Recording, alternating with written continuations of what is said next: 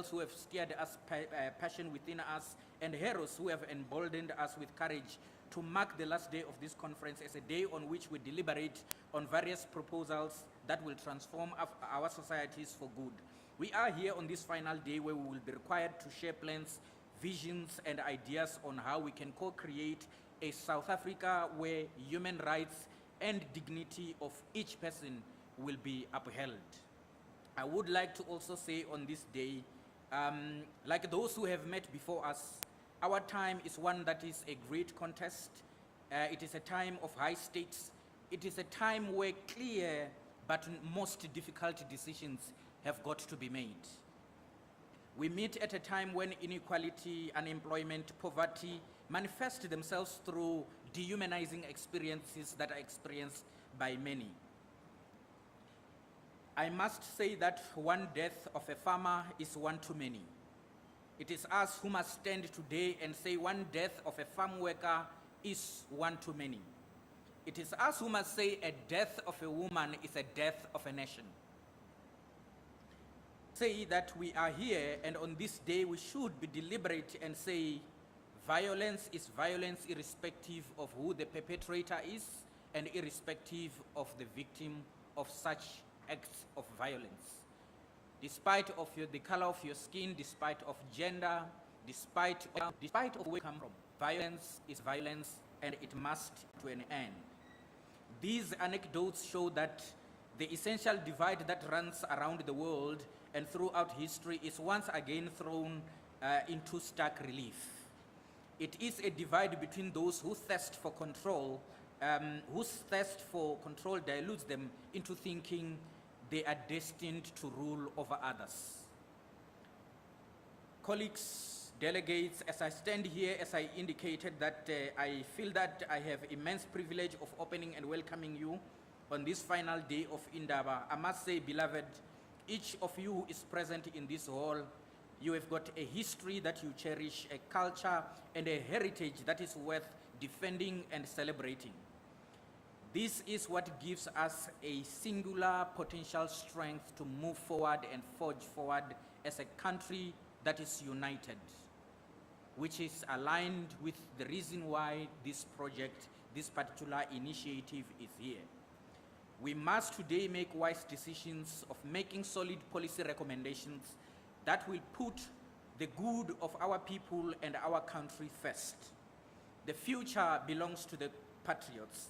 The future belongs to the sovereign nations that protect their citizens, respect their neighbors, and honor the differences that make them special and unique.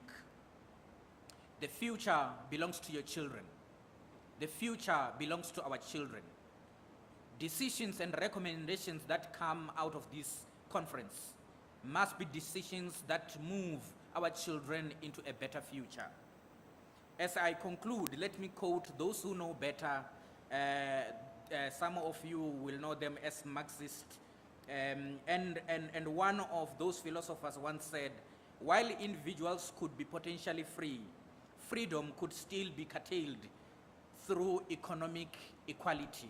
In other words, freedom without economic equality, it's useless.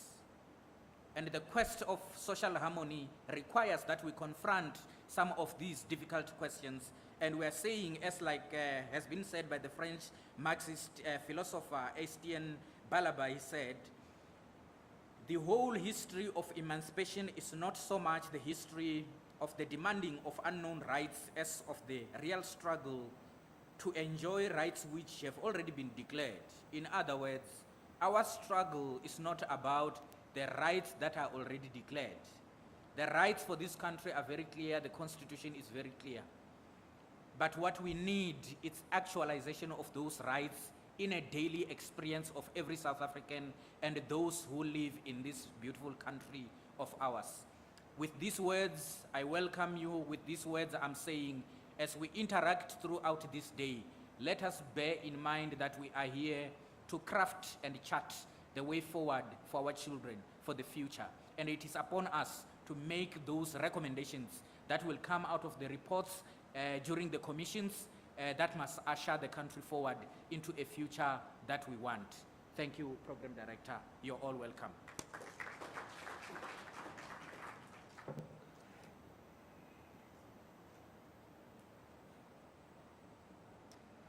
Thank you very much, Dr. Kubana. Without tainting your words, I would just like to say that indeed this Indaba is symbolic.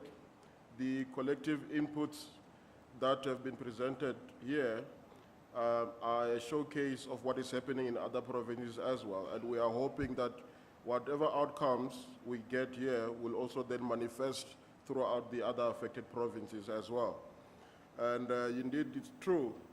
One death of a farmer is one too many.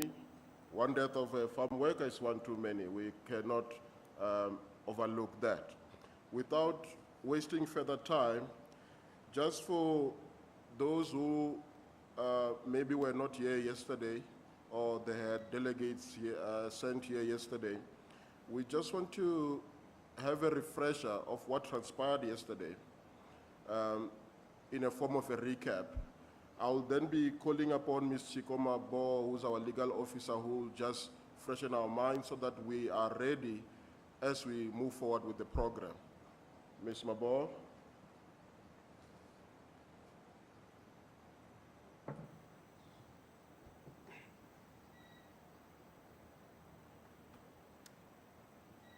Thank you so much, Program Facilitator, and good morning to everyone. As the facilitator said, my name is Tsekoma Bo, and I am a legal officer in the Limpopo South African Human Rights Commission office. On day 2 of the Indaba towards social harmony, safety, and nation building on and around farms in Limpopo, we continued reflecting on challenges and exploring solutions that can lead to actionable outcomes. Various speakers addressed pressing issues impacting farming communities in the Limpopo province, and key themes included the deep-rooted inequality, unemployment, discrimination, and poverty that divide communities, with many noting that the lingering master and slave dynamics between farmers and workers and farm workers still exist. The Speaker of the Legislature, Honorable Makhuru Peche, in her message of support, shared specific incidents of violence involving farm owners and workers, emphasizing that addressing such conflicts is essential in fostering social cohesion. She urged prioritizing strategies to stop farm violence and promote collaboration with these communities, and protecting the agricultural sector as one of the largest employers of workers in the province.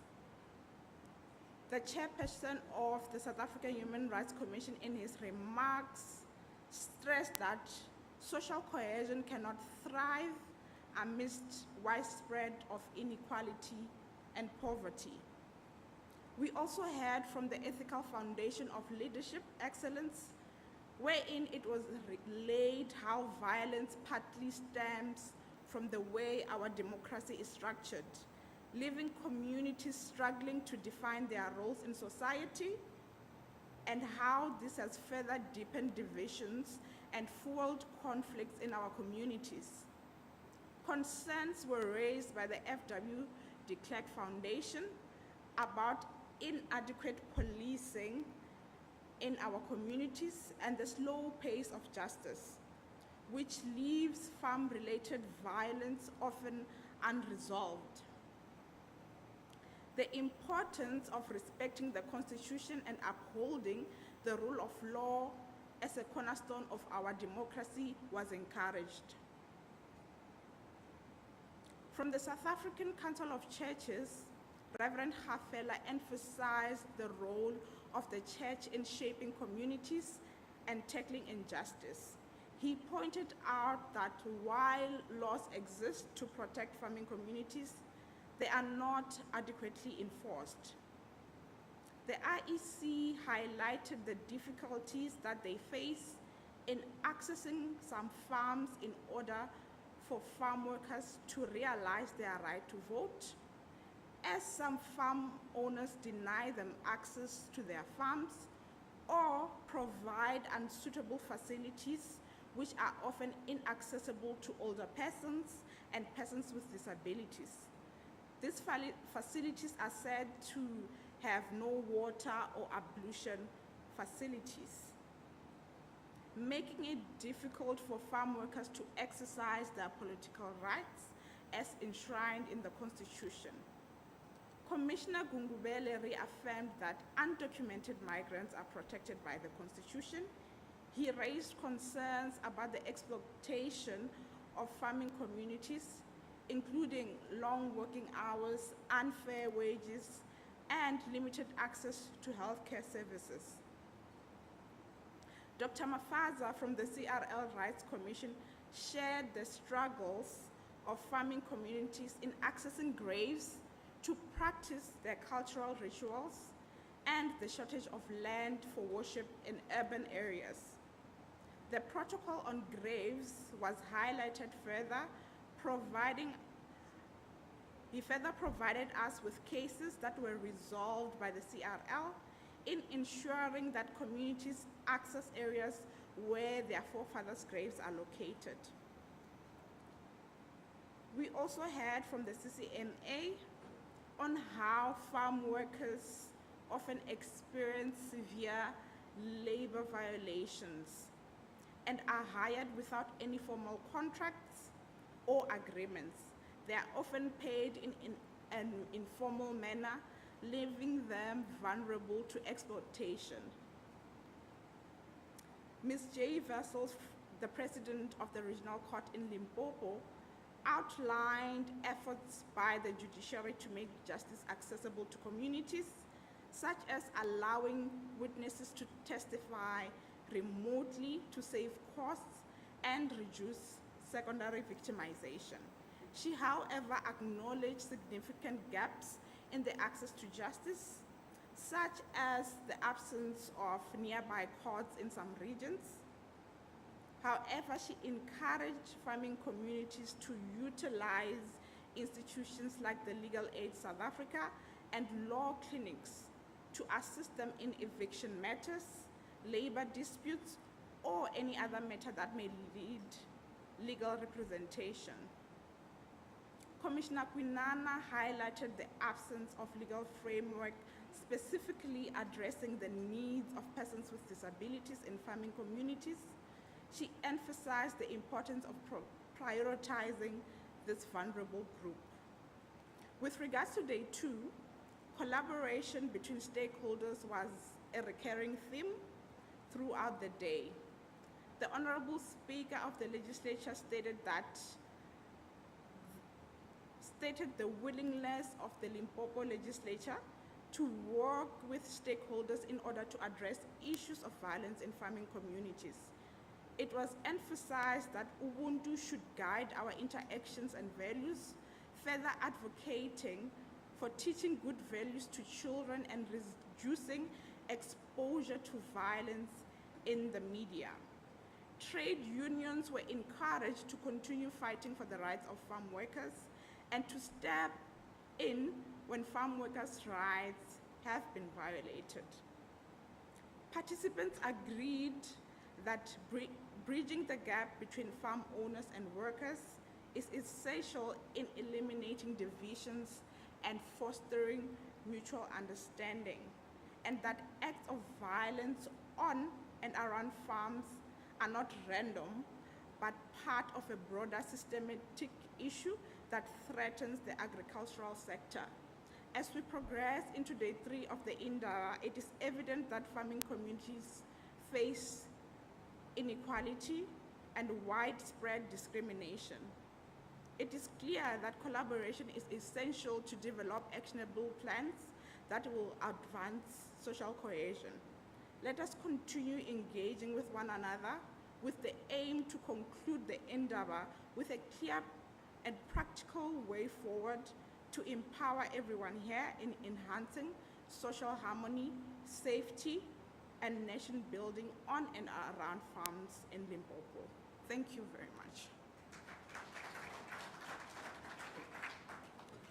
Thank you very much. I think let us give her another round of applause. She was able to sum up a day's work in less than 13 minutes.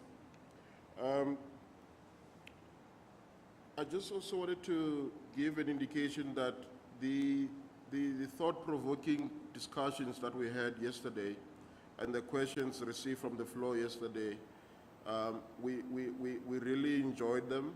We want and we encourage you to, again today, pose those difficult questions to the speakers who will be before you today. That's why we are gathered here today.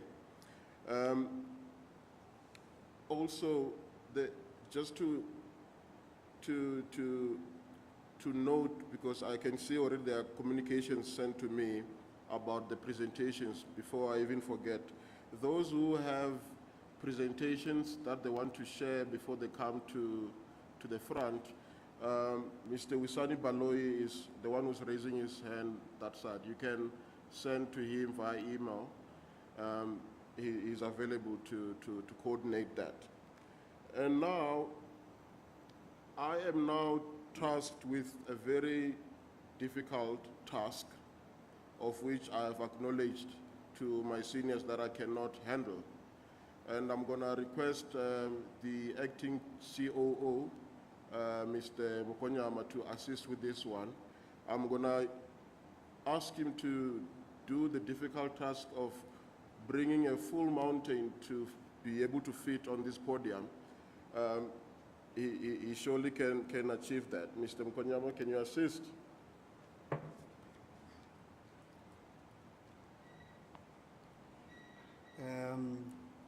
Good morning, ladies and gentlemen. I hope you are refreshed after yesterday's very loaded interaction.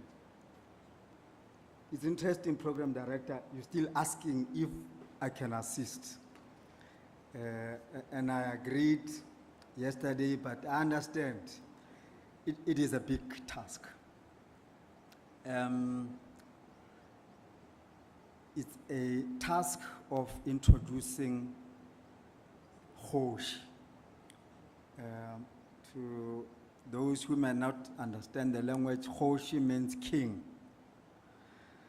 So it's also heavy for me.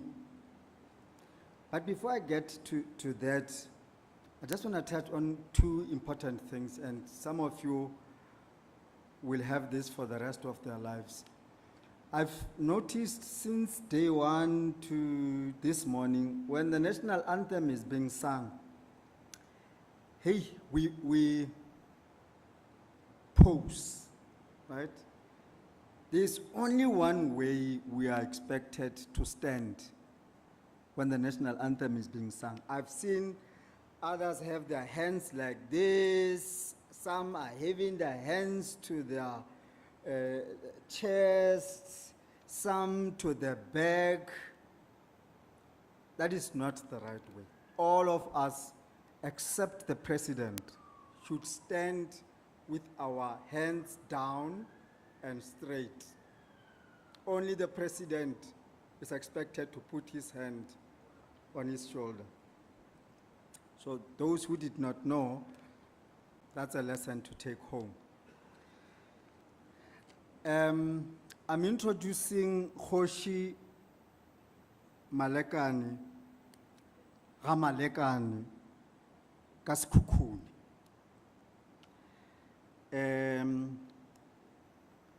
Kgoshi,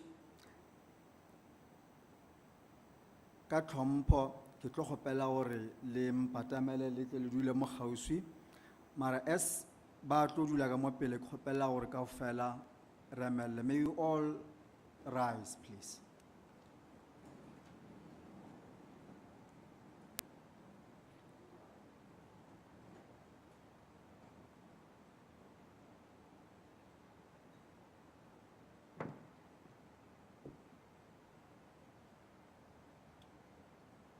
You may be seated. Kadula fast.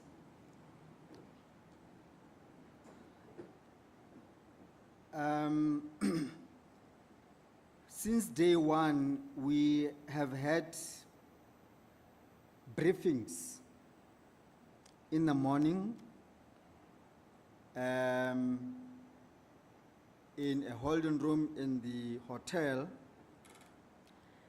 and there's one thing which came up in all briefings: the importance of the role of the traditional leadership in our society.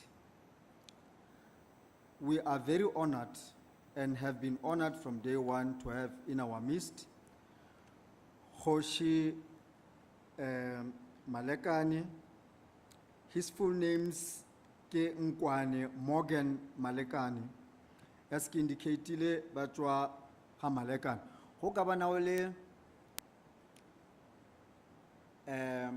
motho o na le maina a gago a reeletše lefelo la mo o dulang, nnete sewe se tlhalosa gore o kgoši.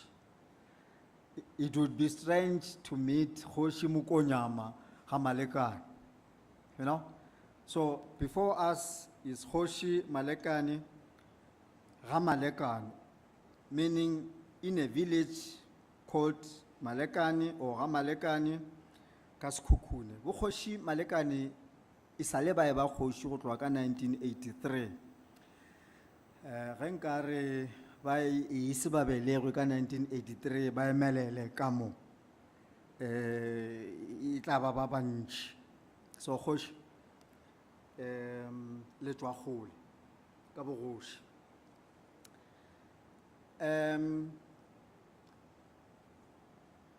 Bo Kgoši sale ba le kgoši go tloga ka nako eo ba bile mmusong wa Leboa. There used to be Leboa government. Those of us who are old enough would know that we used to have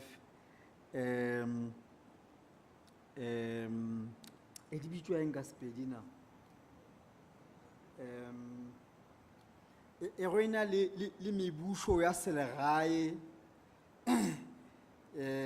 ya mabapi, kore go na le Venda, go na le Leboa, go na le Kazankulu, jwalo jwalo. So bo Kgoši e ba le mo mmušong o ba deputy minister of finance under the Leboa government, go tloga mo ba minister of health.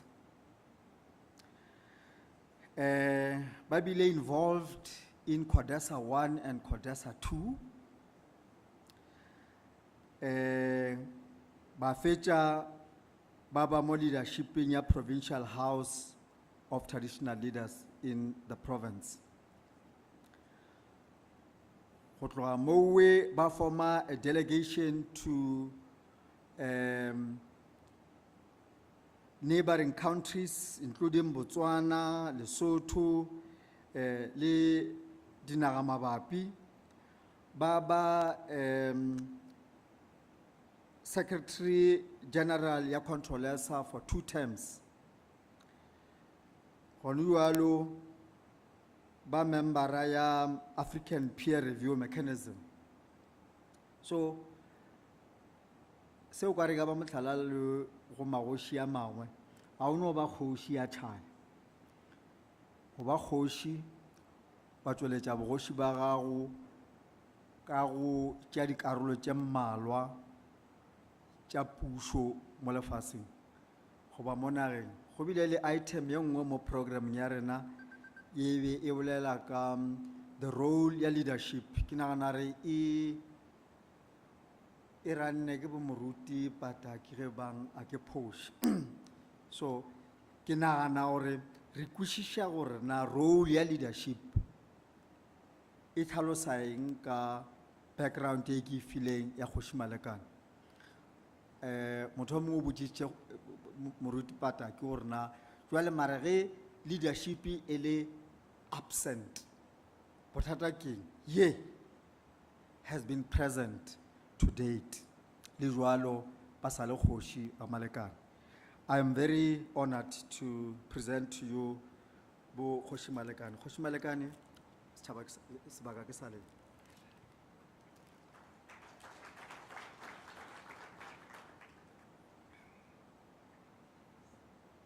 Thank you very much, Program Director.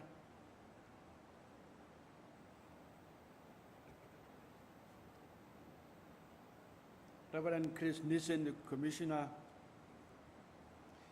your other commissioners, the MEC in absentia, the Mayor in absentia, other royal leaders, Baruti Baka, champions of human rights, the Speaker in absentia, Bo Dean Farisani, COSATU representatives, members of representing civil society, farmers organizations, ladies and gentlemen, good morning.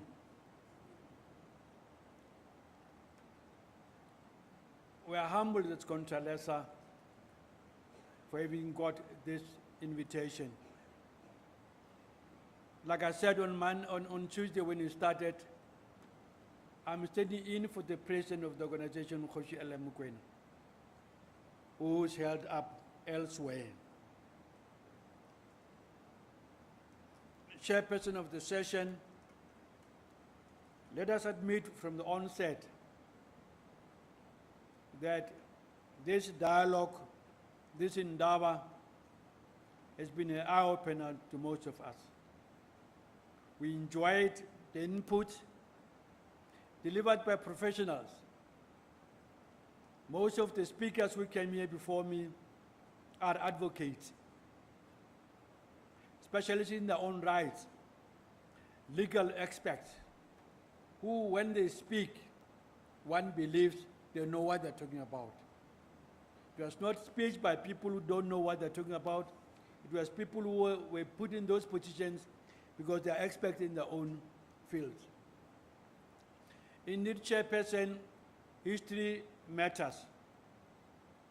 One person is saying, history helps us to record the events of the past for the information of the present, for the instruction of the future. Now, all of us here today must learn from what happened previously. And on the basis of that knowledge, then prepare what should happen in the future. Now, the actual question we're asking as Contralesa Chair is the following. Because our approach to this matter we do not solely focus on farm workers and farmers. We focus it holistically, farm workers, domestic workers, and mine workers, and everybody else. Our approach is quite different from your approach because we are talking of people who are our subject at the end of the day. During the day, they are working on the farms. In the evening, they come back to the villages. On the mines, even they come to the villages. They're all our subject. So we've got to focus on their well-being as individuals in their respective workplaces. And the question we're asking, Chair, is why do we have all this criminality in the country? And the answer, Chair, from us is very simple, is that there has been no transformation. And the question we're asking is, have we as South Africans been too quick to adopt a constitution which is Eurocentric and not Afrocentric? Because we believe it does not reflect who we are, but it reflects other people from the West. That's why we're having these problems. It's not our constitution, but it was forced on us. We are forced, we are compelled to adopt it because we're trying to avoid a civil war. We'll all recall about the sunset clause after Christian was killed. We had to rush to adopt a new constitution.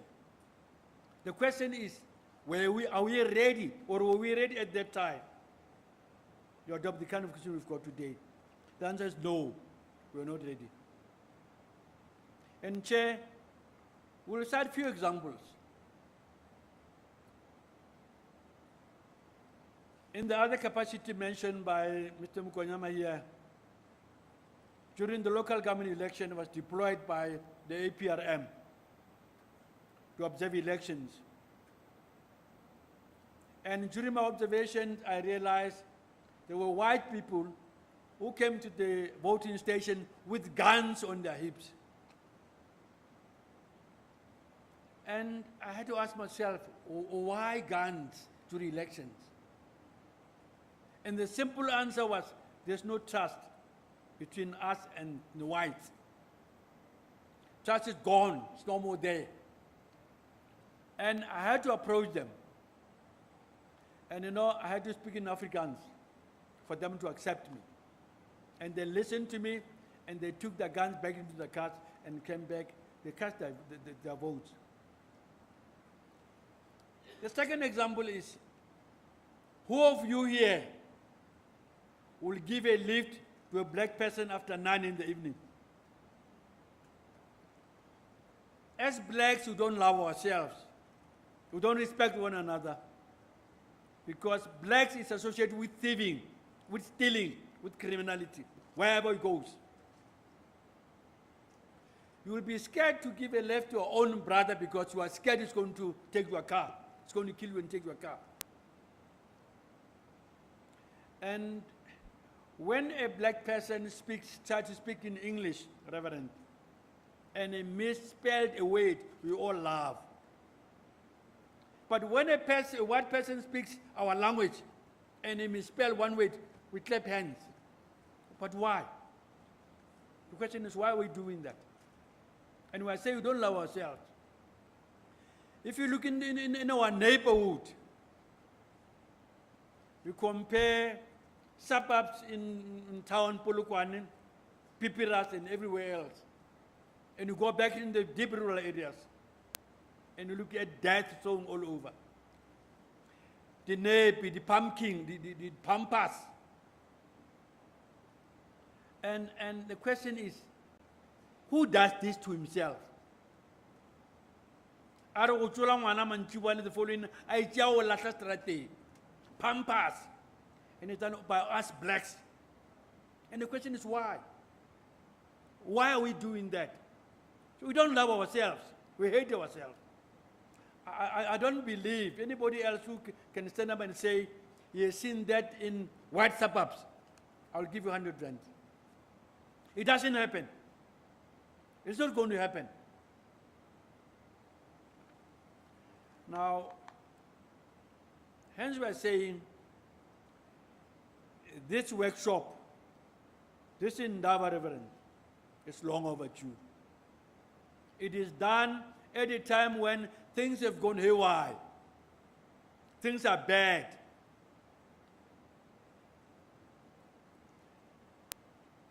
And as South Africans, I'm sorry to say the following. Most of us are lazy. Very lazy.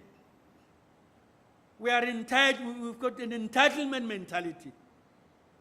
Bana ba mobu. We don't want to work, but we want money.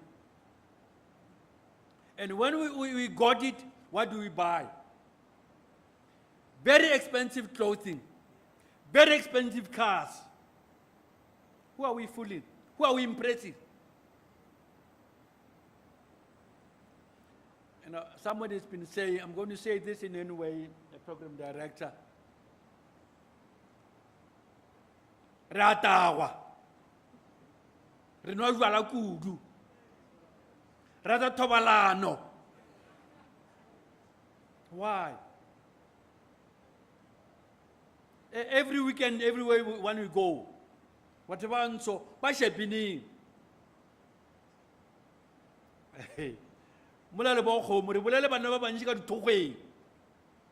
and mostly they're all married men. You know, it's good now, there are many lodges all over the country with day use. But it reflects, who are we? Who are we? Jane Farisani. And for me, as Maroshi, we've been pained. When it comes 10 years, 20 years to come from here, Tabarina let Sabana. Keba Sokona, Kisamukutama, Baruti, Kisamukutamang, Rutipatak. Malawato as neglected as who we are.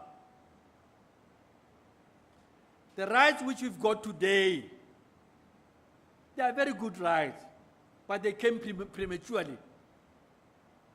Because we were imported from other nations who were with long democracy. It was still a very new one. How are you going to get a shahidi? Kilemutuadi, get it in Marampoch. Karanwanong Shatrongo, go Swara, Manake. And as parents, we are helpless. Mapodisa. When they want to arrest you, they must plead with you. Can we arrest you? Because if they don't do that, when I division of the police king which in a lion, it don't say a police, you told it takes a tronco. Now, we are saying we believe as Contralesa. South Africa is under attack. When you read Bukaya, Toby, Land Matters, I read it twice or thrice. I have not read the book by the other, given the name other day, and I didn't read that one. But if you read the book here, Toby, on Land Matters,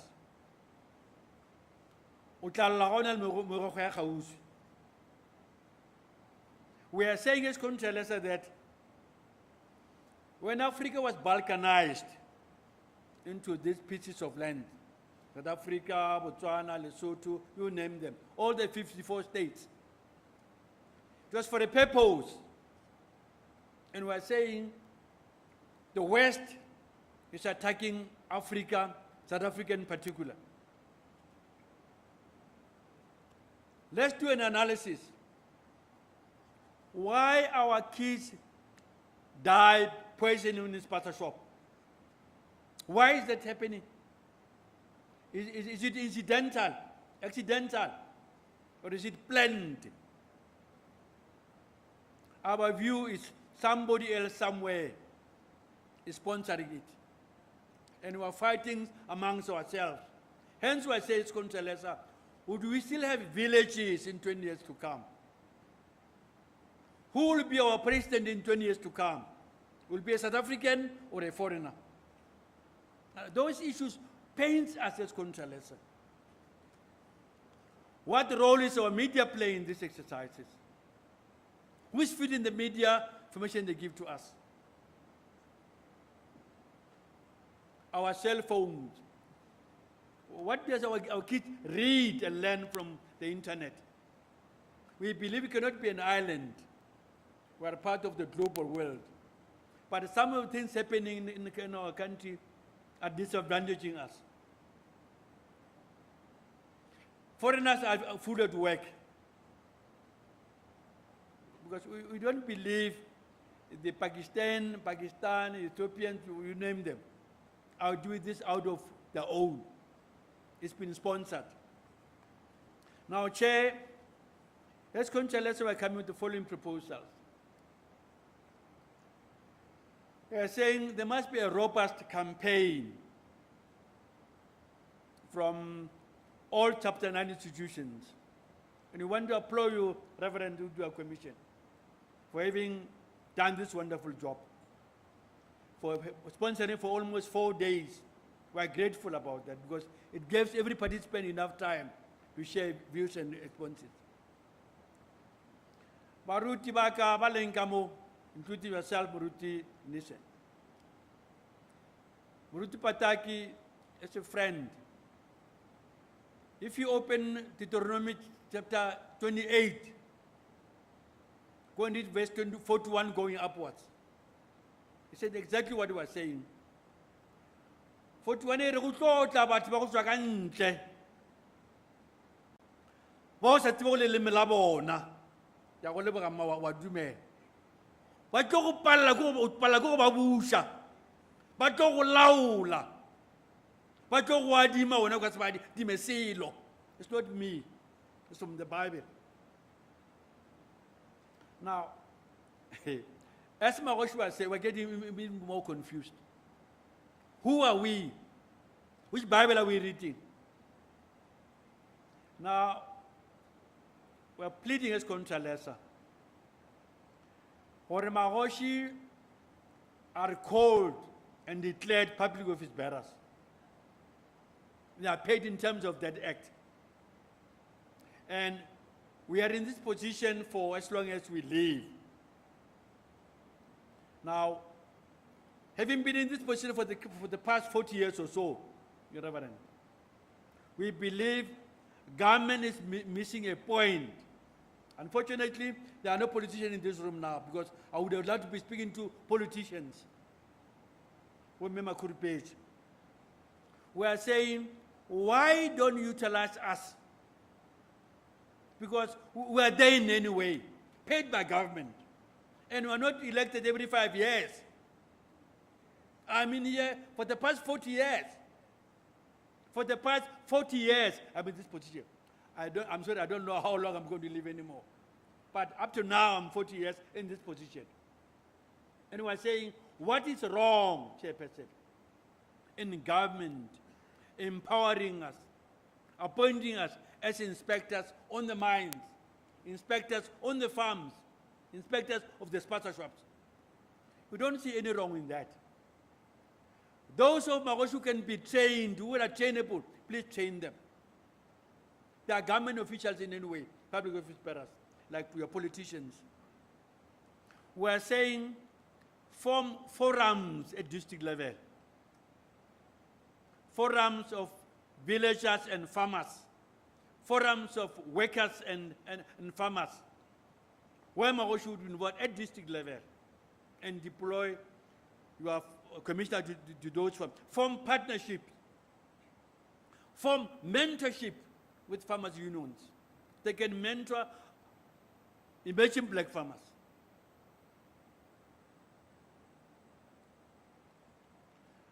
For instance, if we were to ask a question, all the claimed land given back to blacks, which land is more profitable as you speak?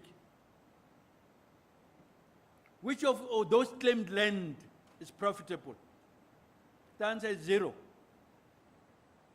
There is no empowerment financially and by human resource. You don't have the knowledge of how to farm. Now, having said the above, Chair, I'm going to have to plead for Conchalesa.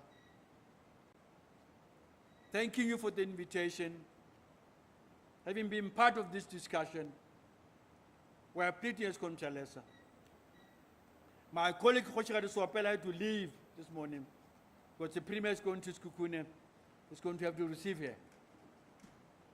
Now, in the province of Limpopo, I think we've got more than 200 traditional leaders.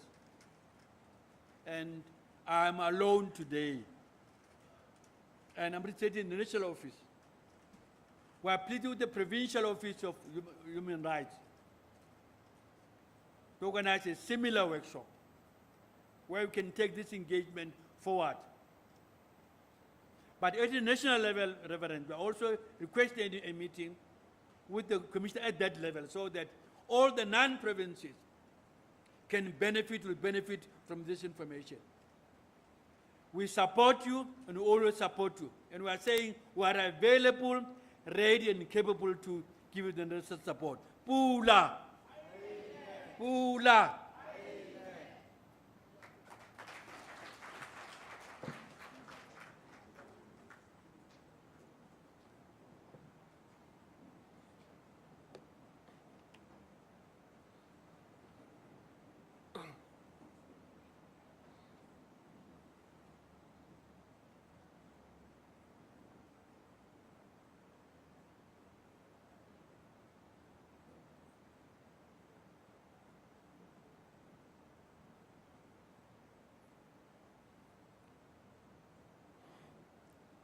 Thank you. You may be seated. Rea Libu. When Hoshi was saying Rea Dagwa, he turned around and he was looking at me. I just want to put a disclaimer. It's because I'm the facilitator. There's no.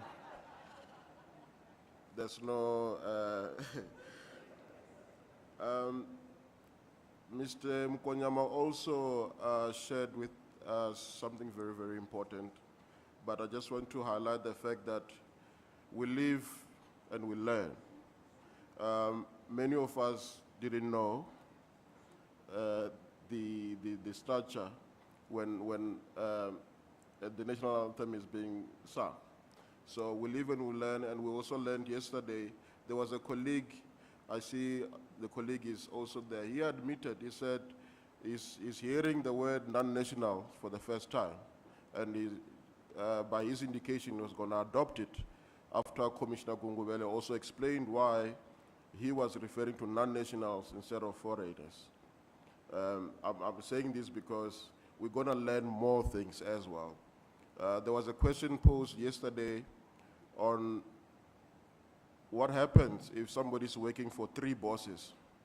The response from Mr. Mukonyama was, that person is an independent contractor. When we were done with the proceedings of the day, I got a question from one of the human rights champions. What is an independent contractor? I had to, be a lawyer for 5 minutes. But thank you very, very much for the contribution. One thing to take away is that there have been indications from different structures that have been before us that there have been a lot to learn from the past in preparation for the future. So that is a takeaway from that. We're still on track looking at the time. We're supposed to break for tea now that we have the necessary support, and we'll be gouging down on the business of the day fully after the tea break. But before we do that, I received a fine this morning, and I see Reverend Pataki is also looking at me. I think I'm going to get another fine. You would note that some of my colleagues are in black today.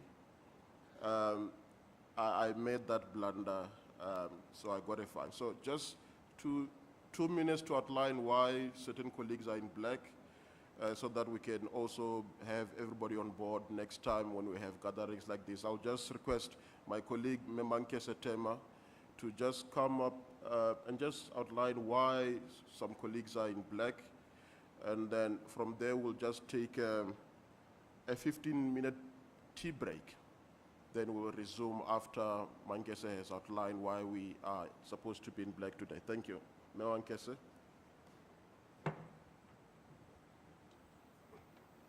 Thank you very much, Bumune. You are tasking me to do this while Bafunzi Balogonamo. I hope I give this my perfect outline. Thursday in Black, we have learned, like what? I have learned that it's a campaign that started from the Council of the World Council of Churches as a response to the struggles and the cries that were there and that are still here, and the cries that were created by the wars, by the domestic kind of fights and struggles, and today we talk of gender-based violence and femicide. So as a way to stand in the gap, because I said it started from the church, and then there was this Thursday in Black movement that carried up this campaign. And then because the values of the campaign goes in line with our values, the Constitution, and also Charena as the Human Rights Commission. That's why we also then partnered with the church and also partnered with the Ethical Foundation for Leadership and the Thursday in Black movement, so that we carry the understanding and the values forward in making sure that we stand in the gap.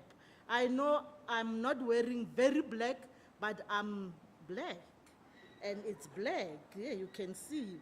The reason is to be in solidarity with the victims, raise awareness against the gender-based violence and femicide, and show understanding and remorse and compassion for those who are mourning because of these struggles.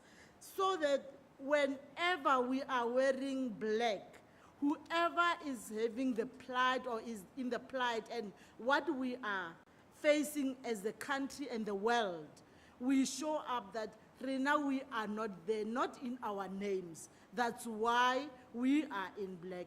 Mruti Pataki, may you kindly stand. Akiki Kemisha Baruti, but because I'm on the podium. You look at Muruti Pataki, he's also having the spality like mine, this pin. This pin, it's not for sale. Thank you, Muruti. We sell the pin for 70 rands. The reason we're selling this pin for 70 rands is because it carries the message. It's not because we're not fundraising, we are not benefiting or making any profit from it. It's just to make sure everybody else will have the pin. It carries the message for the day, Thursday in Black, towards the world without rape and violence, because those are the most painful things that makes us to say we stand in the gap and we stand in solidarity to ensure that everybody else understand and know why we are in black.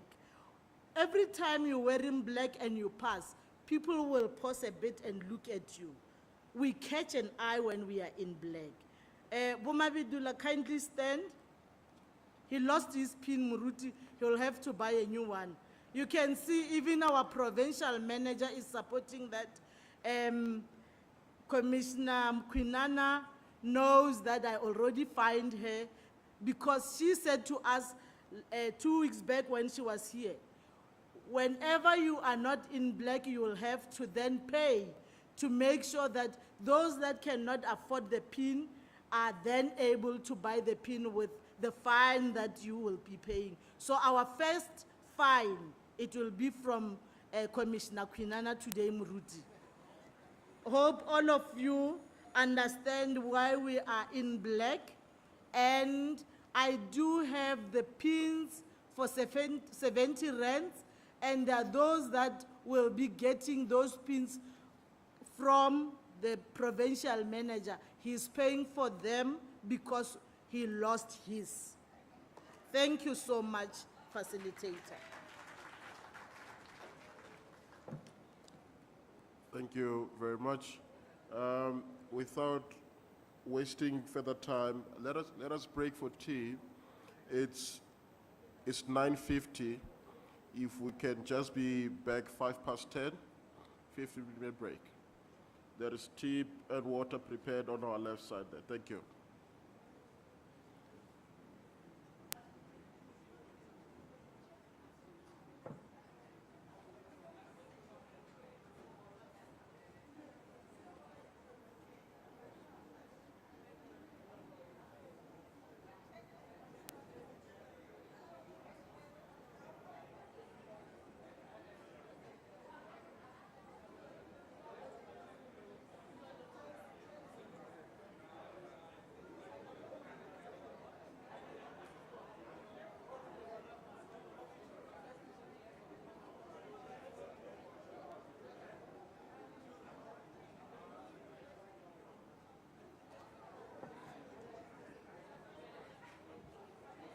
Good day, good day. Sorry, just one small announcement. Those who are dressed in black, we kindly request that you proceed to that backdrop banner there. We want to take a group picture. Thank you.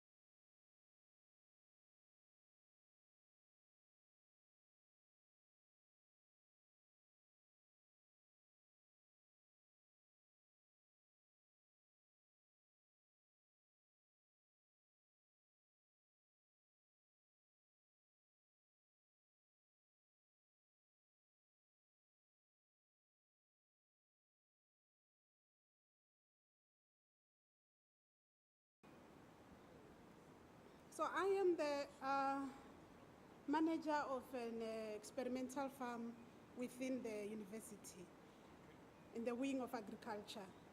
And we, as a farm, our mandate is to support all the programs within the faculty, within the university at large. And I'm here to speak about the importance of stability in the farming communities in relation to food production in South Africa. The moment we hear about the food production, what comes to our mind should be our farmers, and we cannot speak of our farmers without speaking of the farm workers. So here is my outline. I'm going to take you through the introduction and share with you the role of a university. And obviously talk about some challenges that we've been deliberating on since we started on Tuesday. And share as well some possible solutions before I could conclude my talk. I need a bike. I need a bike here.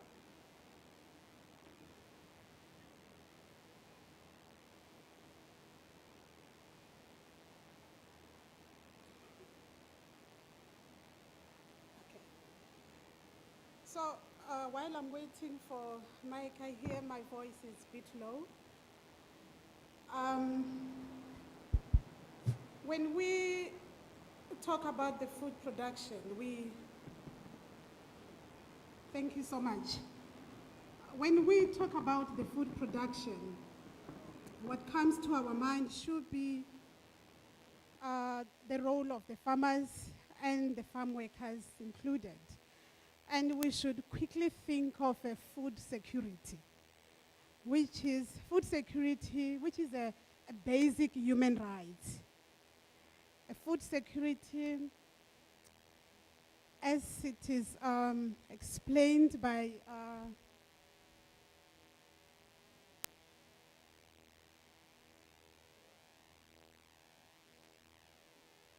okay, thank you. So the food security, we have to define the food security on the right terms. It's when we talk about the accessibility of food for everyone, and not just food, but nutritious food. So when we look at the United Nations Sustainable Development Goals, and we look at the goal number 2, which aim to end the hunger in 2030. And then we look at which year we are in now, which is 2024. And I'm not sure if I can still count 2024 because we are left with few days to end 2024. So 2030, maybe it's fair to say 2030 is like 5 years from now. And when we look at the current trend in terms of the food production, I'm here to be honest with you. As a scientist, I'm here to tell you that we are not in a good position. Not at all. And the prediction, when you check the literature review, looking at the current trends, it actually says that by 2050, if the status quo doesn't change, then there won't be enough food to feed the world. And when I say there won't be enough food to feed the world, you must allow your mind to expand from yourself and look at this at large. And this is the current stance, what they are, when we look at some of the challenges that we're really battling with, such as a climate change and other technical challenges. If we look at the climate change, the way things are now, it's not really looking good. you can see how the patterns of the weather. If it gets hot, it's extremely hot. If it rains, it floods, and then it affects the little bit that is already on the ground. If it's not that, it's a new South Africa, it's a new thing in South Africa as well that we are experiencing snow. All these patterns that are so uncommon that you are witnessing, it's because of this animal called the climate change. And if we can just be honest for a minute and look at this carefully, we can see our hand into this problem. The problem, it stands as it is because of our contribution, all of us. What we are doing, we are participating in destroying our own planet. And we are inviting things as the way it is right now, unless we stop and think about it and find a new way of doing things, including the farmers as well. Because when we look at other technical challenges that are affecting the food production, we talk about the soil degradation, we talk about the soil fertility, which also is influenced by the farming practices that we are applying as we think we are doing what we are doing to increase the production. There's somebody who mentioned it yesterday here about some pesticides that are banned, things like that. And yes, there are practices that we do, that the farmers are doing, we all do, even if when you are not a farmer, there are things that you are doing that are contributing to this climate change, which is a topic of on its own. We need to sit like this and talk about it.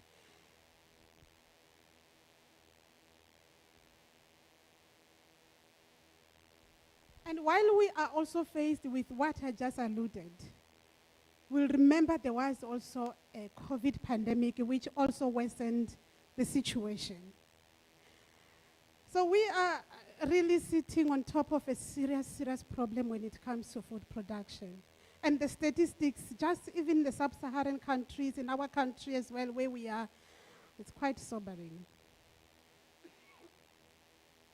And even in our deliberation like this, we should be conscientizing one another and remember one of our common goals as the food production, availability of food for all. At the end of the day, we should deliberate on this, and then we also keep in mind that what we need is food.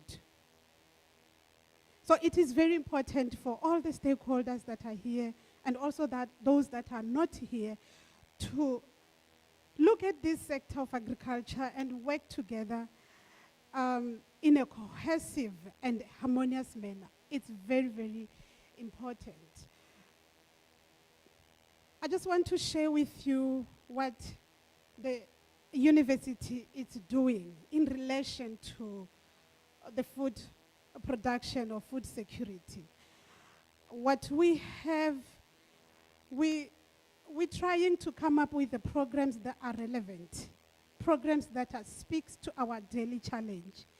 There's a commissioner yesterday, a program director, who gave us very good statistics of about some 28% of farms that are now owned by black people, which is very, very, very, very good.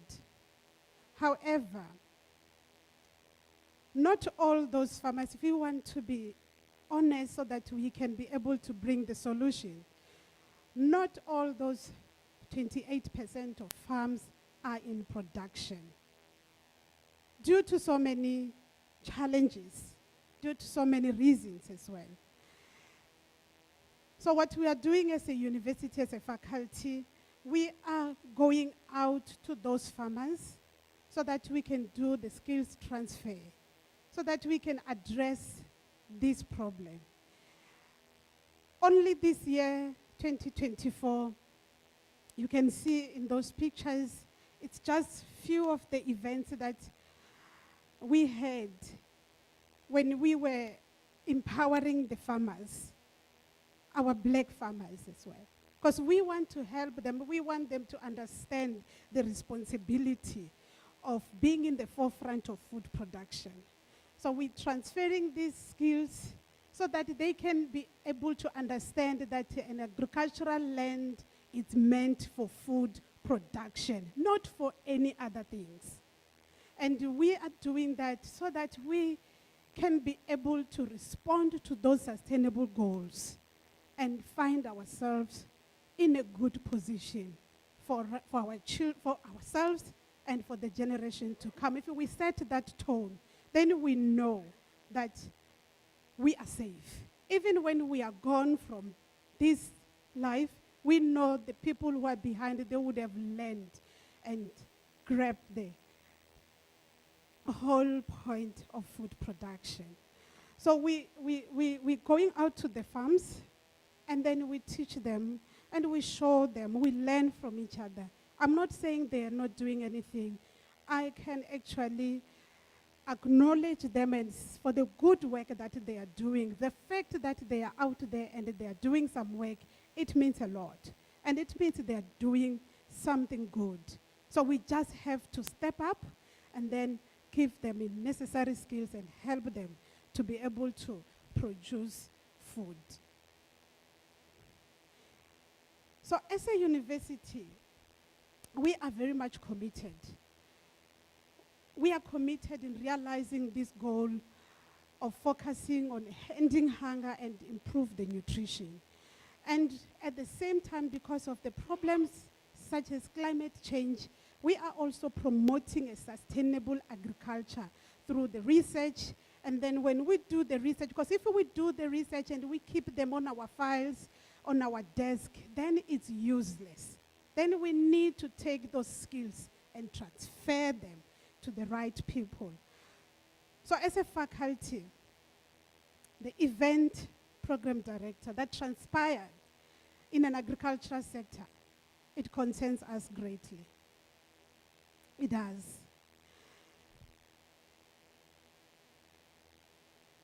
It does because as a university, we are training a future generation of farmers and agricultural professionals to come and work in the same space.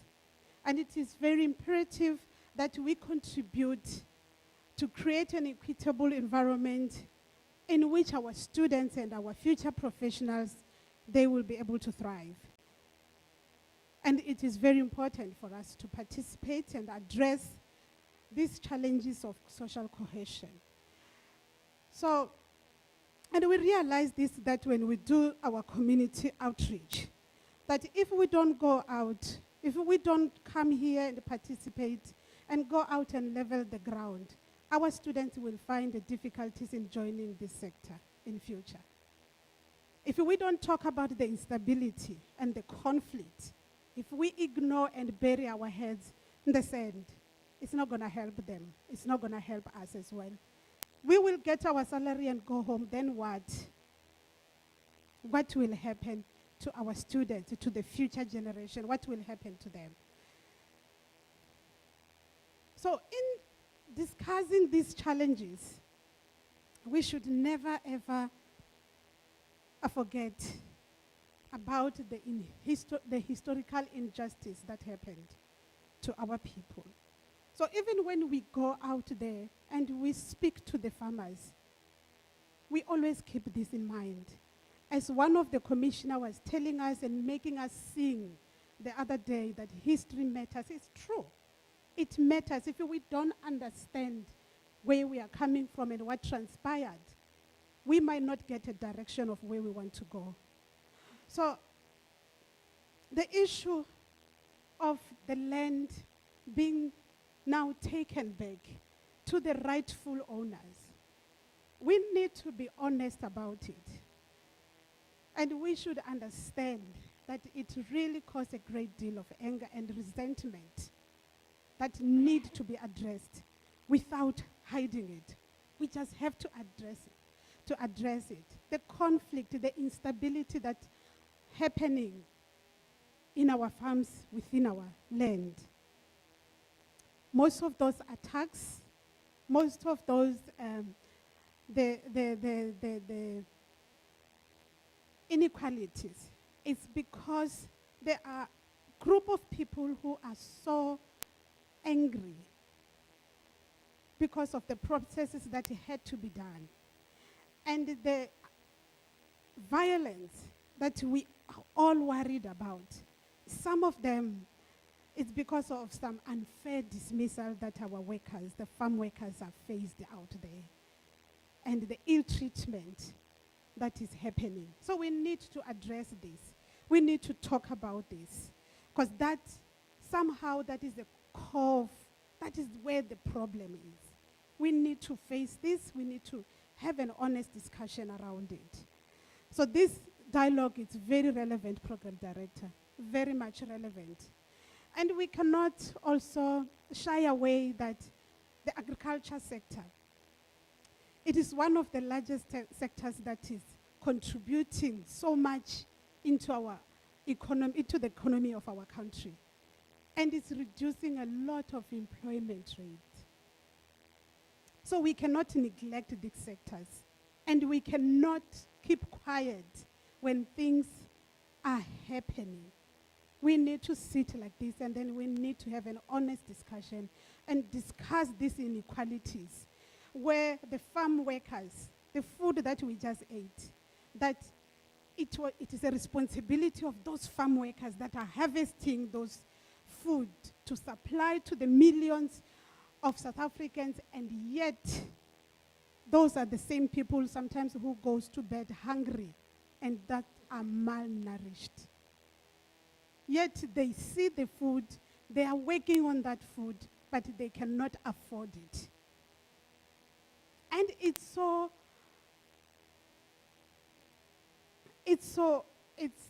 something that we need to talk about it. And I'm glad that we were able to deliberate on that, and so that we can find a solution around this.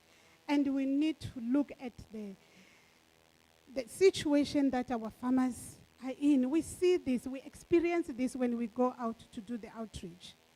And what pains me, it's sometimes when we go out to the farmers and we see the same trends even in our own black farmers. We find also our own black farmers copying the wrong things that they saw, that they did not like, but they are somehow in a position of repeating the same pattern. The farm workers that we're talking about, we should never ever forget as well. The farm workers that are also in the farms, in this new dispensation where there are black farmers as well. We need also to go in there and speak to them and remind them of where we are coming from, and remind them that the history cannot repeat itself like that.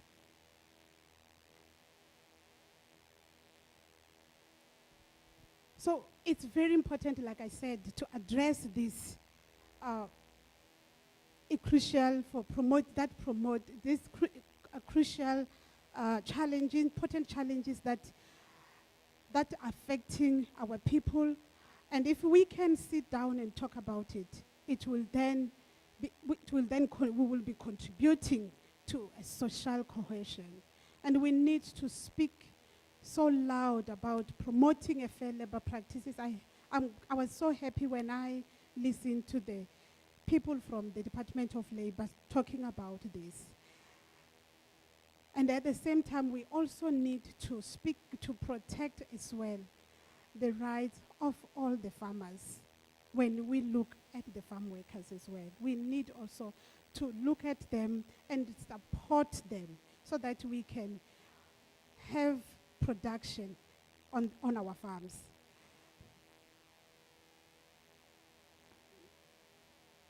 So one of the, sorry, I think I switched it off by mistake. Yeah. And some of the possible solutions that we can look at, it's the issue of education and training,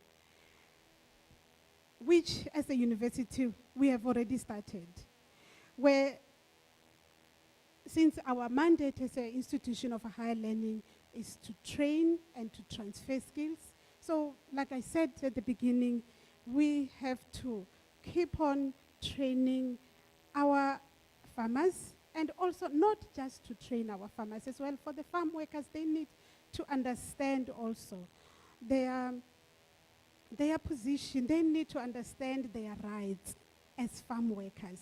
We need to do all those awareness as well. And then, because as a university, what I learned since I came here on Tuesday is most of our training are only aimed on skills development. What I learned and what I'm taking home and the message that I'm taking back to the university is the issue that we should go beyond the skills development. We should talk to these people to understand their rights, and so that we can have the all-round training, not just focusing on the technical aspect, but also focusing on the issue that related to a social cohesion. And we need to promote the education awareness and provide the training such as the labor rights, the discrimination, and the conflict resolution. So what I learned as well since we came here, and the message that I'm taking back to the university, it's a message of effective partnership with all the stakeholders that are here. That when we go out to do the skills development on skills transfer, we should also have people like you, program director, have the Human Rights Commission, so that they can also do their part. While we do our part of skills transfer, we need to educate these people and make some awareness of their rights. That's the one message that I'm taking back to the university. So we need to strengthen the partnership.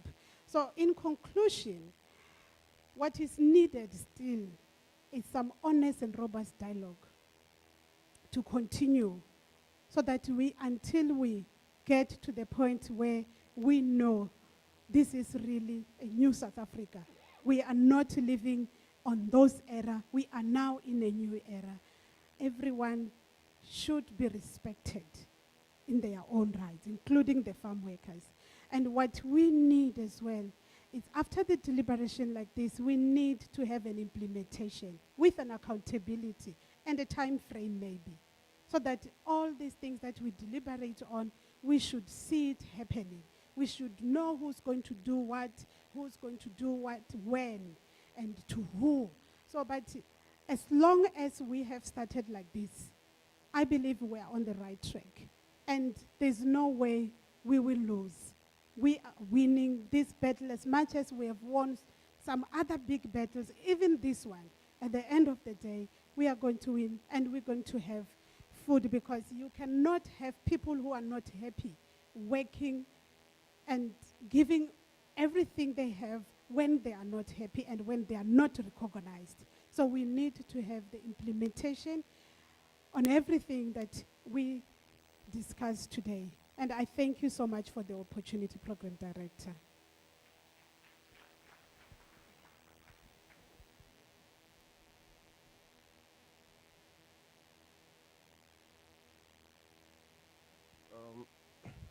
Let's give another round of applause as she's taking a seat.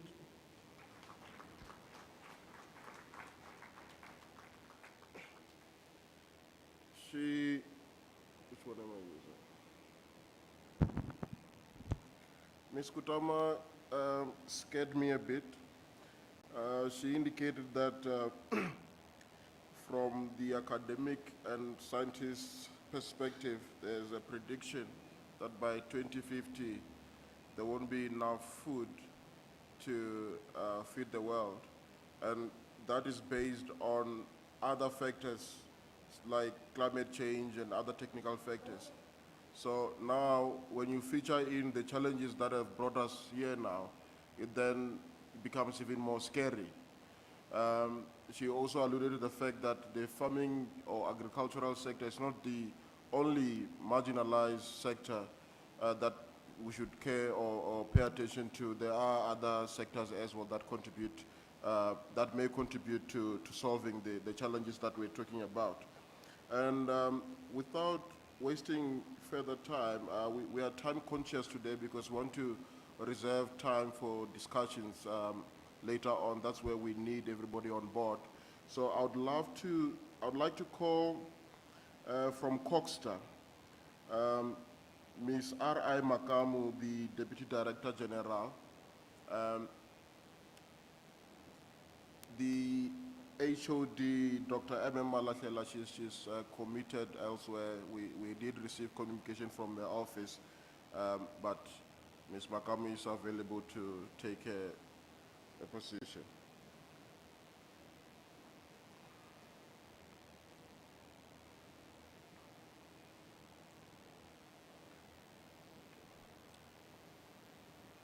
Those who are asking about government, this is the first phase of government from Coxstar. I sent it to them, they will check it.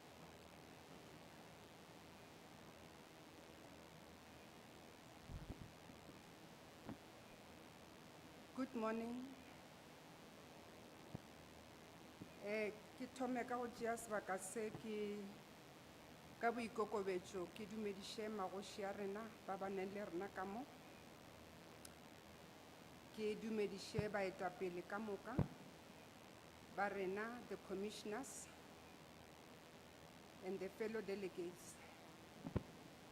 My name is Ivy Makamu. I'm the Deputy Director General responsible for integrated sustainable human settlements.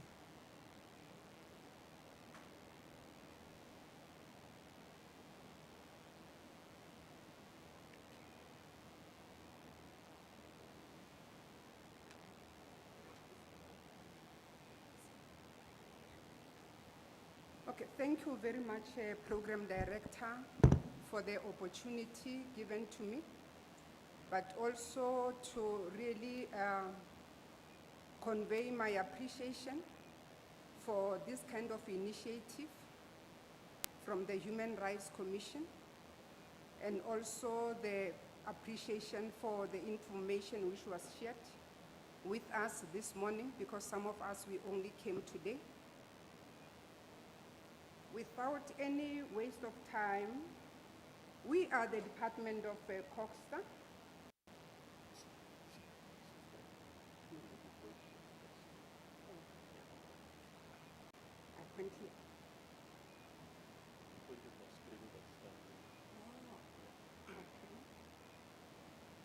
Okay, just to,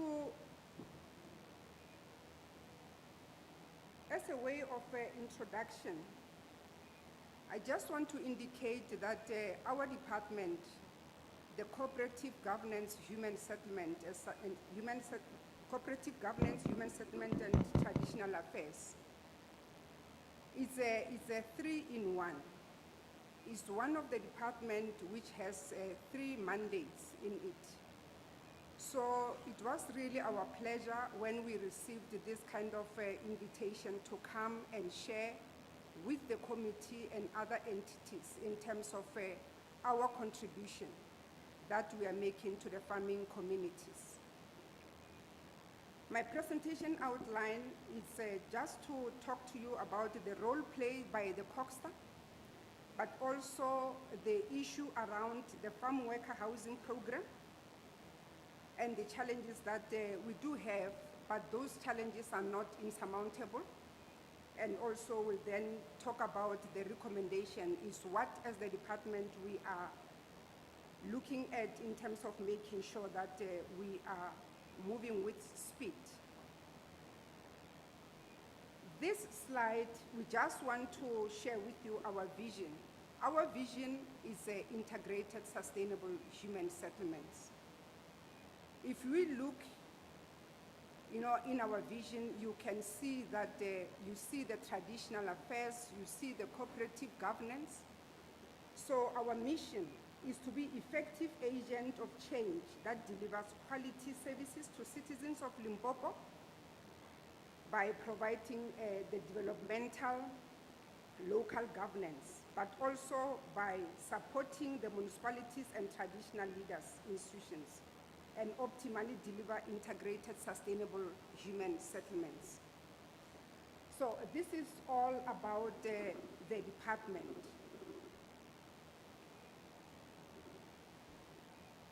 So we just want to also indicate that I'm not going to dwell much in terms of this slide, but just to give a bit of introduction of who we are, as I've already indicated that we are responsible for the 3 departments in one.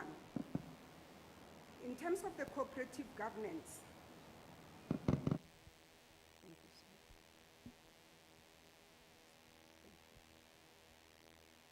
in terms of the cooperative governance, is where we are working together with the municipalities. We are supporting our municipalities, making sure that they do have the required support, but also to ensure that wherever they could not, implement their mandate, we come in and assist with whatever funding that we have. The second leg is human settlements, which is more about the provision of adequate housing. Not only the provision of adequate housing, but also the related infrastructures like water, sanitation, and also the roads. We have our traditional affairs, our traditional leaders. We do support our traditional leaders and make sure that they do effectively contribute to the development of our communities. So this is what we are all about.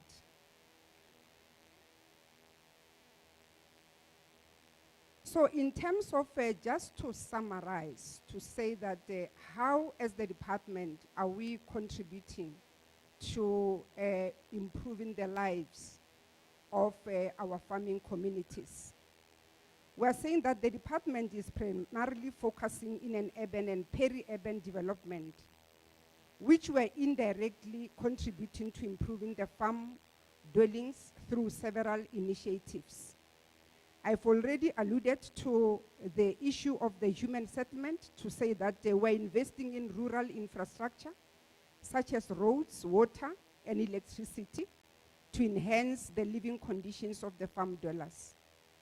But on the other side, when coming to the local government support, we do have the ground soldiers. Those are the community development workers.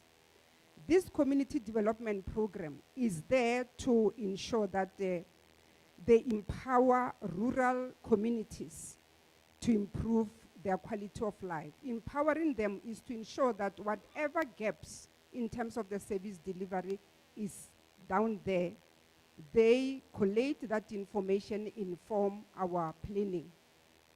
We only have we also have the traditional affairs, where we are supporting traditional leaders, empowering them to ensure that they play a role of rural development and community governance. So by addressing these broader issues, the department has indirectly contributed to improving the living conditions of farm workers in the province. However, for more direct and targeted intervention, collaboration with other government departments such as agriculture and rural development is very key to ensure that our investment in those communities is remarkable. I'm going to indicate that the program that we have, which is directly designed to assist the rural, to assist the farming communities, is residing in human settlements. The human settlements, we do have a farm worker housing assistance. It's amongst other programs which we are implementing to ensure that we uplift the living standards of our communities. This program, it has been there for quite some time. And as the department, we have implemented it in Limpopo, but as I've already indicated that each and every program do have its own challenges, I'm going to share with you. This program is implemented in partnership with the farm owners. Why? Because if you check, the farms are very far from the communities. And the reason why we need the farm owners to be part of this program is for them to donate the land. We negotiate with them to subdivide their farm and to avail the portion of the land which is going to be planned, so that whoever is going to be receiving houses in those particular farm space is going to have what we call the security of tenure. So the farm owners are very critical in this program. Also, the municipalities are also the key stakeholders, because as the provincial department, the municipalities, they have to prioritize whatever program the department is implementing in their IDP after analyzing their needs in the community. So the municipality are very key also in terms of the civil engineering, the infrastructure provision, like the bulk infrastructure. Because as human settlement will provide the water, which is internal reticulation, but also with the houses for those farm workers. So the local municipalities in this case and the farm owners, they play a very critical role in terms of making sure that the farm worker housing assistance, it becomes a success. This program of farm worker housing assistance, it comes with different options. In some instances, you find that we need to provide a rental stock, an affordable rental stock for the farm dwellers. But in some instances, the farm dwellers will then want to own the ownership, the full ownership. That's where we are building a freestanding house for those farm workers. So, as I've already indicated, Program Director, that in Limpopo we have, implemented this program, but after a very, long process of getting the cooperation from the farmers, we are still having a very serious challenge. But as you know that the Department of Human Settlement, previously we used to be the Department of Housing. But after we have evolved to say that we are the Department of Human Settlement, where we are ensuring that they are integrated and sustainable human settlements, is where we are making sure that we are not only providing houses, we are also looking at the issues of the spatial transformation. The people need to be part of the community. We do not want to create dormitory, settlements where the settlements are just specially allocated and they are not connected to other social and economic facilities. So now as human settlement, we have then engaged some of the farm dwellers. Most of the farm dwellers, more especially in our areas like Vembe, the areas like Waterbeck, the indication that we get is that they want to have houses in the neighboring villages closer to the farms. They will rather commute to the farms because they are securing their future. They want to own their own houses. So we are also allowing them to make sure that we'll talk to our Magoshi to give them the pieces of land through the municipality, of course, and make sure that we provide them with the houses, as long as it's a distance which is not far from the farms. So in the province, the only project that we have successfully completed, it was under Mole municipality in Soekmekara. This project was done in collaboration with one farmer, Mr. Adendorf. He donated a piece of land. That land, it was subdivided from the farm, and we have then conducted the feasibility study. We have then do the township establishment, and the 500 houses were built for the farm workers. And those farm workers were issued with the title deeds. But there are ups and downs in terms of, like I said, some of these, dormitory, settlements, they have challenges for now. And we can confirm that all those houses were given to the beneficiaries, and the beneficiaries were there. But there are challenges now in terms of this program. The challenges is some of, we have, like I've indicated, the protracted process in terms of getting the farmers to collaborate with the department in terms of providing land or selling, because we are also, having a program to acquire a piece of land. The farm workers in other areas, such as Waterberg, Skukune, Vembe district, prefer to have their houses in their villages and be part of the community. I've already alluded to that. So those people, they are catered in that way. But also there are some delays in reaching agreement on donation of land with the farm owners, which impacts negatively in the success of this program. But there are also a prevalence of limited social amenities around or in the vicinity of the farms. Because remember, for now, as we are the integrated sustainable human settlement, our role is to make sure that wherever we put people, they are also having the access to the social and economic amenities around them or within the reasonable distance. In terms of the capacity of our municipality, we are still experiencing inadequate bulk infrastructure.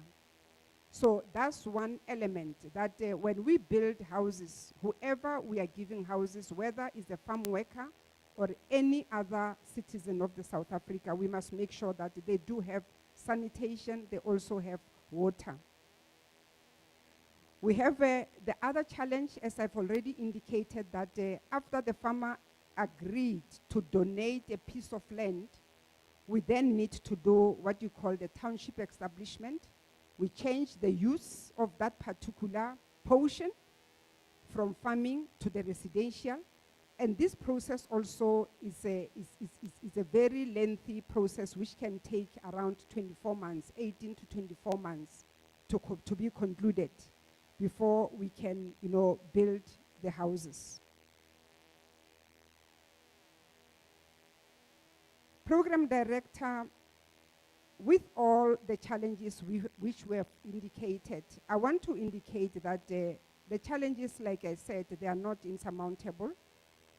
As the department, we are continuously engaging with the local municipality to prioritize the farm workers' housing program when they submit their housing needs with the department. Last year, we have the Polisi. Polisi is in Zanen. It's a farm, it's a mango farm. We are in the process of providing those farm workers with the houses, but the municipalities, they're still busy finalizing their township establishment. We had to relocate the project because we have realized that the township has not, completely finalized. But for us, as I've already indicated, that this is a collaborative kind of, approach for us to be able to have all the aspects of development in the farm, communities.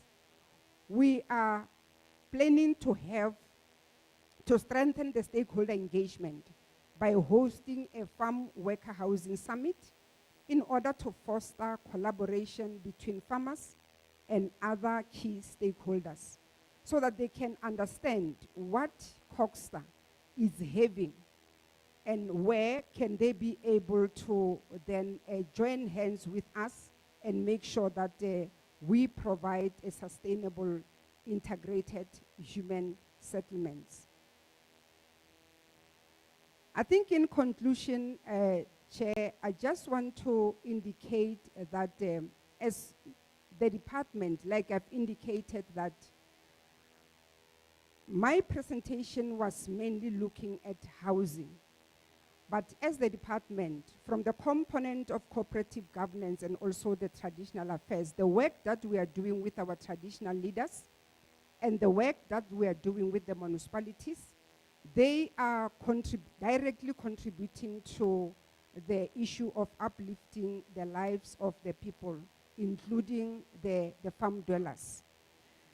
But for human settlement, as we do have this kind of a program, we are really calling upon the entity in this room to say that we can join hands, we can have discussions going forward, and make sure that if they do have anything that they can be able to collaborate with us. Collaboration is not only about money.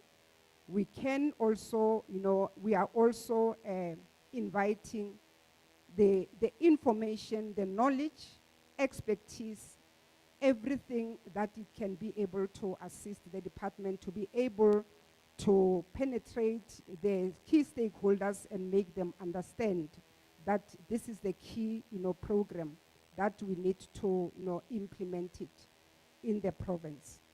So with all said, we are therefore recommending that the commission note the presentation from Coxstar, and we really want to appreciate and thank for the opportunity afforded to the department to come and share with you.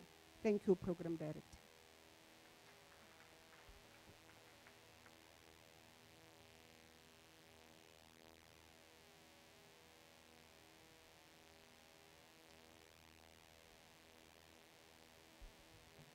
Thank you very much.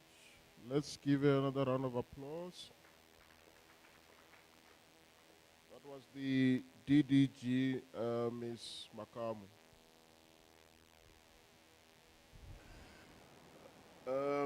Ms. Makamu, there were questions yesterday. I think they were misdirected, but I'm glad you're one of the panelists this morning, so they might be redirected again. They were in line with the projects that you are running along the farm workers housing assistance project. I think there was an indication from Nkuzi and also Kosatu yesterday, but there will be time for questions and answers. Maybe you will elaborate more if those questions are still there. Thank you very much. Without wasting further time, Mr. Chipiwa Nochifefe, the DD from the Department of Sport, Arts and Culture is here. He will be giving a reflection on the challenges of structuring social harmony in Limpopo, also outlining why we talk of social harmony, and when we talk about social harmony, we then bring up his department, the Department of Sports, Arts and Culture. Your time, Mr. Nechpe.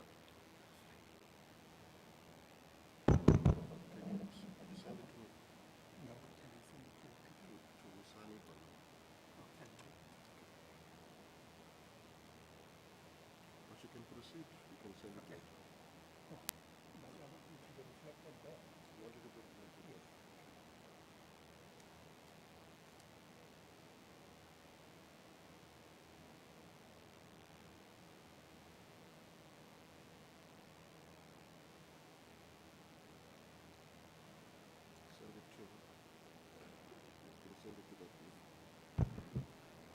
Wisani, kindly assist. He's going to be sending you a presentation just now.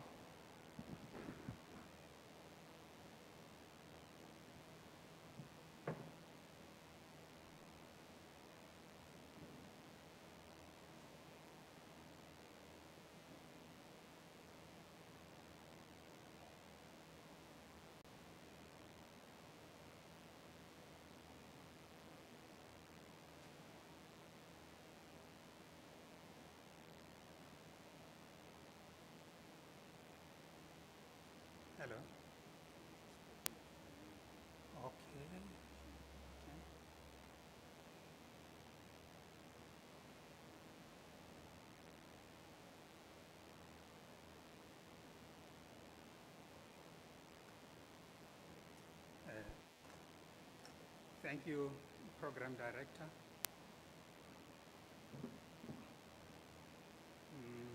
I sorted. Yes, I've sent it.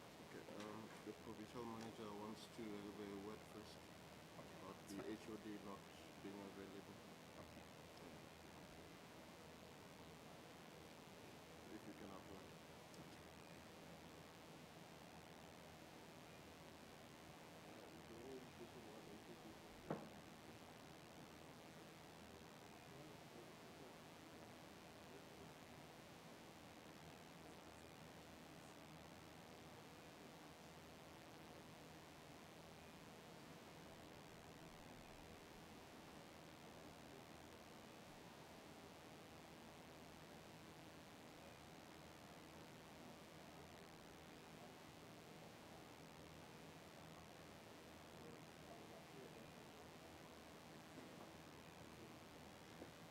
Apologies, colleagues.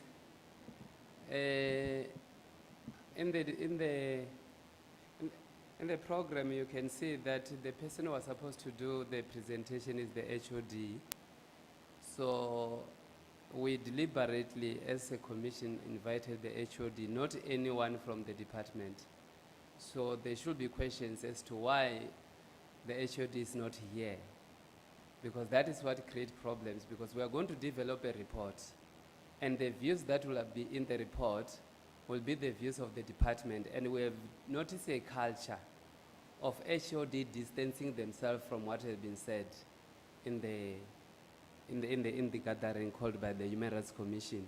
So we are no longer just flexible in terms of allowing everyone to come. We always seek commitment from the HOD to say that I will commit myself to the presentation. Like the previous speaker, we receive apology, and we know that there was a communication with the HOD, because we have a letter apologizing for her not to come to this gathering. But with this one, we didn't even receive apology. We don't know the speaker was coming onto the podium, but we can be sure that it's not Mapula, Daphne, Ramho. That is a fact. So it's not a gathering that if I'm not here, I will just send somebody. We are going to develop a report on this. And we want commitment from those people who have powers. So even with if the premier commit to come and decide to send someone, they communicated with us that the MEC will come. So the HOD failed just to send us. And when we talk about the issue of social harmony, in this province, is the sports of the Department of Sports, Arts and Culture that is responsible for that. They are the core of this discussion. We want to know what they are doing. In no ways that we can just allow everyone to speak, but he said he had been sent, and we'll take his word. Maybe we'll elaborate further so that it can be in the report that he had been sent by the HOD to represent the department. Whatever that he will say will be binding to the department. Thank you.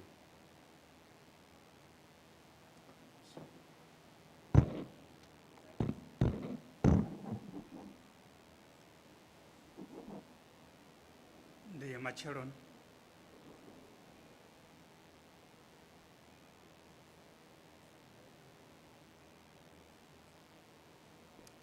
Thank you, Program Director.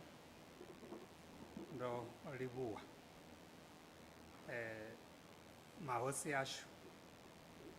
Ane ravana upano. Vafunzi. Vo Tevane vavaone pano. Our pastors, Dr. Farisan. Let me single out Mr. Mativa, because he's a member of the Limpopo Arts, Culture and Council, a statutory body of our department. He sits in that committee to advise the MEC on sport, arts and culture matters in the province. Fellow colleagues, protocol observed. The Department of Sport, Arts and Culture has got a vision which says a socially cohesive and active citizenry for sustainable economic development in the province. So in other words, we would like to see every citizen in the province being active, either in a recreational or active sport. The mission states that it's a champion of socially cohesive and active citizenry. So we want communities that are socially cohesive. As the Department of Sport, Arts and Culture, when you go to Section 30 of our Constitution, it is stated that everyone has the right to use language and to participate in the cultural life of their choice. Section 31 states that persons belonging to a cultural, religious, or linguistic community may not be denied the right with other members of that community to enjoy their culture, to practice their religion or use their language, and to form and maintain cultural and religious and linguistic associations and other organs of civil society. I'm highlighting associations because at the end there, I will be able to indicate to you why some of the activities of culture and sport are not being hosted in farms. So in the province, we have received the census, the last census has released results. We have got top 5 languages. I'm mentioning this because at number 5 now in the province, in our households here in the province, these languages are spoken. At number 5, we have Shona, which is 1.6, followed by Afrikaans at 2.3%. Then we have Xitsonga and Chivenda both at 17%, then Sipeli at 55%. So I'm mentioning this because we are talking about social cohesion and sport, arts and culture in the farms. So the services that we render as a department indeed promote social cohesion and nation building. Our 2030, or the National Development Plan 2030 vision predicts a future where South Africans will be more conscious of the things they have in common than their differences.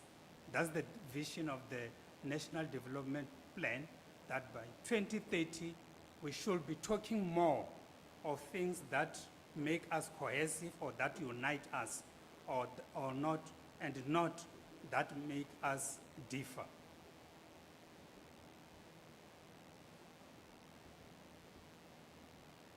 So the National Development Plan acknowledges that cultural activities and art can play a critical role in facilitating the sharing of common spaces. The department plays a pivotal role in the celebration and commemoration of national days that are inclusive and are contributing towards social cohesion and nation building. As a department, we host these national days or international days like Freedom Day, Africa Day, Heritage Day, Kolomabukani, International Translation Day, International Mother Language Day, World Book Day, and others. 2023-2024, we achieved the following cultural functions. We were able to have 26 community dialogues, which were staged in 5 districts. 1,789 practitioners benefited from capacity building opportunities. 6 gender-based violence and femicide workshops were conducted. 54,840 people actively participated in organized sport and active recreation events. 120 learners and youth attended the youth camps. 235 indigenous games clubs we supported them. 25,889 learners participated at the district school sport tournaments. 7,307 learners participated in school sport tournaments at provincial level. 1,035 learners participated in the National School Sport Championship. Now the question is, of all this, how many are from the farming communities? It's difficult to say how many in terms of their challenges that I will highlight. We once had a program called Farm Sport in our department. It also appeared in our annual performance plan. So we made some strides, but we also encountered challenges. There are challenges when it comes to staging cultural and sport activities in the farms. Some of the challenges are the challenges which some of our colleagues highlighted yesterday and the day before. For us to operate either with the Department of Education or to operate in municipalities, to render our library services, to encourage our students, our learners to participate in sports, we need, or we have signed service level agreements as the department. We have service level agreements with the Department of Education. We have service level agreement with municipalities. But for us to operate in farms, we need service level agreements. So there is that lack of service level agreements by reasons which you know some of our colleagues highlighted them. Number 2, as a challenge, there is limited access to sport and culture services. So the communities in farms, obviously, they can't have sport and cultural service or culture services. Why? Because some of them, you know, sport and culture, these things or these activities take place during weekends, Sundays, Saturdays, and public holidays. And like some of my colleagues have indicated, it's difficult for us to, or for farm communities to have these activities. There is, number 3, there is unsatisfactory participation by minority groups in our social cohesion programs. So this is a big challenge. Even when we are saying we do have all these Freedom Day, Youth Day, or Heritage Day celebration, it is difficult that you will find these minority groups or to be in those functions. Therefore, there is a need to find a way of how can we improve that how can we make sure that these minority groups participate in our activities. Lastly, under the challenges, there is unorganized farming communities. So if these farming communities are not organized or not well organized, obviously it will be difficult for us to have sport and cultural activities. By nature, sport needs organized communities we work with clubs, you need organizations. So if they are not organized, it's difficult for us to go and have these sport and cultural activities. So we need organized environments. As the Department of Sport, Arts and Culture, we are saying we are ready to host one social cohesion program in the 2025-26 financial year with our farming communities as a build-up to the Africa Day celebration, which will be celebrated on the 25th May 2025. So we are extending this invitation to any farming community or to farming communities which are saying, we are ready, you can come and have this with us, then we are ready to collaborate with any other state organ or any department that can say, or any entity, farming organization, which can say, come to our farming communities, we are ready to host this event. Ndo libuwa, ngiyakensa, baya danki, ngiyathokoza. Thank you very much, Honorable. Your invitation was noted. Perhaps also, if I could just indicate that, in fact, you indicated that you were present the past 2 days.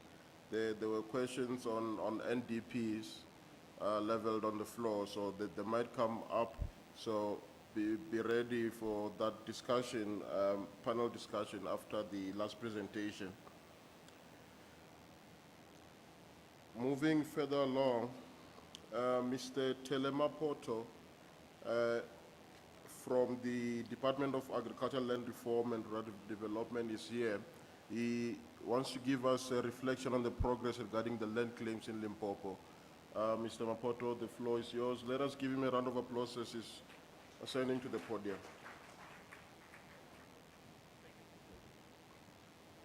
Thank you very much. We did send a presentation. I don't know whether it can be flighted. It's a summary.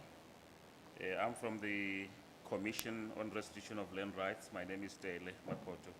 I'm dealing with land claims in the province of Limpopo.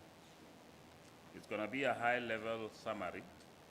It will take me a week to discuss land claims in Limpopo. I'm acknowledging my elders here. I see them, they are here. The traditional leaders are here. I've seen some, and my colleagues in the various departments. Thank you very much. Now, we signed that presentation, if it can be flighted, it's a high-level summary. I don't know who's doing it. But the issue of land claims is a contentious issue. When the people drafted the law in '94, and my veteran leader is here, when they drafted the law in '94, they never thought that it will come to this, that there will be contestations between black people on the same land. It was easier if we were taking the land from white people, but it becomes more complex when it's various communities that claim the same land. So, in a nutshell, I'm not going to discuss the specifics. Some of you know them. The issue of contestations among land claims in mining areas, in highly developed areas, and so on and so forth.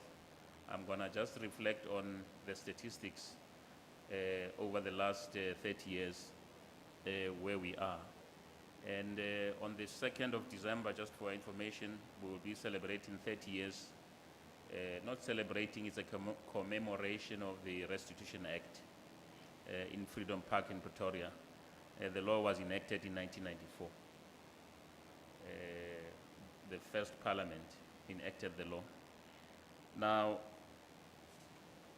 that presentation is not coming through, Wisani, because I thought the delegates can see where we've come so far.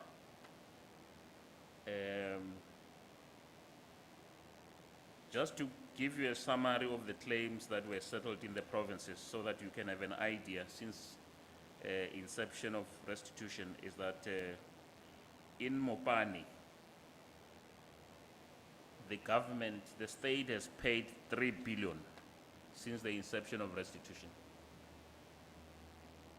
in buying land and also paying financial compensation. But in most cases, we have paid financial compensation because we cannot return back the people where they were removed. When the old Republic of Venda was formed and the Republic of Kazankulu was formed, people were moved to various locations. So the state has paid 3.5 billion ever since. In Capricorn districts where we are, the government has paid 568 million. Now it's quite less, and there's a reason for that. You can go to the next page. There's a reason for that. There's a reason for that because Capricorn is more of an urban area. So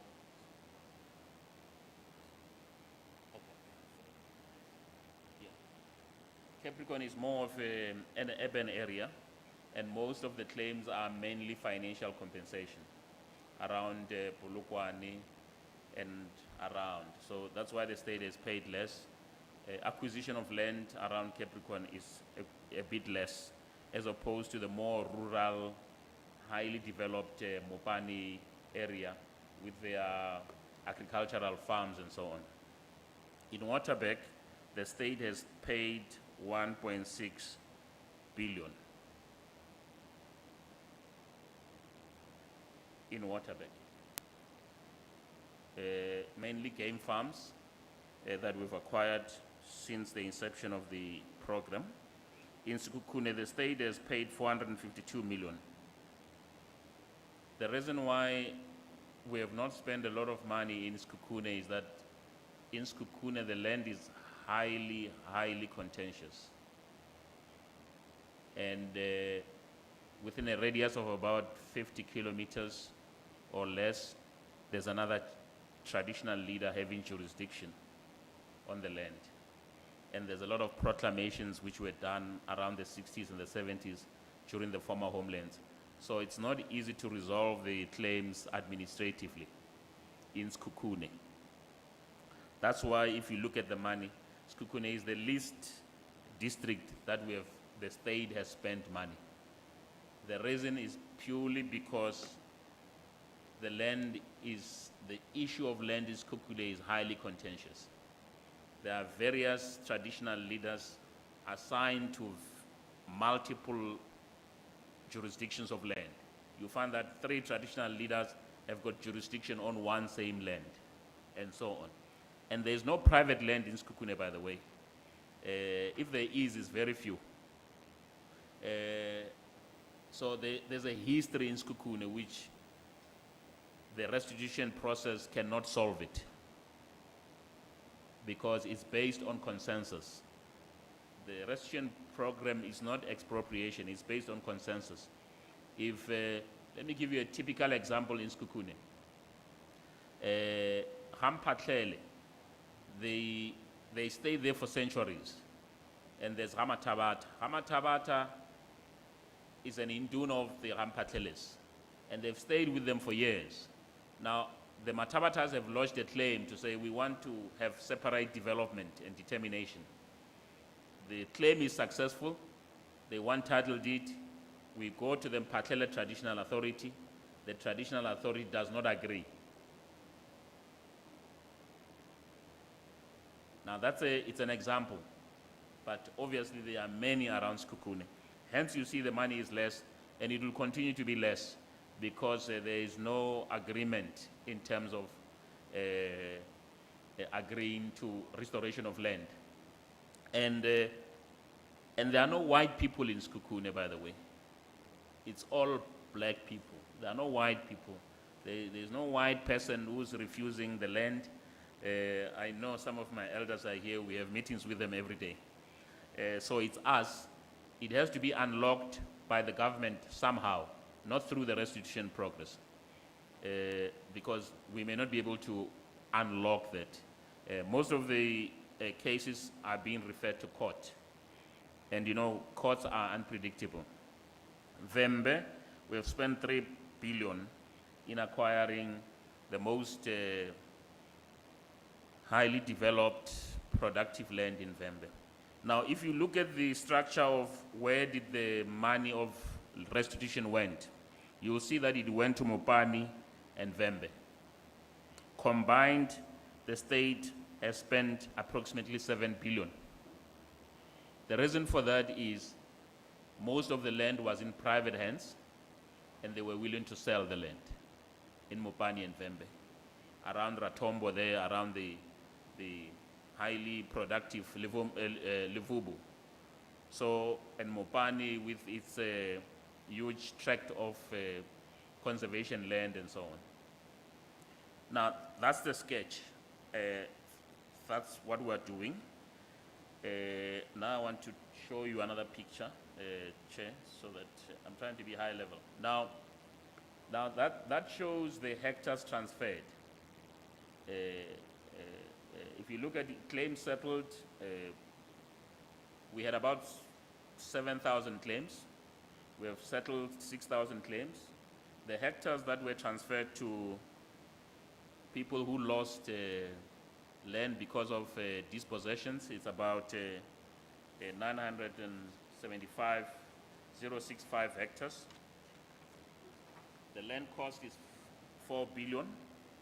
The financial compensation is also 4 billion. That is development planning and grant. When we buy land, we also allocate money for planning and grant.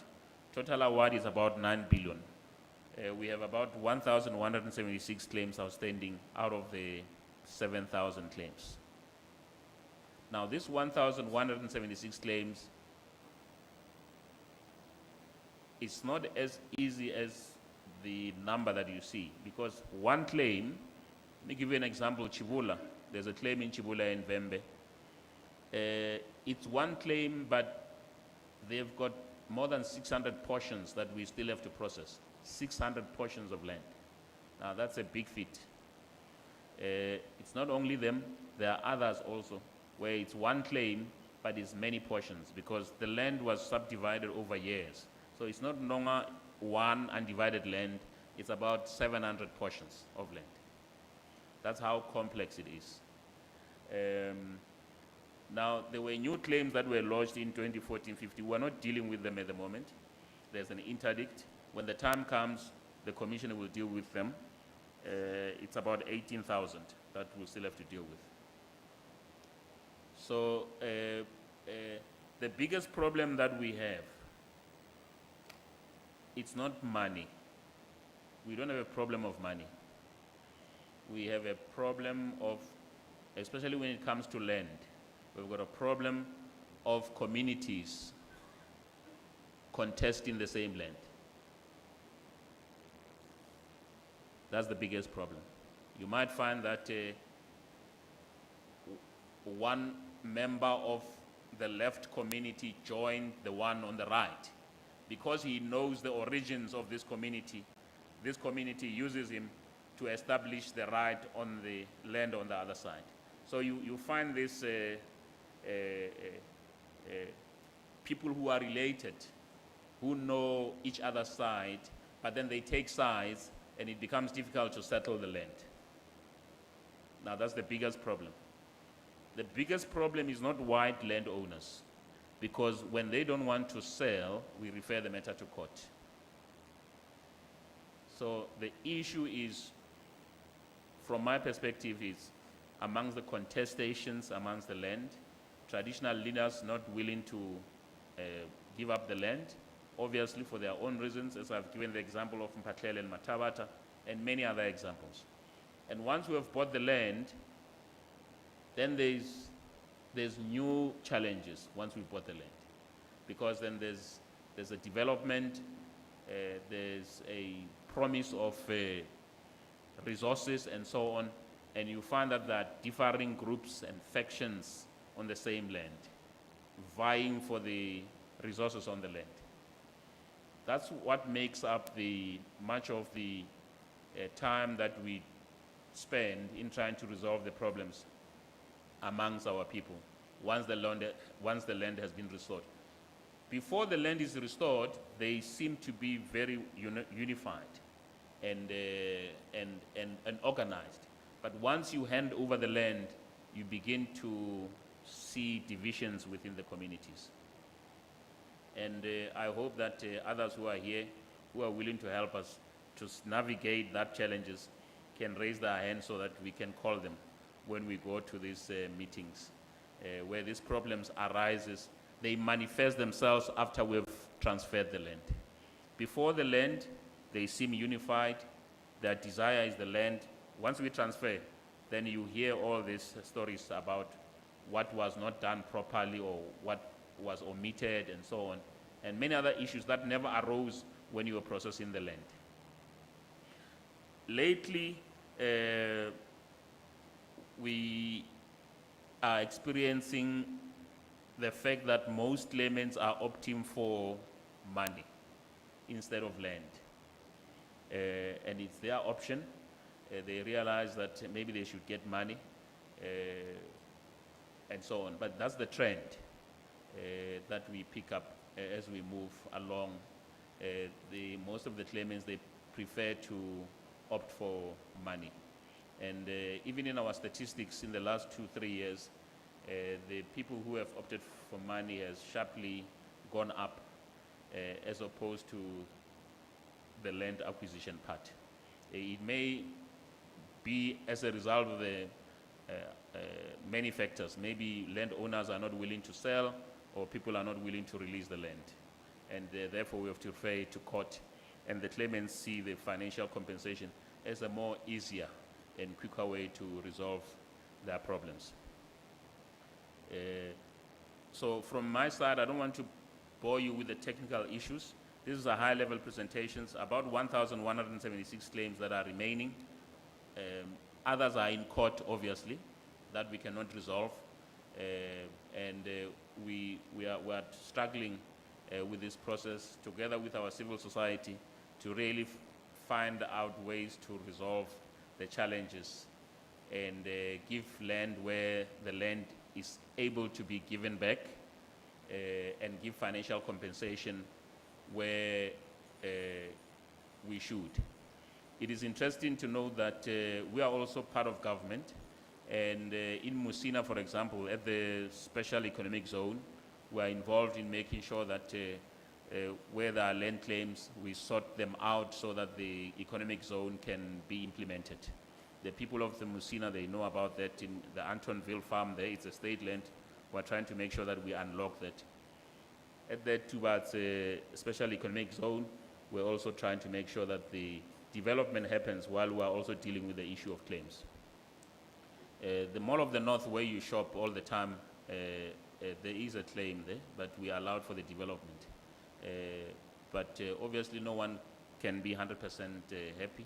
We're still dealing with the issue of the claim on the side. So balancing the issue of development and also the issue of land claims, it's a very tricky one, but we try to do it all the time together with all the stakeholders. ESCOM requires Sanral, for example, they are updating the network of the road every time they want to find out whether there's a claim, and we go and negotiate with the land claimants and so on. So it happens simultaneously, but I must confess it's not an easy place to be because it's highly contested and so on.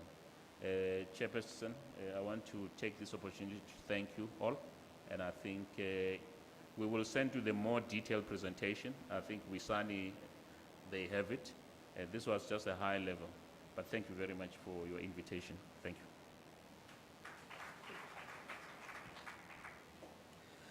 Thank you very much, Mr. Mapoto. With just that highlight, I want to tell you that Hoshi Malikan was listening. he heard everything you said about Sekhukhune. He's gonna be ready to also engage with you in just a moment as well. Thank you for that. The next presenter, we had hoped to have Lieutenant General Tembe Hadebe, but we got communique to indicate that Brigadier Mahloromela will be here. I understand there's a note that came through, but I'll need direction from the PM on how we're going to proceed, as the note came when I was on the floor. PM?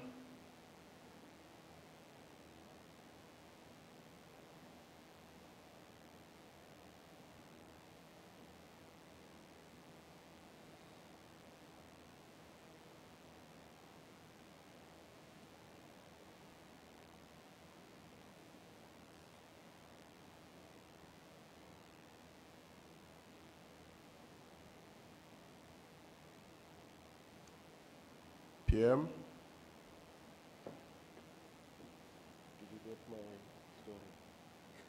Okay. Colleagues, we received an apology from the PC, Provincial Commissioner.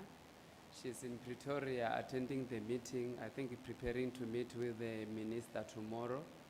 So we got the details of the apology, but they've sent someone to come and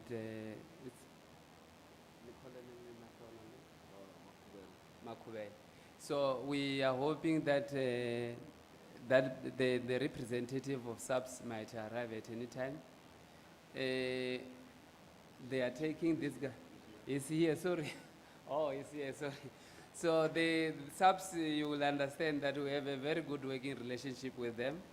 In no ways that they can just ignore our invitation. There will be a proper apology. If the PC is not available, they will indicate that there will be somebody who's coming. That's why we don't have any issues with them. Thank you very much. Colonel Makuela, if you can do a proper introduction, as we don't know your credentials, before you start with your presentation. The floor is yours. Thank you, Program Director. I'm Colonel Titus Makovela, a Senior Legal Admin Officer in SAPS, that's SAPS Legal Desk. I'm here on behalf of the Provincial Commissioner, Lieutenant General Tembe Hadebe.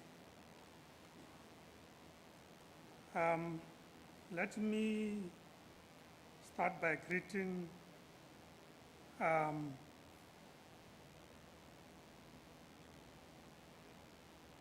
the rep of Contralesa, Bukhoshi Malekane,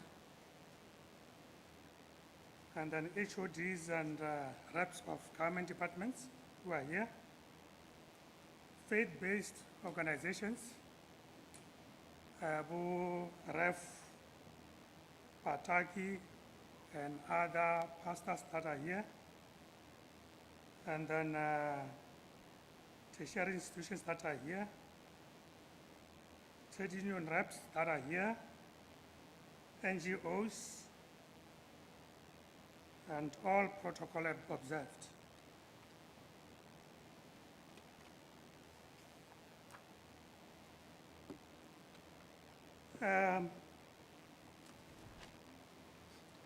Let me start by saying the South African Police Service derives its mandate from the Constitution of the Republic of South Africa of 1996, and in particular Section 205, subsection 3, which describes the object of the police service as being to prevent, combat, and investigate crime, to maintain public order, to protect and secure the inhabitants of the Republic and their property, and to uphold and enforce the law. And moreover, the National Development Plan of 2030 in Chapter 12 emphasizes on access to justice and the safety of rural and farming communities and thus aims to uplift the vulnerables and rural communities by ensuring improved conditions and their safety and security. Now, the challenges that are experienced by subs in farms are as follows.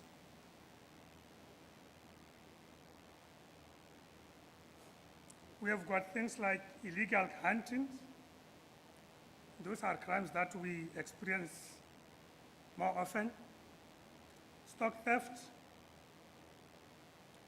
robberies,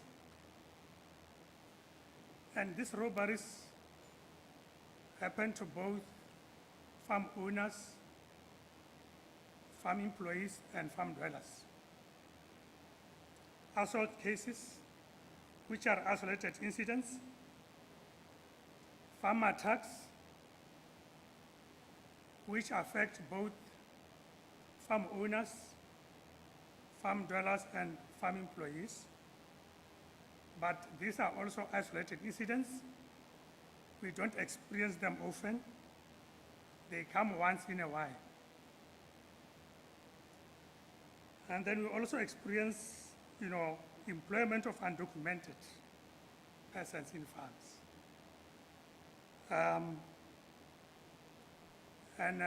This also creates a problem for us because farm owners take advantage of the fact that these undocumented persons cannot run to the police when they've got problems. So at times they ill-treat them and even dismiss them from work. And those people have got nowhere to go. They cannot come to the police because they're afraid of being, arrested. Since I said they are undocumented. But then these very same people are the ones who come back and launch farm attacks on farmers as a revenge. So whenever there is farm attacks to farm owners, when we investigate, we visually found that the very same farmer employees at farms are the ones who have attacked farmers. And then the other problem is this one of, accessing farms. Because nowadays, most of the farmers have, put these corrugated gates, which are high, and then it makes it difficult for the police to access those farms. When there is a complaint of an wishes agent, our police find it difficult to access into those farms. Hence, those farmers need assistance from the police.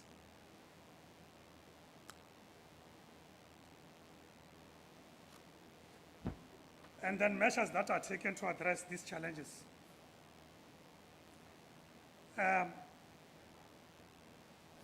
We have implemented, the Provincial Rural Safety Plan of 2020 to 2025 in Limpopo.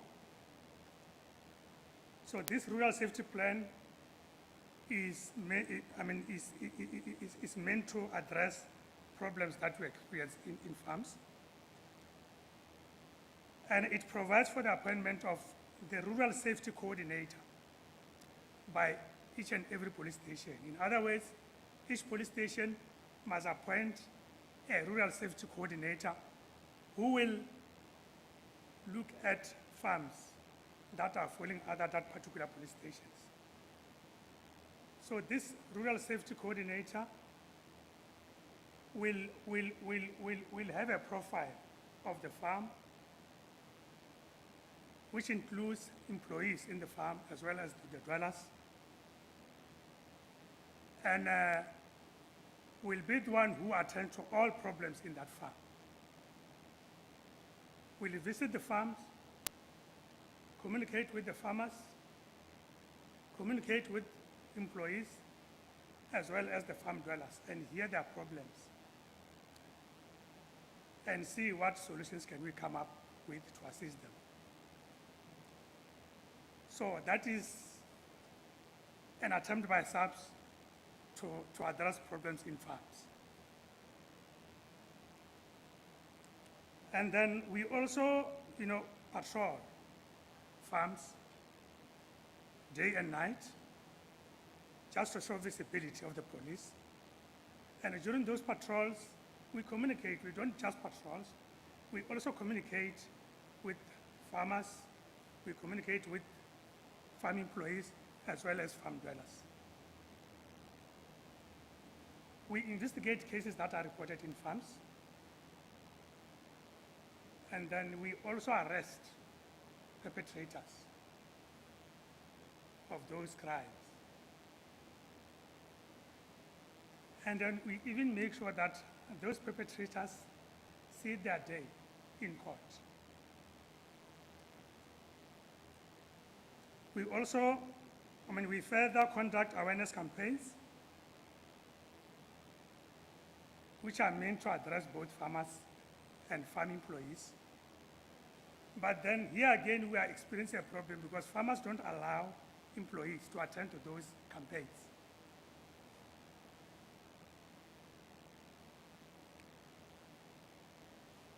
So most of the time we arrange campaigns, but you end up addressing only farmers or a few farm employees.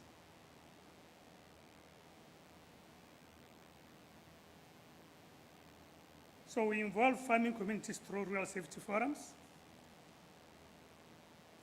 We also use a multidisciplinary approach by involving other stakeholders, like private security, business against crime, farmers' unions, and other government departments that can assist in solving problems in farms. I have learned a day before yesterday that we have got trade unions for, or a trade union for farm employees. I think that will also help because farm employees will also have a place where they can take their problems to.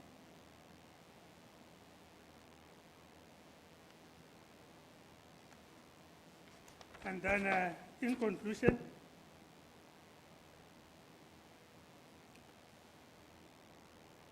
it should be borne in mind also that the above-mentioned challenges are a societal problem, and as such, cannot be dealt with by the police alone. So we need to draw closer various sections of society to play their role. If we work together as a united front, we will eventually get a solution to the problem, and every individual will enjoy the rights they are entitled to. I thank you.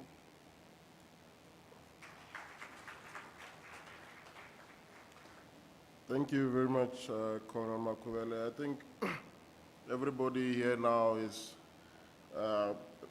also a bit worried. If you are saying police find it difficult to access farms, what about the general public? I think this is something that will come up now as we will table the House for discussions and questions. I'm a bit behind on time, but I'm glad we were able to capture the presentations that we wanted to capture. I want us to be very, very adherent to what I'm going to indicate now as the way forward. If I can just have the speakers from Colonel Makuvele, Mr. Mapoto, Wanachifefe, Ms. Makamu, now Ms. Kutama, just to be on the front and be ready to receive some few questions, inputs, discussions from the floor.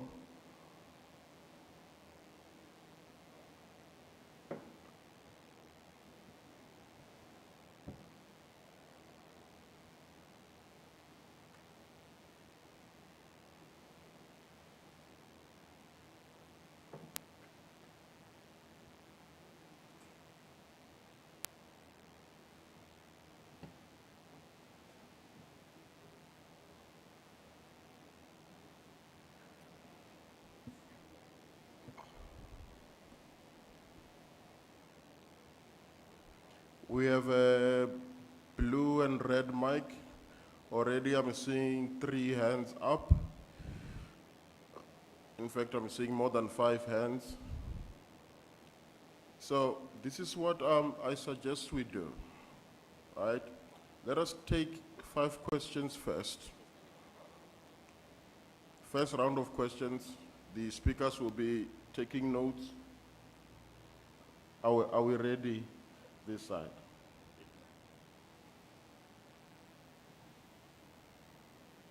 Ms. Makamu? Okay. Let us just wait for Ms. Makamu. It's important that she be here.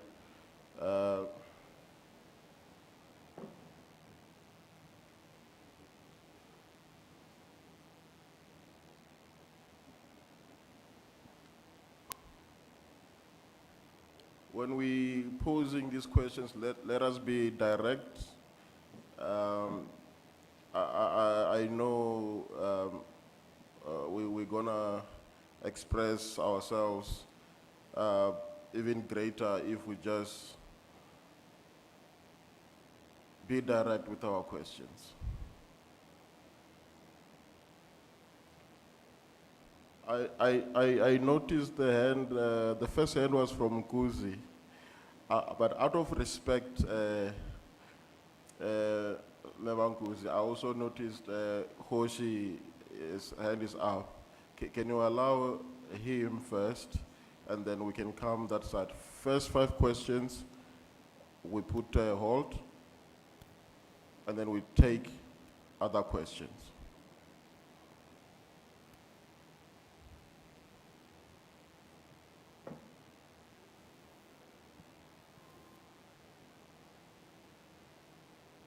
Thank you very much, Program Director. Thank you to the panelists. My question goes to, obviously, to Mr. Mapoto.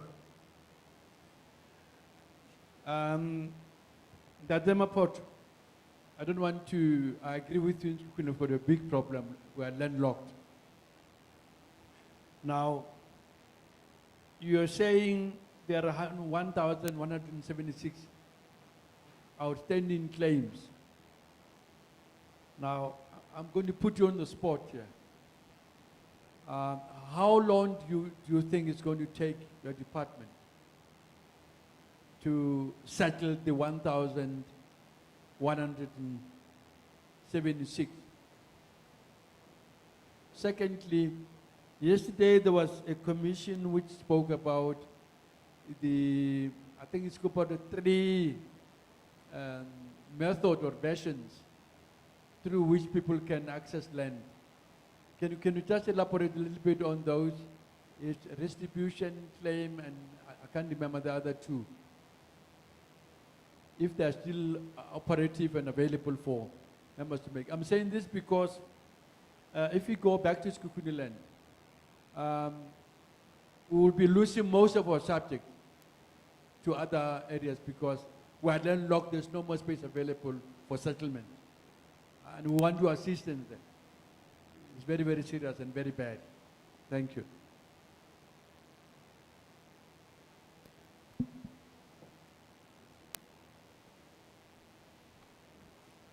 Second question, Kunzi. Okay. Thank you for the opportunity, and I want to welcome the presentation that we made today. Then my question and comments, they refer to the presentations by the Department of COCTA and also the Department of Sports, Arts and Culture. To COCTA, I will want to appreciate the sharing and also the indication that you have got only one successful case of farm dweller sustainable settlement. I want to pose a challenge to you that we do have instances of government owning land, and there are farm dwellers on those pieces of land. what steps are you taking to ensure that those pieces of land, they are donated to the farm dwellers so that we can develop settlements on them? I speak from the experience of knowing that it is possible for government to donate land. Before you continue, the representative from Coxter, she's not yet back. I was informed she went out. Can you just hold on that question directed to Okay. Coxter? If she comes back, then we'll then pose it back. But you can continue. Thank you. Let me go to the Department of Sports, Arts and Culture. It is true that the farming communities are not organized. You and I, we can also observe that the farming communities, they are very much isolated. Then for me, this calls for us, other than saying we leave the situation as it is for farm dwellers and farm workers to organize themselves. We need to find ways to support them to self-organize, other than saying we will provide services when they are organized. I think it's also our duty and responsibility to start doing something about it. Thank you.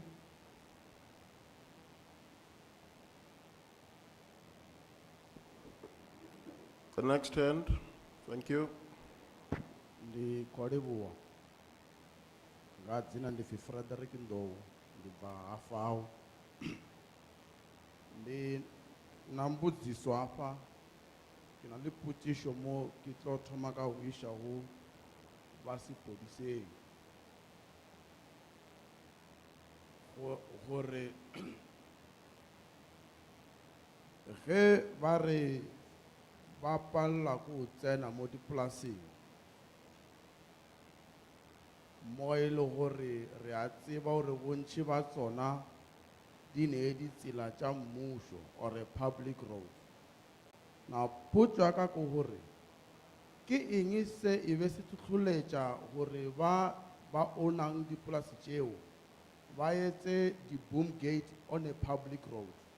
Because those boom gates are the ones that are making you not to be able to access the farms. And you will be only accessing those farms when the farmer needs you in the farms. Number two, to the very same SAPS. There was an incident in Lephalale where I believe that General Mangani, she's aware of, the District Commissioner of Waterberg, where the cases were opened in an event where a farmer discharged a firearm or an ammunition to an extent that even pointed to the farm workers in the presence of the police. And the cases were open till to date. We are still waiting for the case numbers. In response of those case numbers, some of us will receive the invitation from Polokwane High Court as a part of court interdictions of us not to enter the farms as a trade unions. We are still busy at court. The next questions will go to Ba Nebabulela Kanahau. Ba boletše taba tše dintši le ka ditšhelete tša dibilione wa diranta. Ba fetša ba bua gore ko Waterberg ba šomišitše 1.6 billion. Ga e le gore ke ba kwele gabotse.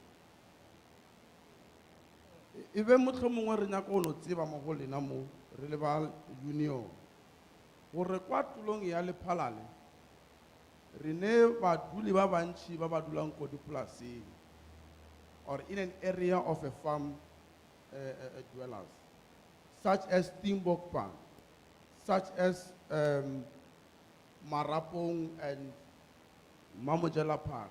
There are a lot of informal settlements, such as Matakun informal settlements. And at some stage, this will go hand in hand with Baleba, Ba Coxter, Kiababona, Ba Honamo, Maraleta, Batusa, Hebabui. I think in 2015-2016 financial year, Coxstar, ke tshepa hore le bona e be ba le karolo ya seo. Ba bile ba tla ko Lephala le kwa, ba initiative a program ya o aga lefelo. Re nyaka ho tseba hore na program yeo sala e no ema mola mo Alto State mola from 2016 na e tlela kae. Because we can't speak about safety and harmony of society mola ho sena mo ba dulang gona. And the very same government, re thabela ho duma motho hore re kopane le monna ba re ke government. The very same government form party of exploiting the very same community that they claim to represent. Ye ya mafelelo ye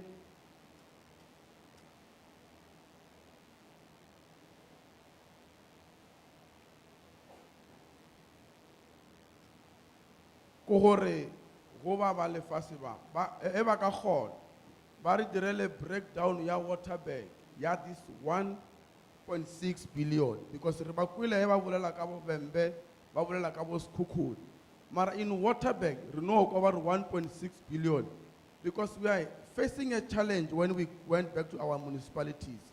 The municipality will say the issue is on the land and reclaim department and Coxstar. Geri tla mo ba Coxstar ba re a wa taba ye we re ifile ba masipala e fedile ba land ba re shimise 1.6 billion o ko le re fathullana mo rena e be e shuma ko me masipaleng ye mefeng or ge re boela kwa morao kwa re kgone go lata ba uwe motho mongwe bona e maikarabelo a re dilo tšeo di ye ko setšhabeng thobela. Thank you, Wondo. I just want to take question from the last question. The fifth question will be from Omabidura, but there's a hand that was up earlier. That one first.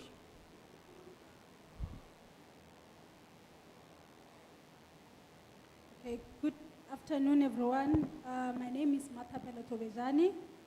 I'm coming from Benchmarks Foundation. We are working in mining communities where we are also working closely with livestock owners. I have a comment here around what has been presented today, and I'm very happy today because the mining communities and also saying we have powers as communities to monitor and also go bona gore re ka lebelela tsona di mine tse leng di community tsa rena. Okay, as everyone knows, where there's a mine, there is a pollution. We also have farmers, and we are having a huge problem around water pollution that affects the livestock owners, that affects the whole entire communities, because our rivers are polluted, livestock are dying. You know, where there's a mine, there's a water pollution. There are so many things happening. Polluted water coming from underground killing our livestock, and also the food security is bad because we rely on water, river water. I have a question on the representative of SAPS to say most of the time when the communities come and try to demonstrate their challenges or issues around water pollution, when they go to mining companies, we have a problem that instead of the police to protect the communities, they're always protecting the companies. I just want to know why is that happening? Because I think Mapolisa Chanja protect the Sawaril. And then we also experiencing the land grabbing. Our grandmothers and grandfathers, they don't have nowhere to graze their livestock because most of the land in Sekhukhune has been fenced off for mining operations. So around land, I also have a question around that.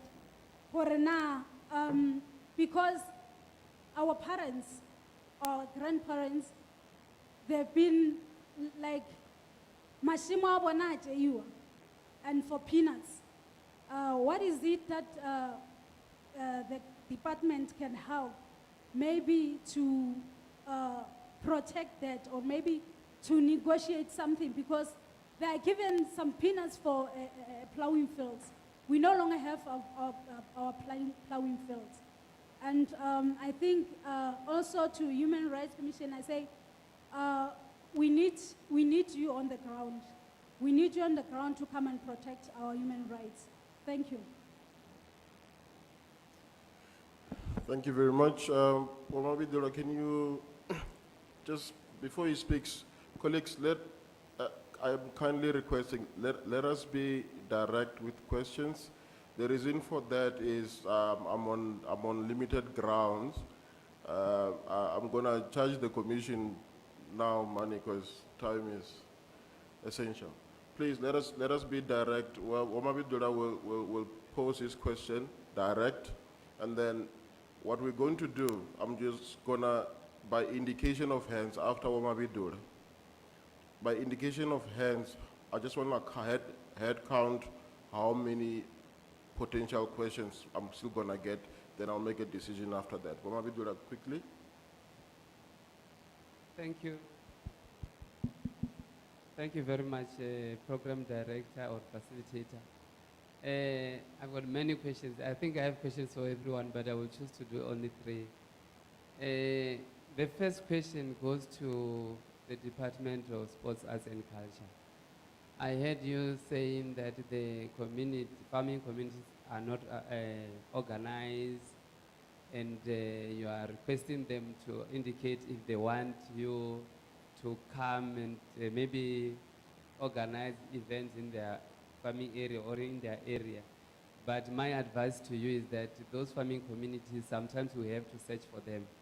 We, the government department and institutions of the government, we have the resources to do that. Bona abana tšhelete yo re lata. Tsamaya o yo ba sheba ba batla o berekisane le di-organization mo tse di-NGO ba tlo botsa gore ba ko kae, then you will go there and have those events. That is just a comment to you. With SAPS, it's really, really touching that you also experience challenges regarding access to the farms. But I believe that if there is a human rights violation in the farm, that gives powers to the Human Rights Commission to enter that place, whether it's a private property or whatever.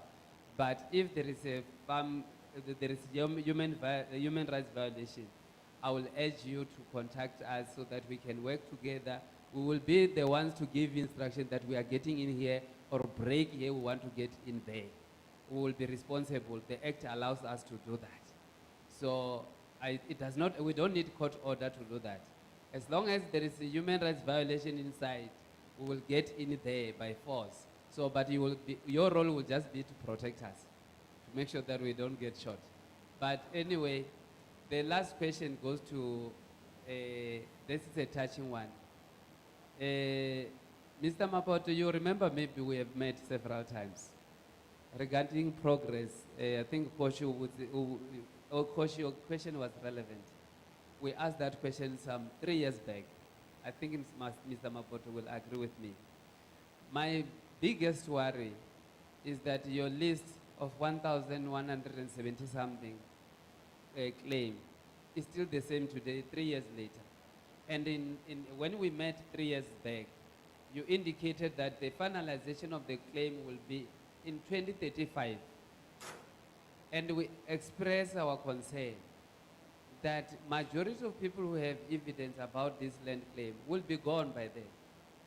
So how are we going to finalize all these claims? I understand the work that you need to do, the investigation that have to be conducted, research and everything. But I think the pace is very slow. Is there any other means? What is causing this delay? What are the hiccups, except the research that you have conducted? there is a case that is already, that was decided not long ago, Mvelase, I think you know about the case, where the Constitutional Court indicated that you must get the land claim court must also work with you. You must develop a program as the department and try to get experts to assist you in finalizing this claim. That was on the basis that claims that has been lodged many years ago has not been attended to. And the department itself is in a mess with regard to the claim. Some of the department, in the provincial departments, they don't even know how many claims they have. That is the situation in the department. And if we don't address that issue, it means that we might end up not resolving the issue of land.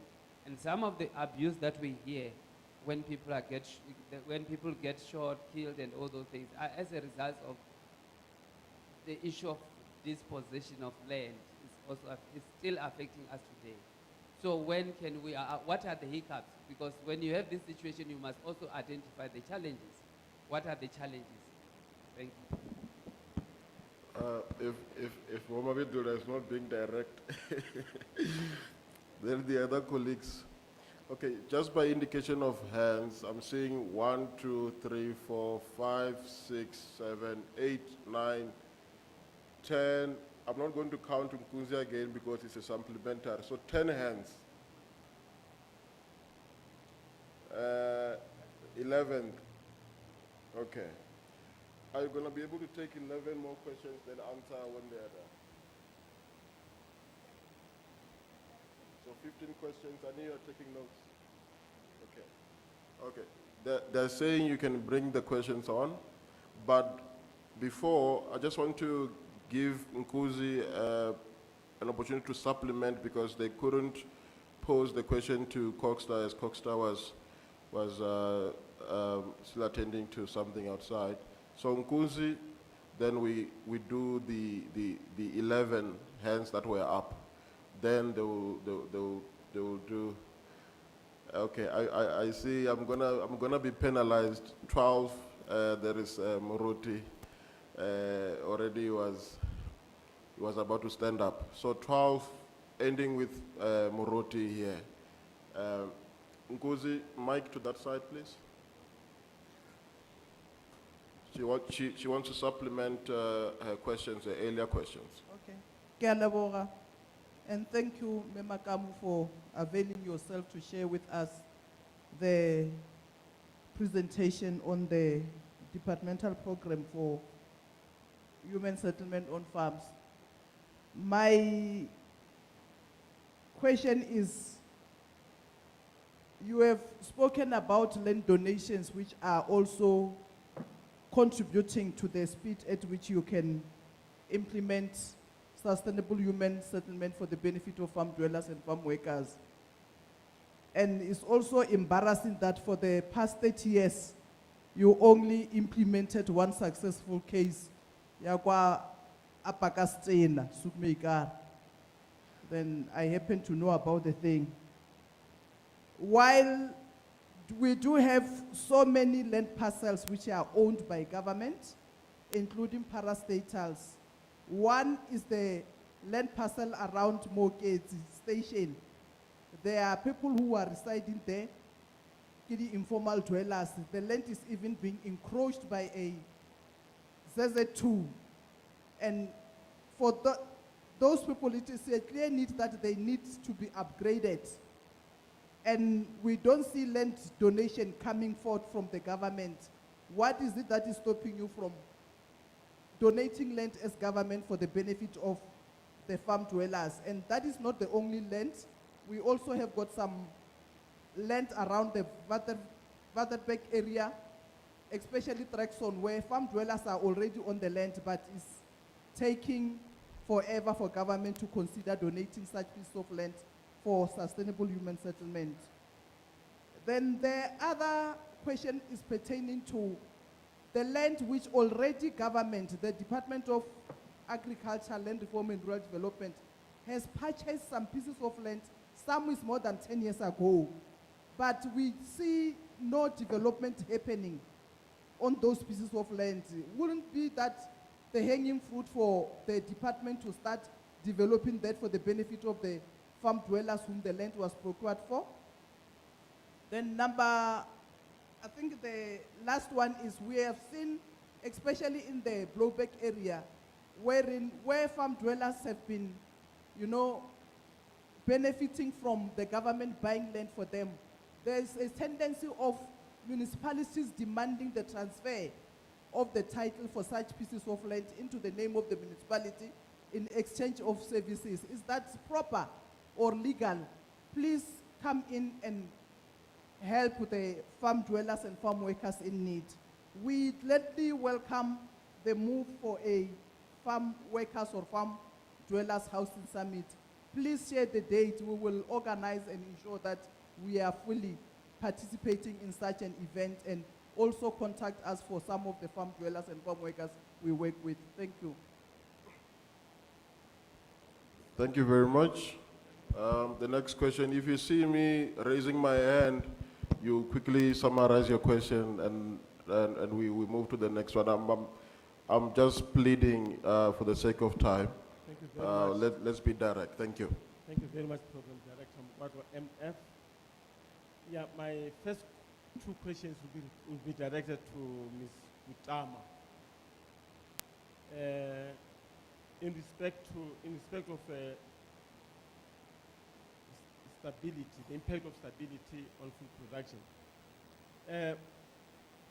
We have observed that, especially in relation to the claimed farms, that there is an element of instability. The case in point is Ridiela citrus farm, where instability there has collapsed the farm and stopped production. And I'm not sure if the university is aware of similar cases somewhere in the province, but how does the university advise government in terms of such cases? Because people continue to claim land like one of the presenters has just said. The second question is that, again, in respect to food production, stability, how is the rate of labor turnover in our farms in Limpopo, to the extent that they may impact negatively on food production? The last question, and this is the only question, is for our... sorry, she's indicating that she can't hear you clearly. If you can just speak closer to the mic, maybe. Okay. Thank you. My apology. The first question was in respect of instability, especially in the farms which have been claimed. The case in point is at Zebediela Citrus Farm here in Capricorn district, where the farm has collapsed, production has collapsed. And I would believe that the university might be aware of similar cases in the province. How does the university advise, especially that land claim is continuing? The second question is that how is labor turnover, the rate of labor turnover in our farms, in as far as it impacts on food production? I suppose I've been audible enough. The third question is directed to the presenter from Sports, Arts and Culture. I heard you clearly saying, referring to the 4 languages in Limpopo as acknowledged by the Department of Sports, Arts and Culture, namely Sepedi, Sitsonga, Chivenda, and Shona. I am a Sindebele speaking person, and in Limpopo there are Maraba, Mashashanis, Vidiela, Mukopane, and Galetwaba. And we are speaking Sindebele. How am I going to tell my people at home, our people at home, that Shona is acknowledged even more than Sindebele? Thank you. Thank you. Let's move on. On your right, there's, oh, sorry, Pastor, Reverend, my apologies. Thank you. Ndolibuwa, Mukondeleli Ramurundi. The first one straight to Ntate Mapoto. Ndibva Karava. That Tate area, our people's claim opted for money last month when it has been there for years. We were told we cannot claim the land because the land belongs to the to Kosi. We can only be compensated for the destruction of our property when our forefathers were removed because of the plantation that is there. So this is giving a very big problem, that we will be told that the Hoshi own the land, and we, the so-called subjects, we even have a serious problem with that. To be called the subject, it means somebody owns us as a property.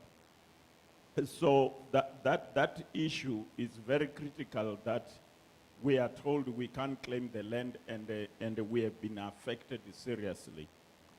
The second question goes to arts and culture. When all the celebrations that are taking place in this country, we only see black people. Even when we celebrate the Independence Day, only black people. How will then are we able to harmonize the people when it is like that? The final one goes to, it has been raised by even other groups, the IEC, the Human Rights Commission, and today the police. It appears some farmers are like they are foreign land in South Africa, that we need a passport to go into their land. They seem to be more powerful than even government. So I want to find out, what will these institutions, when you report to Parliament, can't you put something that will take that power from them? That they will not have this power.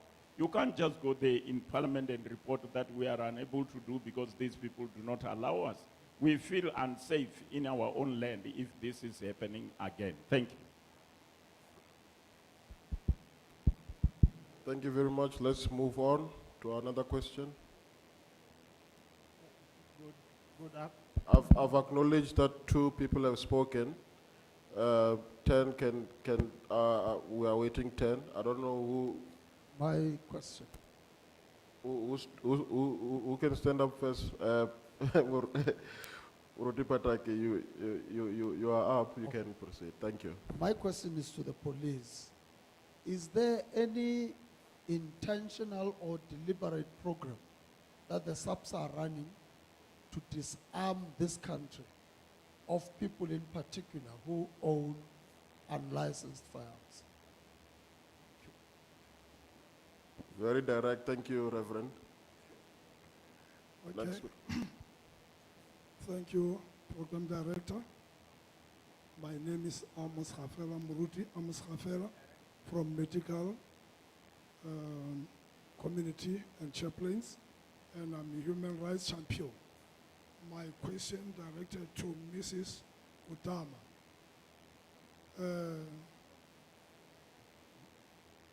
Okay, Mama Gotama, my question is direct to you. Then, really more worry, it was shorter in our province, if I had you clear.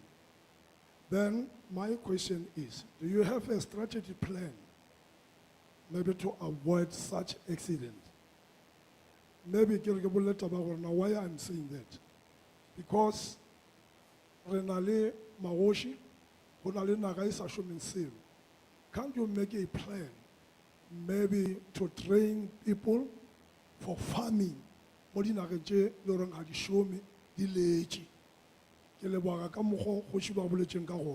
Number 2, you said you have outreach. I don't know that outreach is for only Vembe or for 5 districts. of Limpopo province. Can you maybe explain for that? Yes, you can go. Good afternoon. My name is Roderick Musogo.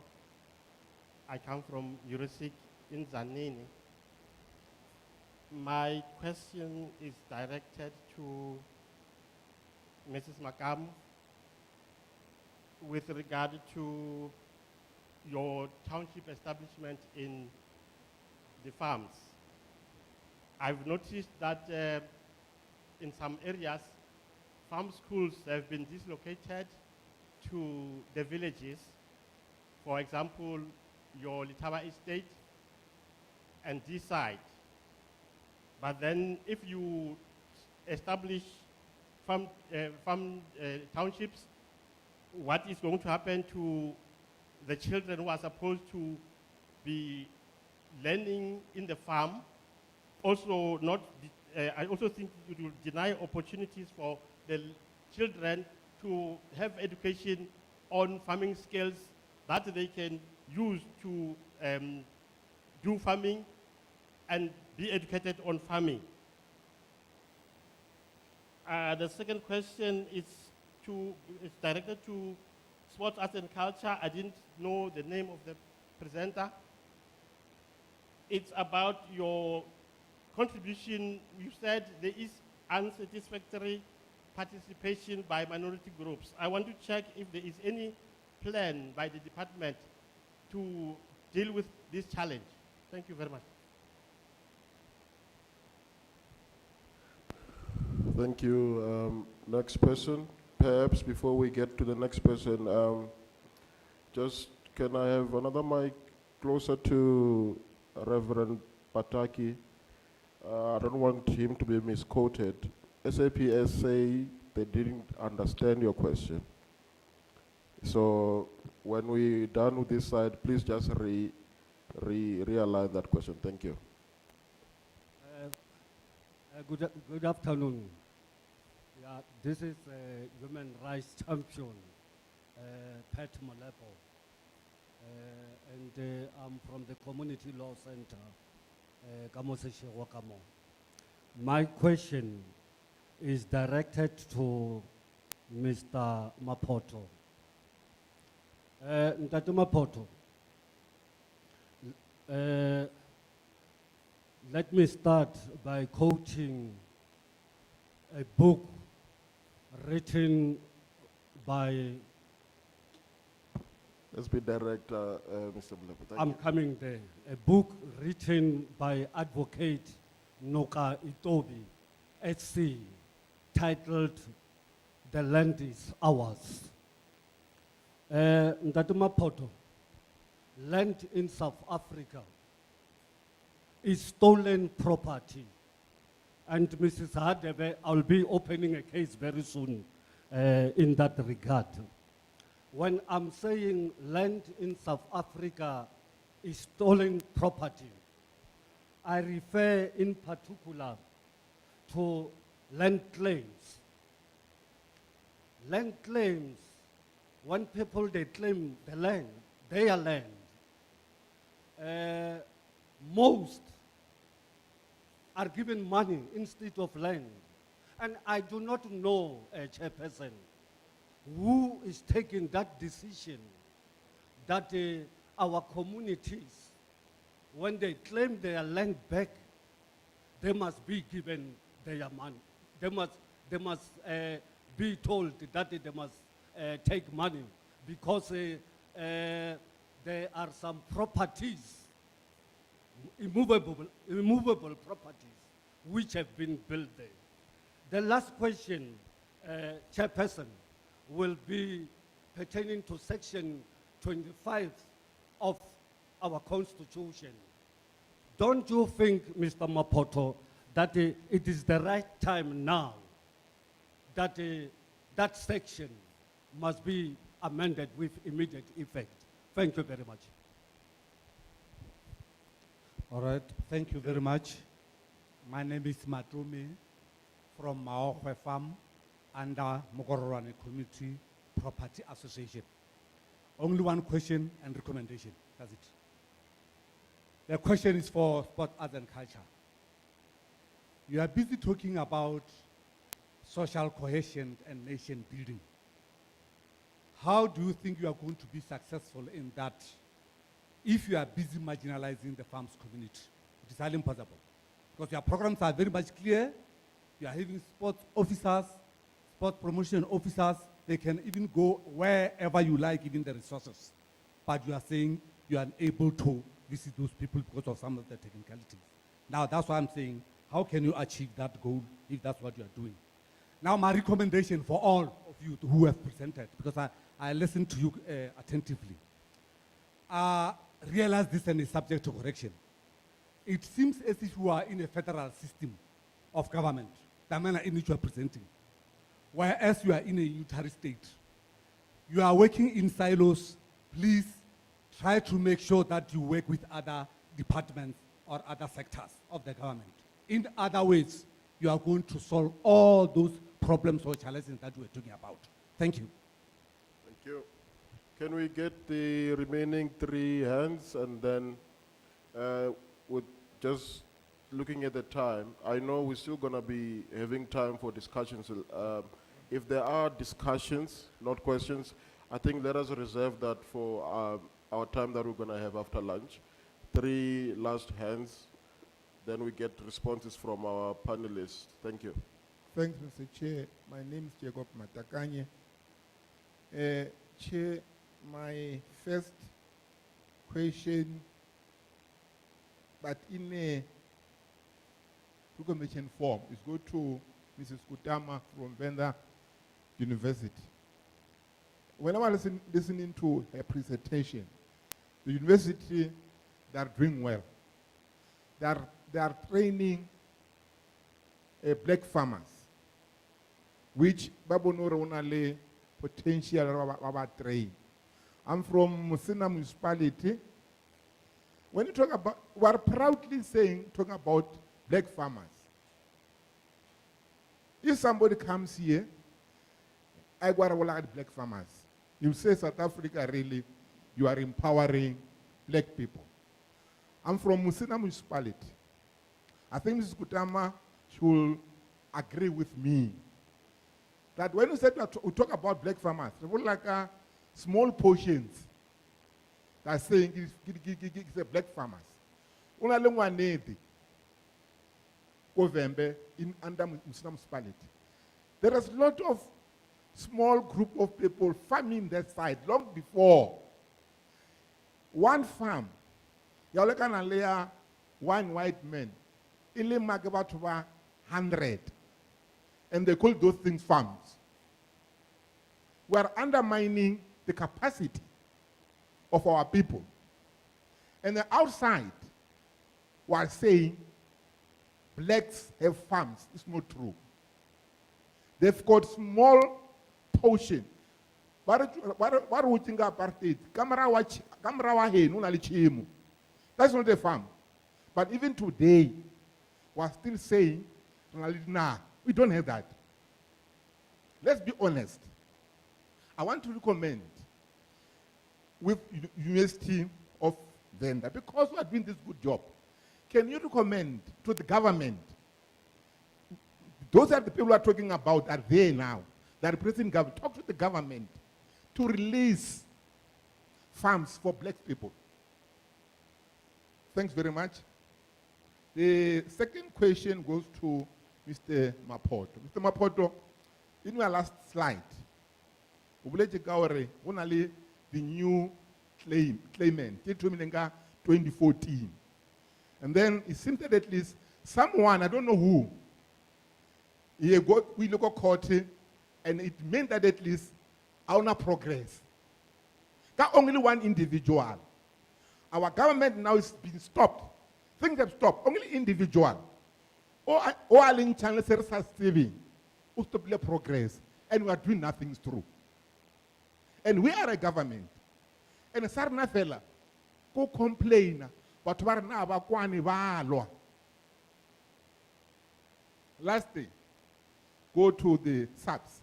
I know now issue OMG commissioner. We take the boom gate. Where I'm coming from, Limpopo Valley, there's a lot of boom gate. And those boom gates, there are white farmers, ready to relay. There's no movement. And those white farmers are along the Limpopo. Bana le key.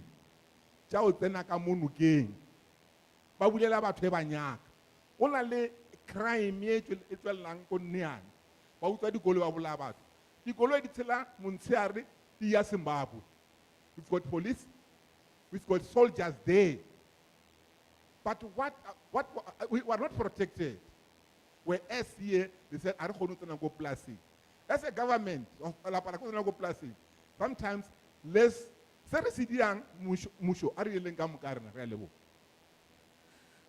you very much. Can I just ask one last person who's burning, please?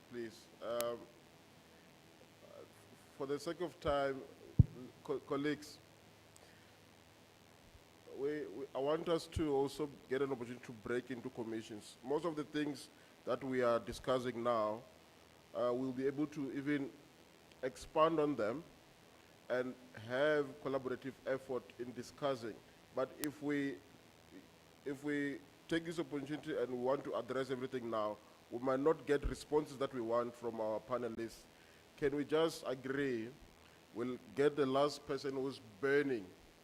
That can't wait for the later discussion. And I can't even choose. Who's burning? The last person who's burning. Yes. Okay. Ke a leboga the chair of the session. Leina la ka ke nna Kgaogele wa ga Bopape. Ke tswa mokgatlong o bitsa gore ke National Council of African Women. Mo mokgatlo wa rena o re do unto others as you would have them do unto you. Ya ka putisho ya go ba mafateng a magolo go shimalekana. Ge le be le kgopela mmušo gore nke be o le šomiša. E fela seo se re makatsang re le setšhaba se. Batho ba re ba bitsa gore ke di-null nationals. E reng ba ya maošing ka bontši. Lena la fitlha la ba fa ditsha. Bana ba rena ba tlhoka mo ba o dulang gona. Ra ipotšiša gore na ke ka baka la eng rena re itshepetse lena re le setšhaba. Sa bobedi, go seo se boletsweng ke Kgoši Makhazi sa gore mengwaga ye tlang re tlo tlhoka dijo le bantlo ya bogoši le ga go sana temo ga go sana mašemo ke moka magoši ya rena ke bodulo fela re ipotšiša gore na magoši ya rena le re iša kae mola re llela go lena re tshepile go lena ye nngwe gape ke ya ka sephodiseng le boletše gabotse mo ka the programs tše le nang le tšona but ke na le a little bit concern ya gore na this rural safety plan la I monitor na e gona to all stations tša rena tša maphodisa na because rena re dula magaeng tše le di bolelang ke tlholompša a re dumele ka re o tla ba le se wa re ke a founa ba go botsa a ke tse gore ke taba ya go tlhoka the manpower mo di-stationeng oba ke taba ya go tlhoka botsebi bja gore nna ke le Mabopape my responsibilities ke kgona go itšweletša gabotse na ke be ke botša gore na the monitoring based on tše le re boletšeng tšona and le taba ya awareness ge re gola re sa le bana be re bona di-awareness tše di dirwang ke maphodisa le boletše ka awareness a ke gopolo le ete ka mo site la gešo le ga mamabolo go na le mo ba reng go na le awareness e dirwang ke ba sephodisa maybe ke dumela gore e le ka boela morago la checka gore na go dirang ke ya leboga mosepediši wa lenaneo. Thank you. We are closing, but before we close, just a clarity requested by SAPS. Direct, Reverend. Colonel Makube, I know that in the subs, there are a number of projects that are being carried out. An example of those kind of projects. Kibu Swana Lebu Valom Code. It's a project that is intended for a particular purpose.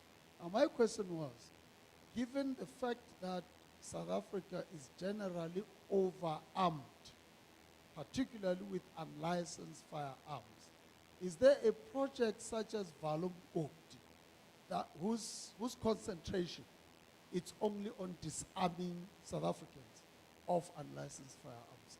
I think that was my question. Did you get it? Did you get the question? Okay, South Africa right now has it has been identified that there's a lot of people who have unlicensed firearms. It's a concern. Is there a project that is being deployed by the SAPS to address this challenge? Is there an initiative being deployed by the SAPS to address the challenge of people having unlicensed firearms? Thank you. What we're going to do, I'm going to give the mic to Sports and Culture, SAPS to come second, our University of Venda just going along the line. When one is done, the other one will come and then give answers to the questions. They've been taking note of your questions. Thank you. Thank you, Program Director. Thank you, colleagues. There were 6 questions which were posed to the Department of Sport, Arts and Culture, but 5 of them, I think I can say they relate to one thing. The farming communities, it was indicated that they are not organized. So as a department, we must find ways to organize them. Indeed, we are trying to find ways as to how can we organize these communities.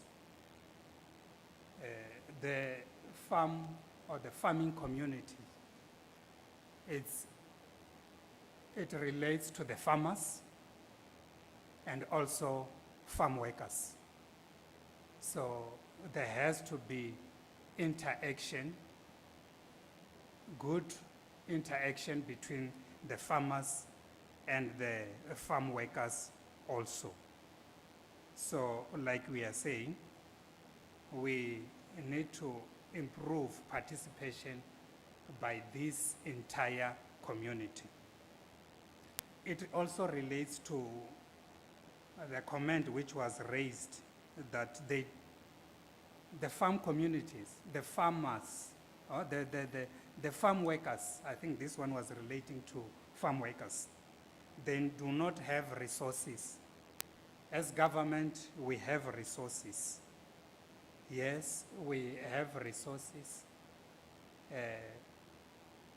First and foremost, what we need to do as communities or as both government and non-government institutions, we need to improve relations between ourselves and the farmers.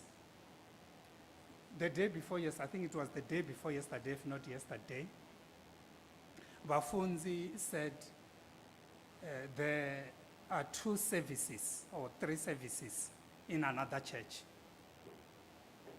The one for the blacks, the one for the farmers, not for the farmers, for the whites.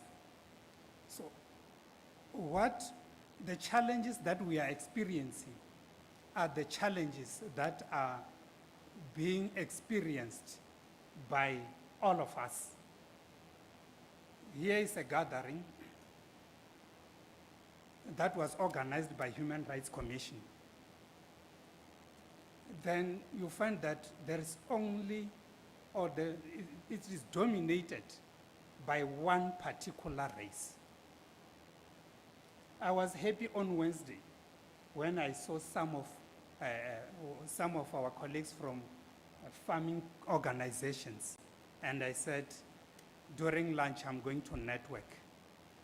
By lunch, they were gone. So it is not only a departmental challenge, it's a challenge for all of us. When we have these functions, we are going to have Mapungubia. When we have Mapungubia Arts Festival, when we have Freedom Day celebrations, we invite them. We even include their draw card artists, their famous artists. They will come and participate during that period, during that slot of their of their artist and then leave. So it's a challenge indeed. We have developed a social cohesion strategy, which is in fact a living strategy, how we can improve participation by all of us in the province. And that's what we need. And that's why when I spoke, I said, we are inviting all of us to help us build this social cohesive nation. Then the other question, I think what I've said here relate to most of the questions which were raised. Another one, is, which is the last, I've summarized. The last one is the Sindebele language. So what I gave you is, in Limpopo we have got 6 official languages. It's English, Afrikaans, we have got Isindebele, we have got Chivenda, we have got Sipeli, we have got Xitsonga. These are the official languages of the province. The challenge is, we have got, in Limpopo, we have got Sindebele language. So the Sindebele language, the people that we get here in Waterberg, most of them reside in Waterberg. It's not yet official. The CEO of the CRL was here yesterday. They are the ones that are responsible for the officialization of languages. So they have this, so they will be reporting. But what I know is that they have a recommendation, which I cannot say now. It is the recommendation which they must convey to the communities or to these communities. They have a recommendation that they will be giving us. Here in the province, we are busy now. We are in the process of revising the Northern Province Language Act of 2000. And on the 10th of December, there will be a review meeting, the first review meeting, which is going to be hosted here. So that revision is underway now at the moment. So I think I've answered all the questions. There were 6, but when I talked about the social cohesion strategy, that we have to address some of these challenges. Thank you.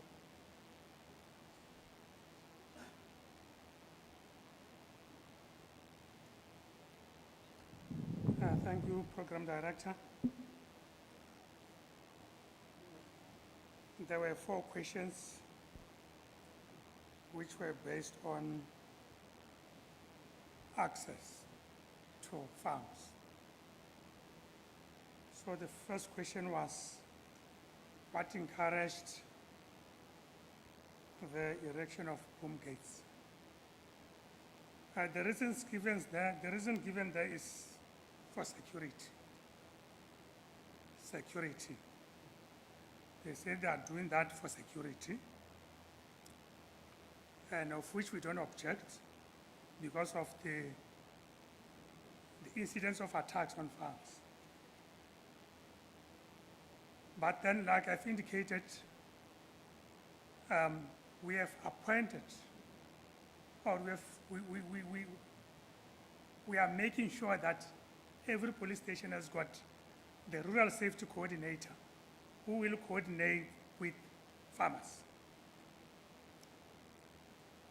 They visit farms, they communicate with farmers or farm owners, farm employees, and farm dwellers. So I think that is also assisting us and will in the near future assist us, because the rural safety coordinator collects all information from all the problems from the farms. The farm owners have got his contact numbers, his or her contact numbers. The farming place have got the contact number as well as the farm dwellers. That will ultimately assist us. And we also coordinate with farmers' unions. They are also assisting us in that regard. When there is an emergency complaint, the farmer is instructed or is told to make sure that the gate is open so that our vehicles cannot have, a delay by standing on the gate while the farmer still has to open the gate. That's the communication we are pushing through with the farmers. So we hope that will assist us.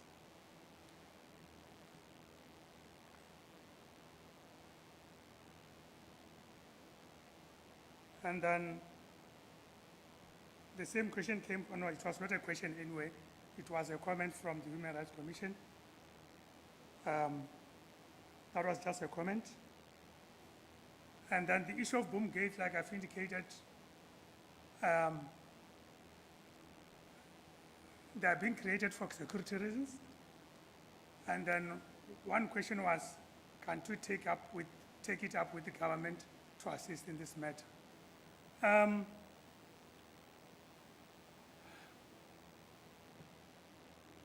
This is an issue which is applied nationally, and our national government is aware of that. And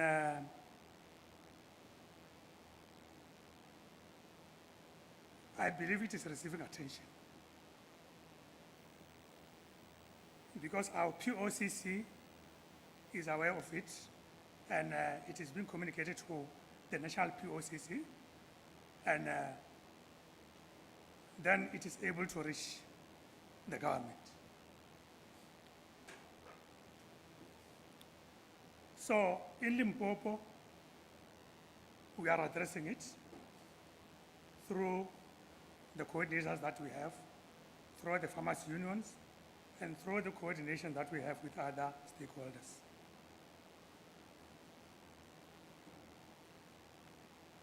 And then another question was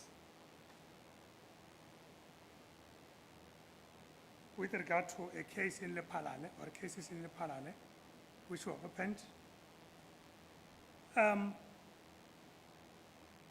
Usually, when cases are opened, feedback is communicated with the complainant of a case. It is not communicated to everyone. It is the person that has opened a case that we communicate with. Yes.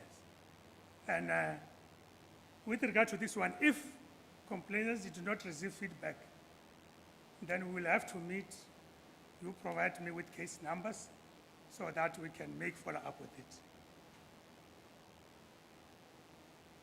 And then if indeed complainants did not receive feedback, please, I'm going to request for the case numbers so that I can make follow-up with the relevant stations that are handling those cases. And then the other question was, why are the police protecting companies, mining companies, instead of the communities during marches or demonstrations?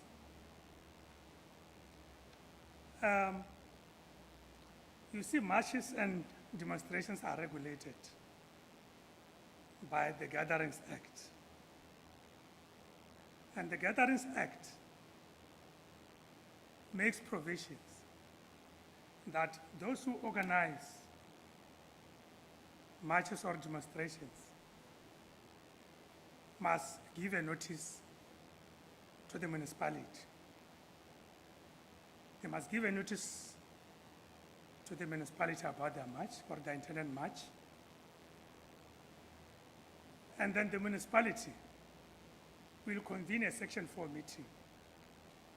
So the Section 4 meeting will consist of the organizers of the march or the demonstrations, the police, and the municipality to discuss on how the march can go about. so that we don't experience problems during the march. So all these parties that I've mentioned have to come together and discuss on the way the march is going to take place. So we do that, respecting the rights of those who want to march,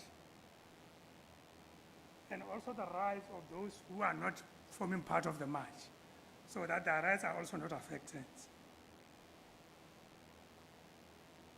So if the march is well planned, we will not experience any problem. And during that Section 4 meeting, we would like to know from the organizers if the company that they are marching to was informed about that. Because if it is about the submission of a memorandum or the handing over of a memorandum, there must be someone there to receive the memorandum. So if there is no one to receive the memorandum, then why should the march continue? That's where a misunderstanding will come. So while we respect the rights of those who want to march, but the rights of those who don't form part of the march must also be, especially the road users. There was one incident in this area of Sekhukhune where a huge truck was used to block the road. To block the road, thereby affecting people who are not forming part of the march. So other vehicles couldn't pass because of that truck.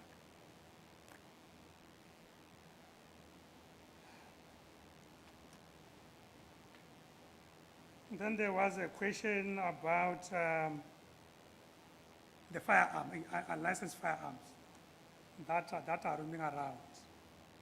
We are trying by all means, as the police, to confiscate all the firearms that are unlicensed. We do that by using our intelligence, our crime intelligence, to gather information about people who are in possession of unlicensed firearms. We do that through awareness campaigns where we gather with the community and encourage them to give us information about unlicensed firearms that they know about. We also do patrols where we conduct stop and search on the roads, in the villages, in the townships, to see if we cannot find those who are in possession of unlicensed firearms. So these are the strategies that we are applying to ensure that firearms that are unlicensed are confiscated. And we are making inroads because there are many successes on our licensed firearms. It is just that I don't have, a statistics with me on how many firearms are we able to confiscate daily, weekly, or monthly. But we are doing well on that. But we are still encouraging the community to assist us with information, because people who are carrying firearms are our own brothers. Others are our uncles. They are the people that we know. Unfortunately, the police cannot be everywhere cannot be everywhere and know what is happening everywhere. And then the last question was on whether we are monitoring these rural safety coordinators. Yes, we are monitoring them because they must provide us with reports, monthly reports on what they have done. So we are receiving monthly reports from them on activities that they have conducted on farms. And with regard to awareness campaign, yes, awareness campaigns are being conducted. And maybe specifically with Mankweng Police Station, which your area is falling under, we're going to have to make follow-up with the station. Yes, we're going to have to make follow-up with the station of Mankweng so that they can tell us why are they not conducting crime awareness campaign in your area, in Mamabolo area. I think I've answered all the questions. And thank you, Mr. Program Director.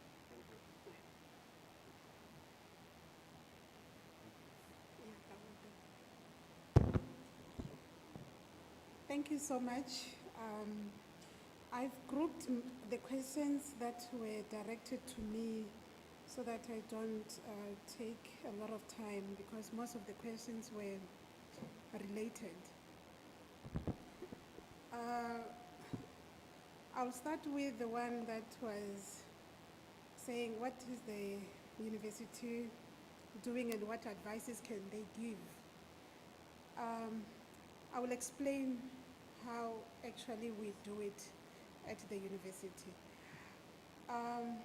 When we do what we call the community engagement, which is one of the mandates that we have to do it. Each faculty has that pillar of community engagement that we have to go out and do it. So when we go out to the farmers or when we want to give an advice on what can be done better, we do what we call an audit skill, where we go to the farmers and we check what is on the ground. And we do that so that we can identify the gaps and see where can we fit in. In doing that, we also don't want to impose, information to the people. At the end of the day, when we are gone, we want the people to own that project, whatever work that they're working on. So we sit down with them and then we check what they have. And then when we have identified the gaps, and then we will know exactly where to fit in so that we can increase the production.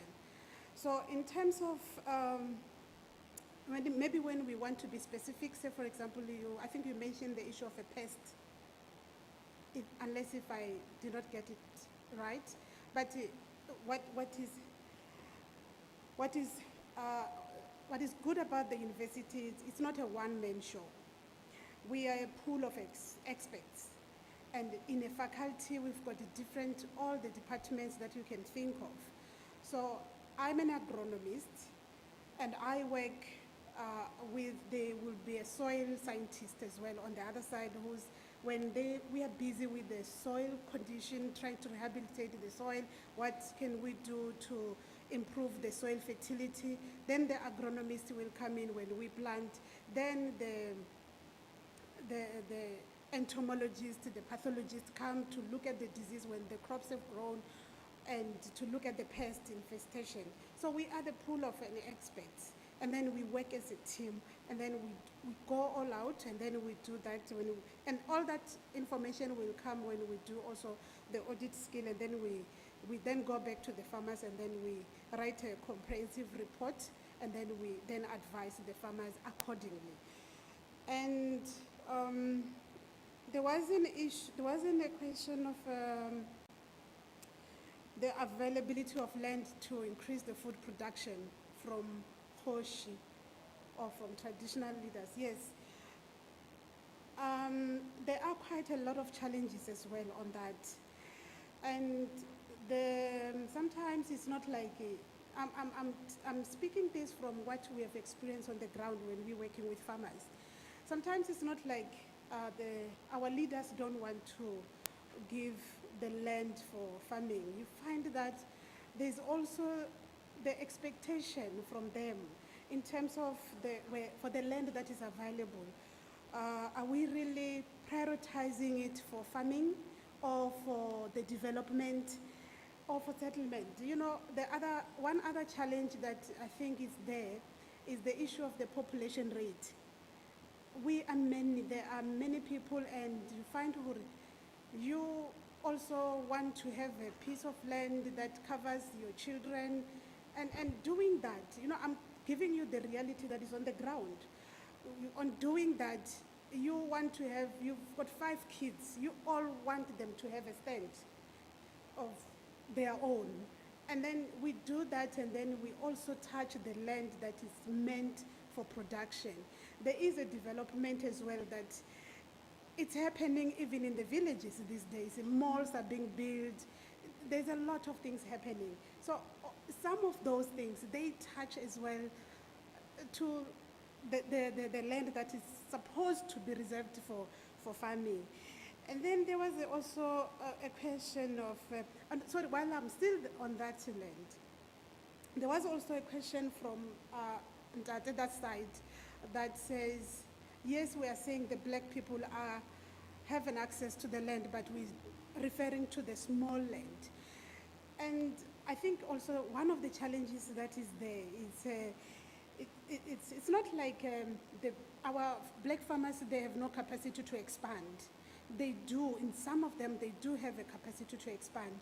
But when you talk of an expansion, you're talking about finance, there's money that is involved there. And going back now to that land that they have, we've got the biggest challenges of compliance, where for the black farmers to access that part of land, there's a lot of paperwork that they have to do. It doesn't just end when Bohoshi gives you the land for farming. You need to move from that step.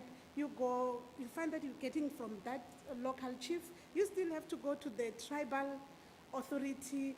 From there, you go to the municipality so that you can get the PTOs. It's not cheap.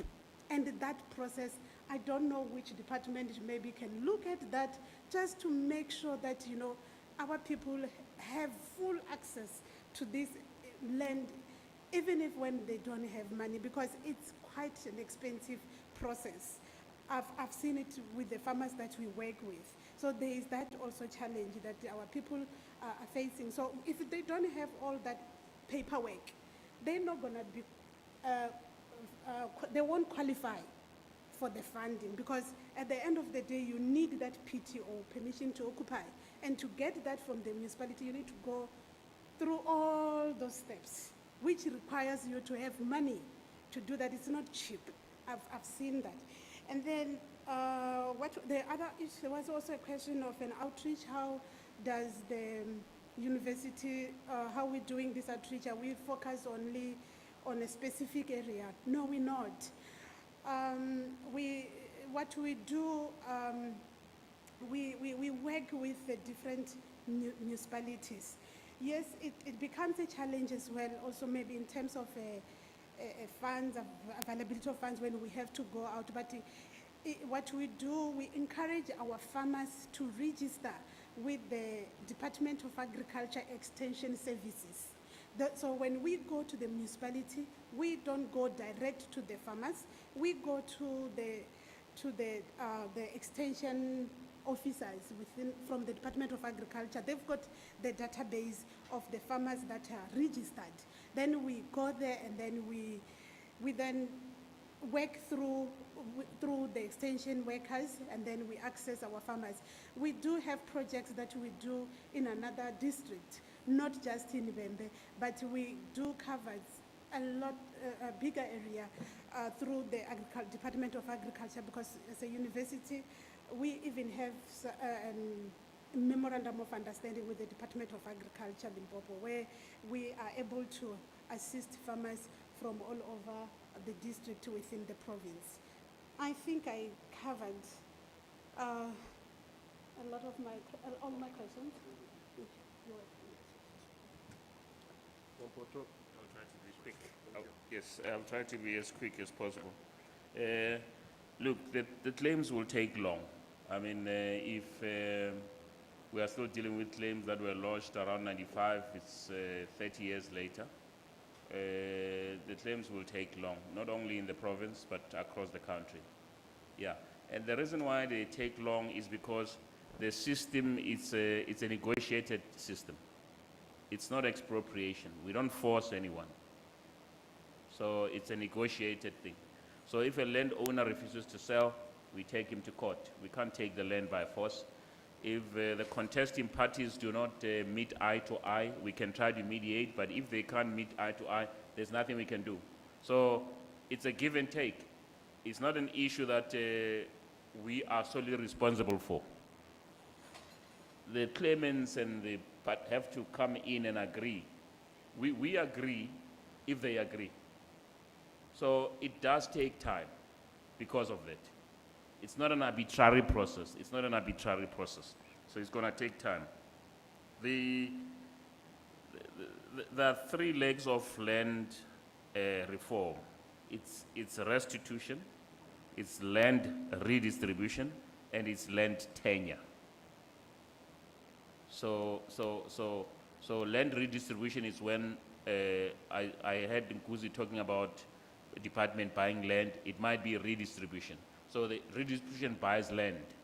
And sometimes they buy land for a specific purpose. So the fact that they've bought land for a specific purpose and you want it for another purpose, it may not be what the department is planning to do. They may buy land for an agri-processing something, but you need it for settlement.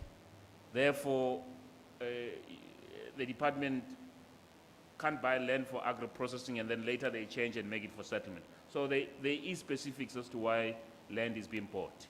And then land tenure is when, where you are staying, Bukhoshi, you want to upgrade the tenure to a title deed. You can go through the process. And then there's land restitution. Not all land is acquired through restitution.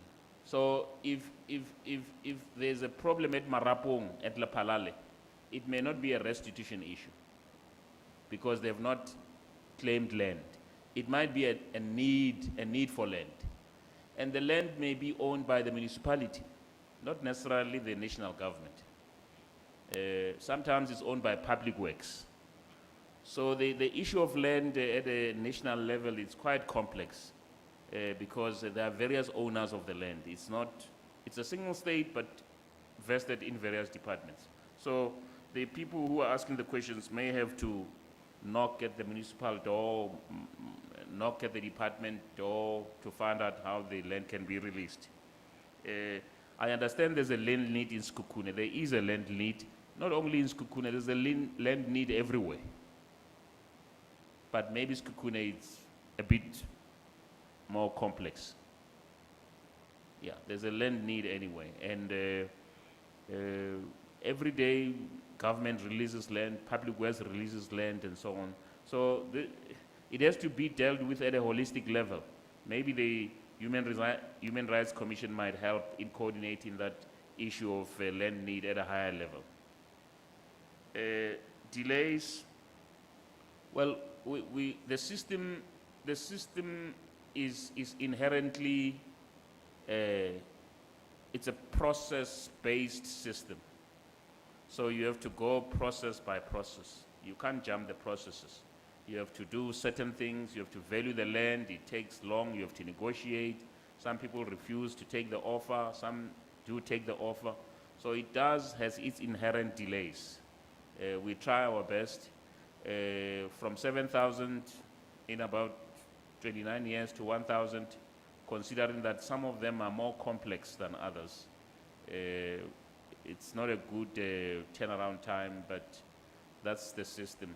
We're trying all our best to make sure that we return the land if the land is available. And by the way, the options for financial compensation is taken by the claimants themselves. It's not taken by us. We go there, then they decide what to do with the land. Yeah, you know, it's an option that is taken by the claimants. We cannot force it upon them.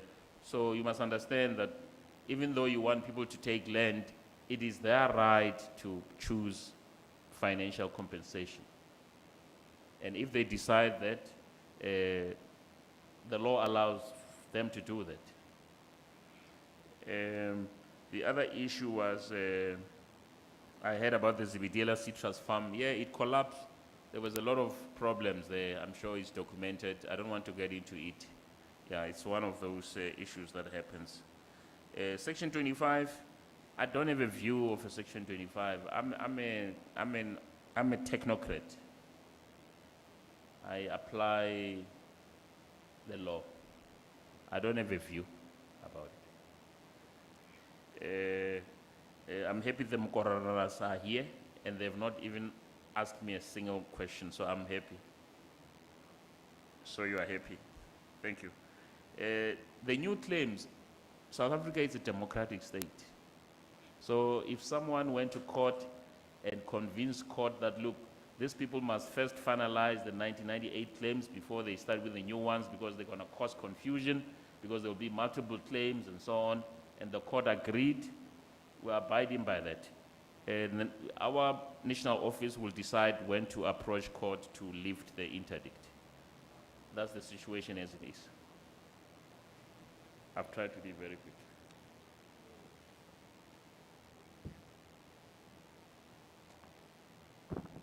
Thank you very much, Program Director. The questions for Coxter, there were 3. I think the the 2 questions were coming from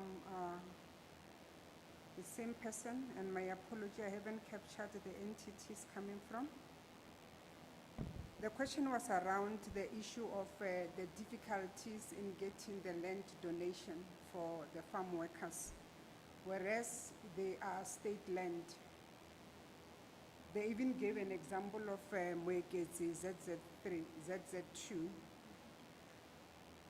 I think I must indicate that I agree that from a distance, yes, you are quite correct, I agree with you. The comment which was raised by one delegate this side in terms of the lack of collaboration and working together, I think the whole thing is gonna, is manifested, got that problem. Human settlement development is a multi-stakeholder. We are not supposed to get into a particular piece of land and provide a house without ensuring that wherever we are providing house is gonna be in a habitable and living environment. So we're going to look into the issues like the schools, whether the residents there, because the reason why we are providing houses for the farm workers, we are trying to change that thing of hostels. We're saying the families must, the issue of the social cohesion, the families must stay together. So in other ways, we need to be able to look on the accessibility of the social amenities, schools and others, but also the shops. But the issue of ZZ2 in 1999, we have had engagement with the Letaba, Greater Letaba municipality. Remember, as the province, we are getting the needs, the housing needs from the municipality, but we are working together with them. We can identify the need, but we go to the municipality so that they can run certain processes, and we work together. But the only challenge that we had, some of the people that we went there to make some audit or the socio-economic profiling of the farm workers there. Some of them, if you go there, they do have houses where they are staying. They did not really opted to have houses in the farm. But the challenge is one, like in Mwekezi one, we will have to, the suitable accommodation that we can give the farm workers is the rental. The rental in a sense that you cannot expect, the setup there, they are far from a lot of things. So if you put them there and give them the ownership, when the farmer retire, is a problem. Because they are going to struggle to get services because they are not connected to other, services. So we still then, in terms of the rental stock, we still need the farmers to cooperate with us, even if it's a farm, is a state land. Because as the department, we are not owning properties. We are, even if it's our rental stock, we have the community residential stock, we have the social housing, which then the stock, the rental stock, it will fall within those two. we need to have the property managers. In this form, the property managers will be the farmers, but there will be some legislations which governs that. But if the farmers are not willing, then we'll then opt for the full ownership. And most of those people who are working there, they do have houses around in their villages. But I think, like I said, we need to come together. Maybe we can get advice and some other expertise from other entities to assist us in terms of how can we then be able to deal with this matter. But the other issue was on the acquired land. I'm not quite sure if you are referring to the land which was acquired by Coxstar or acquired by other departments. Because in our case, where we acquired land where normally we want to transform the space. We are acquiring land to try and deal with those buffers where we are connecting the townships with the cities and the towns. So we never acquired any land where the land is suitable for accommodating the farm workers. So that's the negotiations we are saying that we are not getting the farmers to come into the picture. Every time when we talk to them, we are getting a problem. The policy one, where the municipality of Zanin, they've just recently, the farmers will only agree with you to get into any form of negotiations to buy or to donate if the land becomes dormant or there is a problem in terms of their initial use. So those are some of the challenges that we have. The other issue is on the township establishment on the farm. Yes, I agree with the comment 100% to say that, remember, the township establishment process is also taking into consideration all the necessary amenities required and the infrastructure.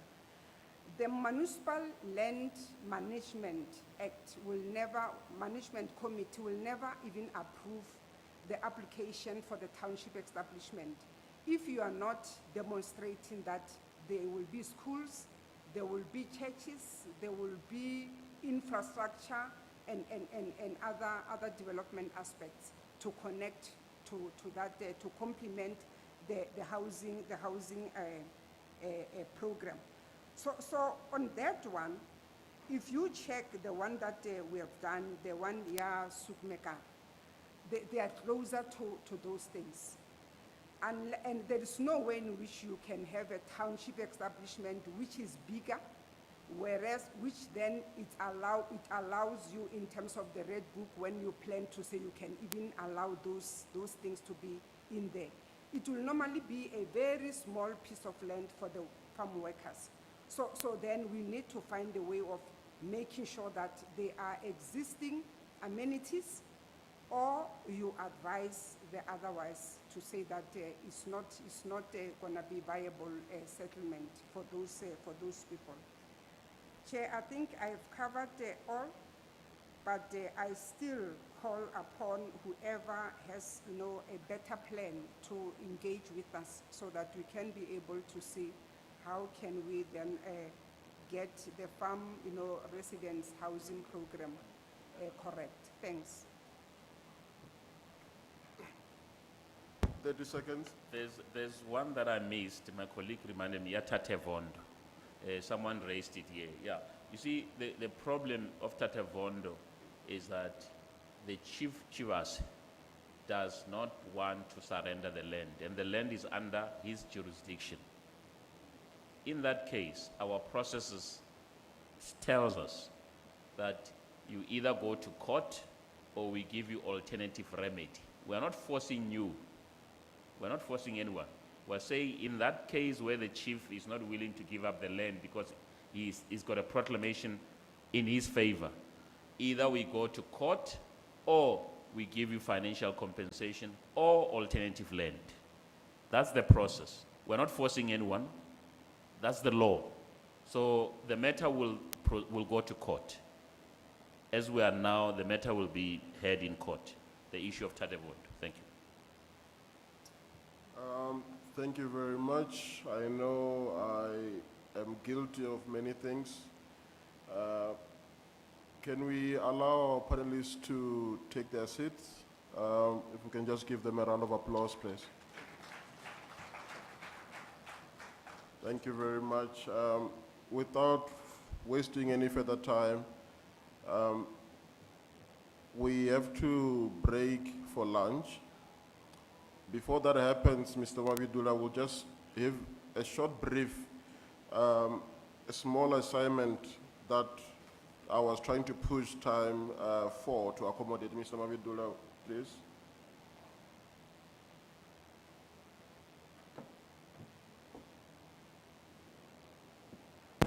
Thank you very much, colleagues. I can see that we are really running out of time.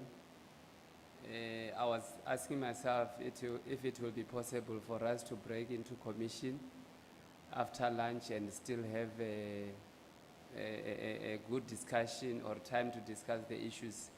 So I was sitting there, one of my colleagues have advised me to take a turn to accommodate all the views. I'm going to change direction, and thanks to the manager who intervened. So this is what is going to happen. We are no longer going to break into commission, but when we come back from lunch, we are going to have a plenary here, all of us.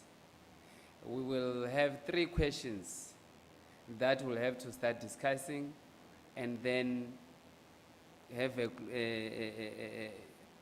questions and clarity from all of us. We are coming back for plenary when we come from lunch. Then that will be the last session. We are no longer going to have plenary because you won't have time. It means that you are going to sit there for 20 minutes, and that 20 minutes will be finished when you are still looking for the venue, going to the venue. So it's not going to be a good thing to do, but allow me to take that direction. And I've taken that direction to make sure that we end up having a conclusion in discussion. There will be a question that was posed to him. I have indicated, I think when we come back from lunch, we'll give him the opportunity to respond to that question. And then we start with the plenary. We have 3 questions because we're going to have 3 commissions. We have 3 questions that will discuss each and every one of that question and share the ideas and the proposal, and then we close that question, we go to another one, the same process, and then we close the session. And we will be having a closing ceremony, and that's why we want to finish a little bit early today. And this closing ceremony will need us to go and refresh in our rooms, relax, and come back later around 6. Thank you. Thank you very much, colleagues. We can break for lunch. Lunch is being served at our usual place. Thank you.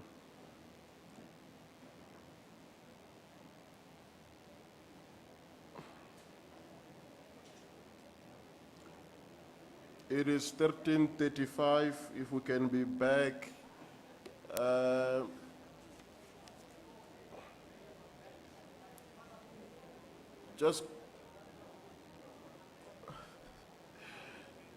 Can we do 20 past at least? 20 past 2. Thank you.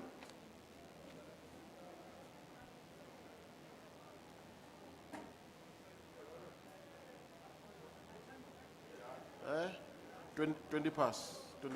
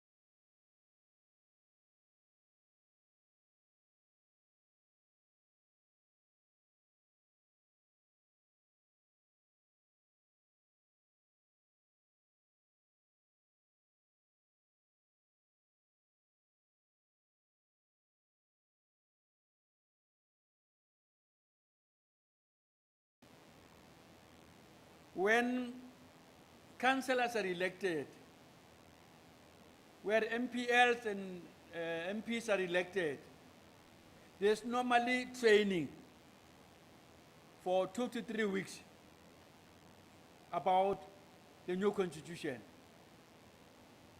Komagoshi tololo. You are appointed, you are left on your own. That's where the problem comes in. There was a case in Skukune where a Khoshi adjudicated over a civil marriage. You can't blame him. You can't blame him. What the civil marriage is. Panyechi, I want to go to Hobo Munyanya. I told him, which is completely wrong. So I believe, based on these answers, we should then encourage our government, implore our government to ensure that when a new Khoshi is appointed, is taken through some basic training, particularly on human rights. For a week or so, in KZN, that's it for the whole year. There was what was called B. Juris at the then University of Zulu and Ngoye, which empowered all Makoshi in KwaZulu-Natal. But in Limpopo, I'm sorry, Mola Mecho Department of this message. With the Department of Wuchore, Makoshi Allah. Makoshi are not empowered to deal with this challenge. And for as long as Makoshi are not empowered, this is going to continue. No, in simple terms, Mama, Khoshira just put to say you are but you must also remember, we are talking about the government being captured. Agito Rogana Bakishobla need. Khoshi Agawara and Alaba Humimutu Wagawe. Shabaso Sin Sabu. Shabasos Matate. Because Utolo like Machele is saying Hopulita Shabasaga. It's all again, Kibudi. Magoshi are not paid a salary. Are not paid a salary. It's a stipend. Magoshi Ranali pension. Rana salary, housing allowance. Rana medical aid. Rana bonus. How to go fetch? That's why, therefore, Mogosha Mangarina at the advantage. Emutuari Chelete, Al House. Oh, Shimishael. Now, Pomakating Chabana, Mogosha Arena, Mogosha Gaborena, Rabatame, Guru Badile, Rabun Chatin, Kuago Musur Buncher Musu, Mogosha was no over Tulum. I am Powariga, Sibo. Na mona ga nyalo go no go reka tsela mokuta manna engwe gape re tsweng gore ka gare ga molao tla bula ke se go bolela gore we are a section 29 institution as an organ of state re gape go di basic rights kuna le freedom of association. You decide go tlo busa go khoshi maleka, you decide on your own. It's not by force. You cannot decide to go away and go and stay in a township. But then it is your duty. It also calls upon those of you in your respective communities. You can also organize service providers who don't paramagoshalin. It's also possible for you to do that.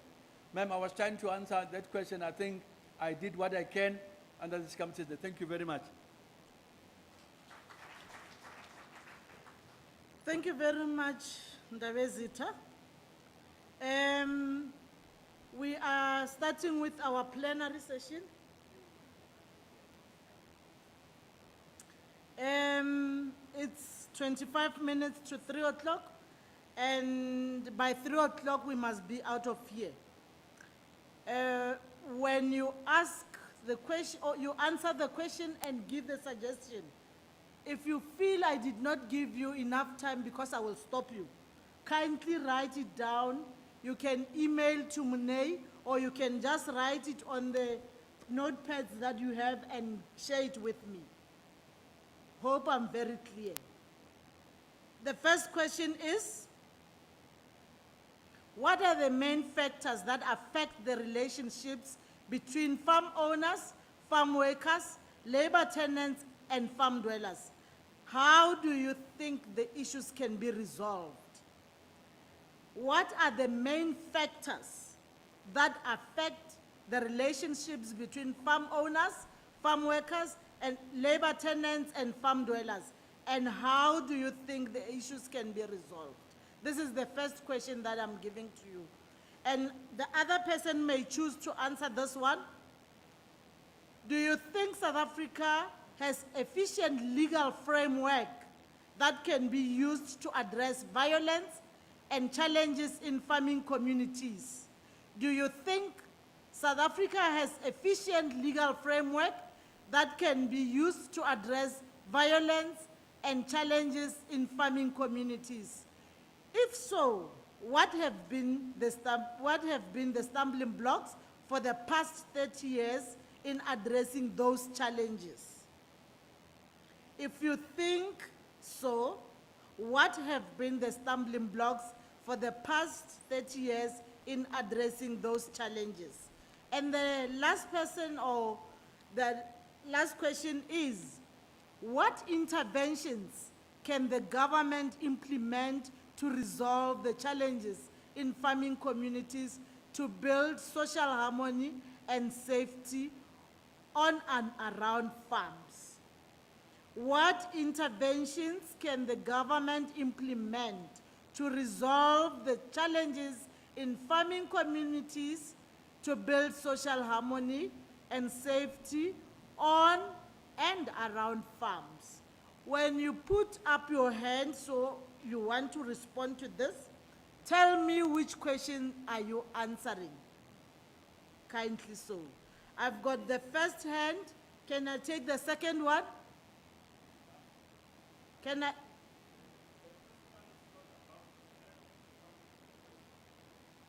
Here.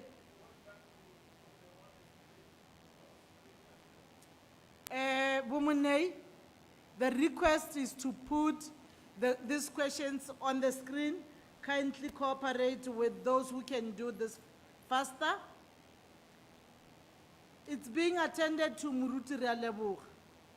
And then those who had the questions and they're willing to respond now, you can put up your hand.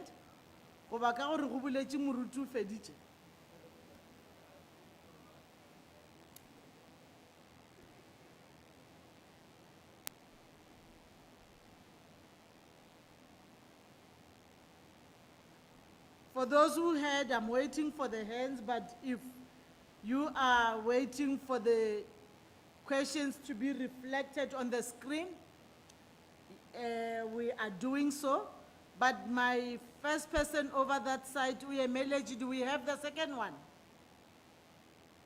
Okay, the second one by the corner on the same side. Which question are you answering, Mama?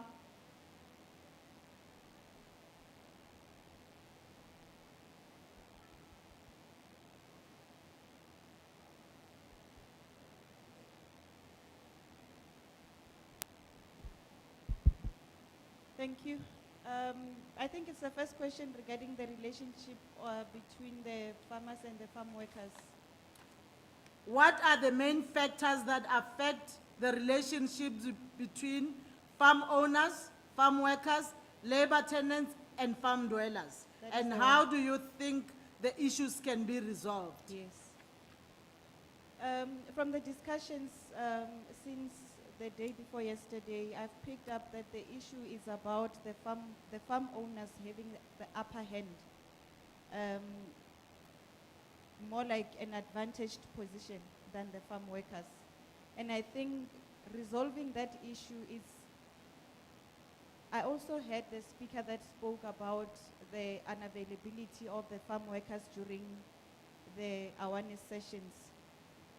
And that can be improved by engaging the farm owners, because at some point one may feel attacked when they are approached and they may tend to not cooperate.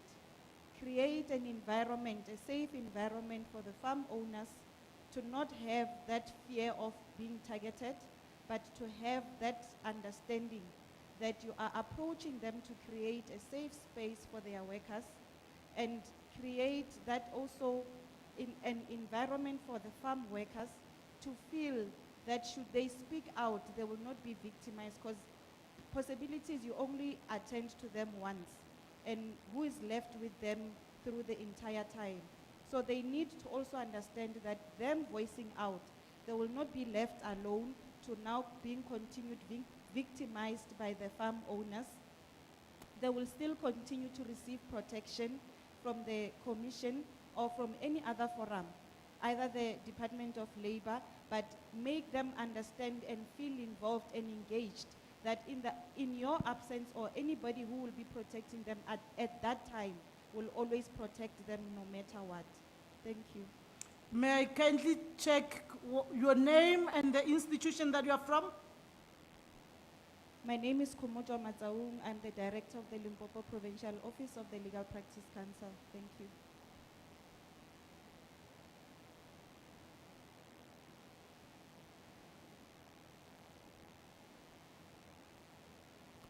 Thank you for the opportunity. Tando, Indaba Makitla from Kosatu. Madam Program Director, I would like to talk to question number 3. What intervention can the government implement to resolve challenges in farming communities to build social harmony and safety on and around farms? Thanks. We would like to mention an issue around commissioning of research in terms of what exactly is it that is obtaining in the farms. Perhaps, well, we understand that we currently are at the provincial level in our province. Perhaps the same research through our office be extended national, so that a clearer picture of what is it that is exactly happening in those farms. And furthermore, we would like to recommend that the work of the commission, as we are gathered here, should not be the last time we have a session like this.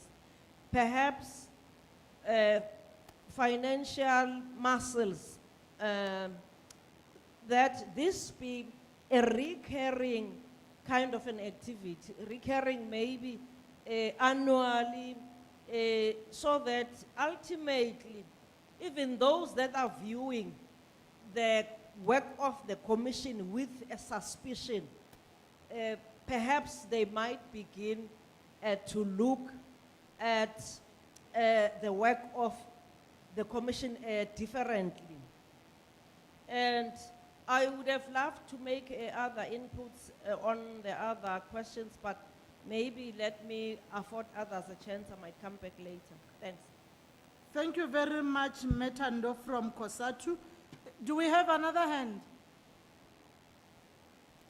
Are we winning money with the... There's another letoro from Bukhoshi Kamo. Bukhoshi Baraba Puchishoifi. Number 3. Number 2.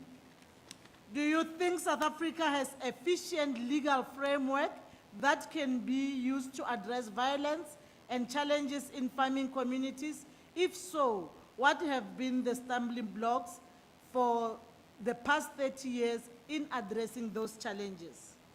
Thank you very much, ma'am. I believe the country has got enough legal framework. what has been lacking in my mind is there's not been any effort from government, from the farmers, from the farming communities in finding one another. There is trust deficit. There's fear of the unknown. Now, if robust campaign can be made between the farm owners, the farming community for collaboration, I believe solution can be found. An example can be made by what Bridget Mutipe is doing. Bridget Mutipe is giving, apart from salaries every month to the mine workers, he has decided to give a percentage to the working mine workers.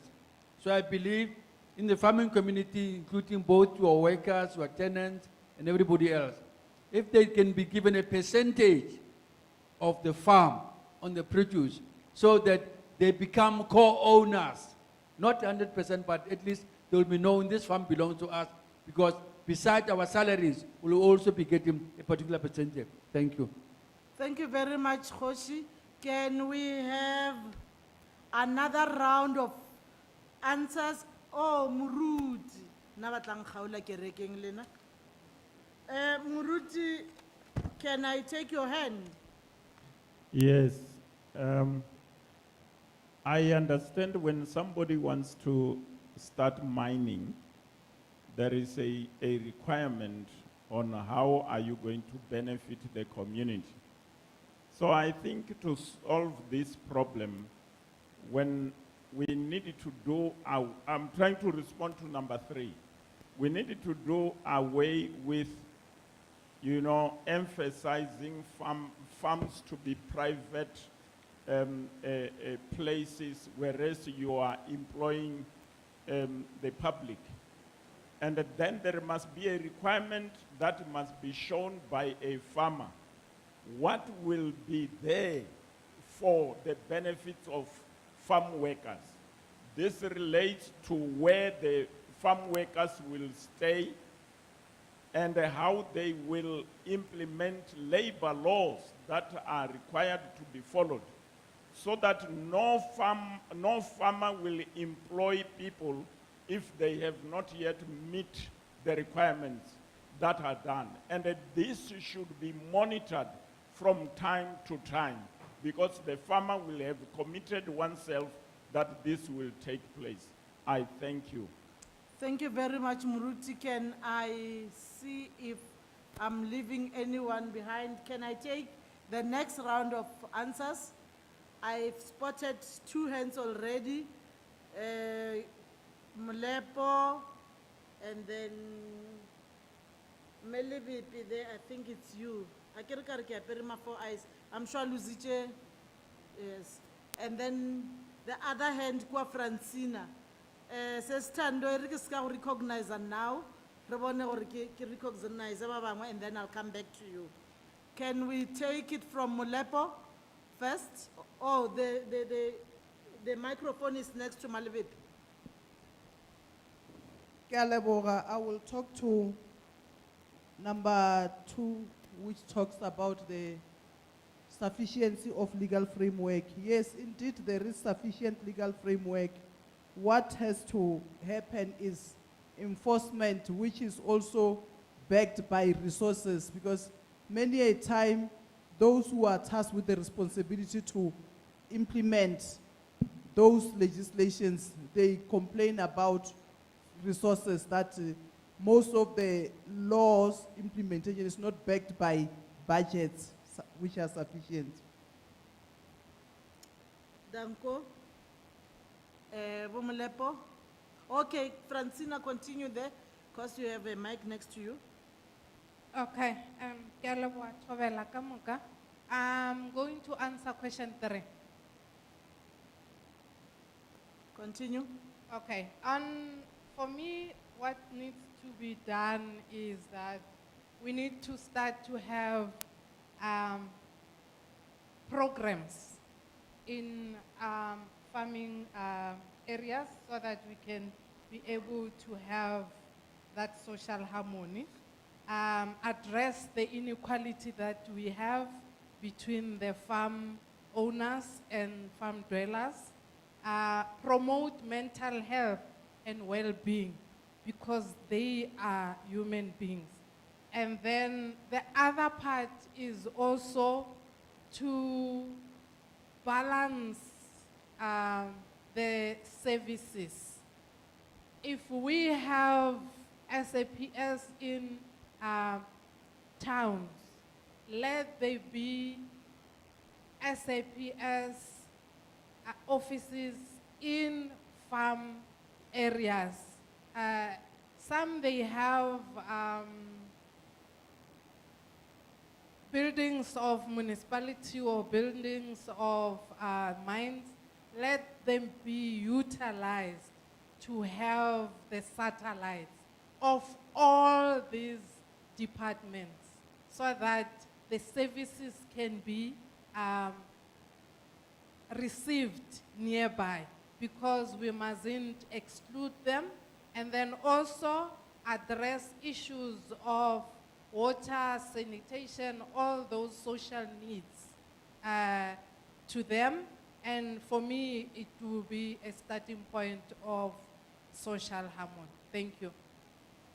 Thank you so much, Francina. I can tell you, this one, you're speaking it from the heart, I understand. Molepo?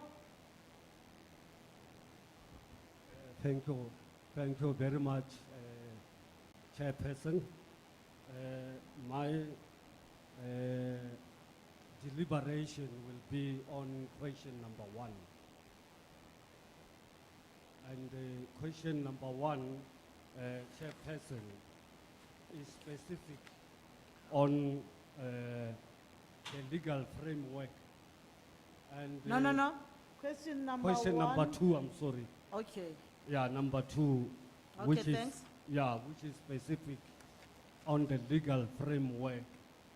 And in my own personal perspective, it is true that our government has abundance of unlimited resources. And when I'm talking about resources pertaining to the legal framework, yes, indeed, those are available.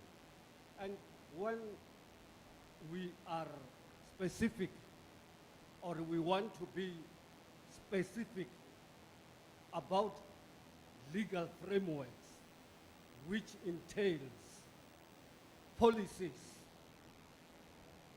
legislation,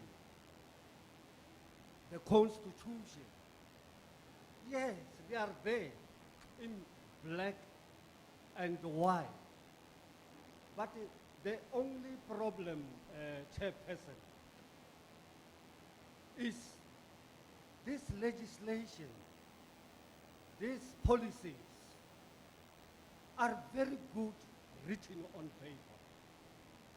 And if we can take those legislations and policies and enforce them, I'll repeat again, and enforce them, then we will have a solution. Because it does not make any sense at all in that we should say we are having a constitution which is better than the other constitutions in the whole world.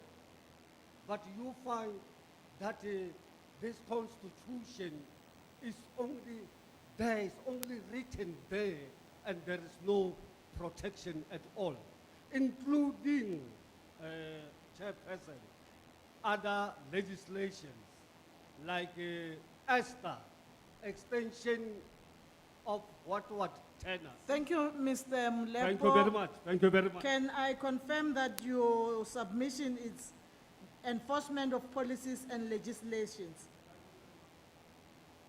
Thank you, Mr. Mlepo. Before Mr. Mlepo, okay. Thank you very much, Mr. Mukwato, Emerging Farmer. Yeah, I want to take number 1. May I kindly record your name? Mukwato MF, Emerging Farmers. Mukwato MF. Mukwato MF. I want to take number one, Program Director. Thank you, you may proceed. Yeah, my view is that in terms of the factors which affect relationships, I think there are two key factors here which we cannot run away from. The first one is blatant racism still practiced by some farm owners who live as if we are pre-1994. The second one is hate speeches by some of our politicians. You know, someone is in the luxury of space in a city, in a comfortable zone, and while there make speeches which are causing tension in the farms. So I suppose now the Department of Agriculture should come in as the owner of that sector, come with programs of making both the farm owner, the farmers, and the farm workers feel that they are, they belong together. I saw in Mpumalanga, as you would be driving across Boruta and moving to Marble Hall, you will see a poster there saying that, have you eaten this morning? Thank the farmers. But I then inquired as to whether the farm workers are also included. You find that the farmers still don't regard farm workers as part of the partners, if I were to say. So the Department of Education should do much. I remember when Dr. Mutwaledi ran the department, I heard people saying that when he left, there was some complaints even from some white farmers because he appeared to be, engaging them too much so that they felt being recognized. Therefore, if we can curb hate speeches and curb racism, whether we use whatever form we use, whether we approach especially in respect of white farmers, if we approach their political parties so that they cannot only shake hands with fellow blacks in parliament, they must make sure that even on the ground, that type of oneness, one South Africanness is there. Thank you. Thank you very much for that submission. I recorded it. There was another hand. That side, I'm left with almost half a minute. Muruti and then Bongani Kongwani, do you want to make a submission also? Okay, it's sent to me. Thank you. Okay, thank you very much, Program Director. Mine is number 3. Question number 3. Yeah, I think if the government can build a relationship with the farmer owner first and involve the farmer workers, then I think things will go right. Thank you very much, Muruti. There's another hand over to that corner. I'm told we can have extra 10 minutes and that will be 10 minutes, nothing extra. Thank you so much. Thank you so much. I'm a farm dweller. I would ask. I can't hear you, May. I'm saying I'm a farm dweller. Then it means I will answer question 1. Okay. The main factor affecting the relationship between the affected parties is 1, the past racial inequality that still lives within the farming community. and the land ownership by non-nationals. The last factor is the political will to deal with Section 25 of the Constitution.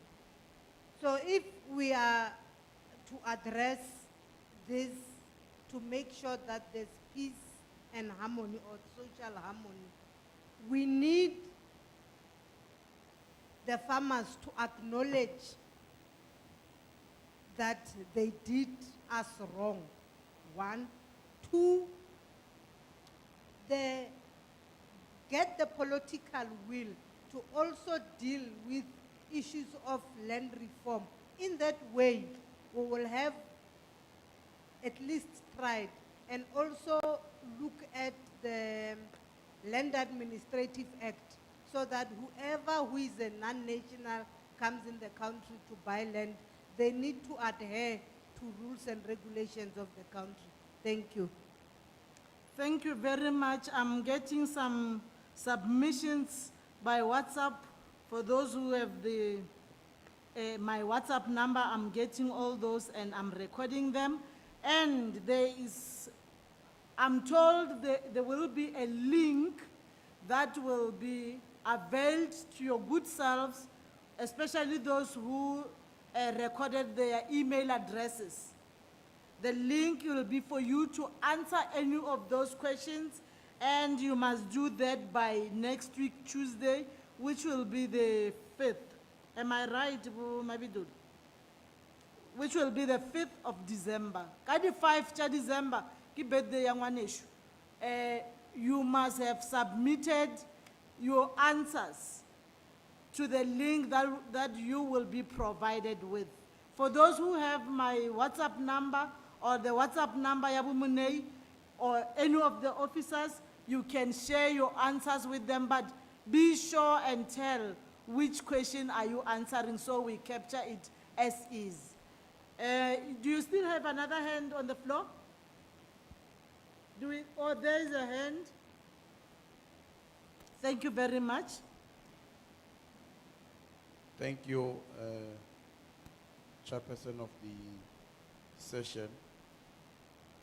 I would like to express my view on question 2, because it asks a question that what has been the stumbling block for the past 30 years in addressing those challenges. I think one of the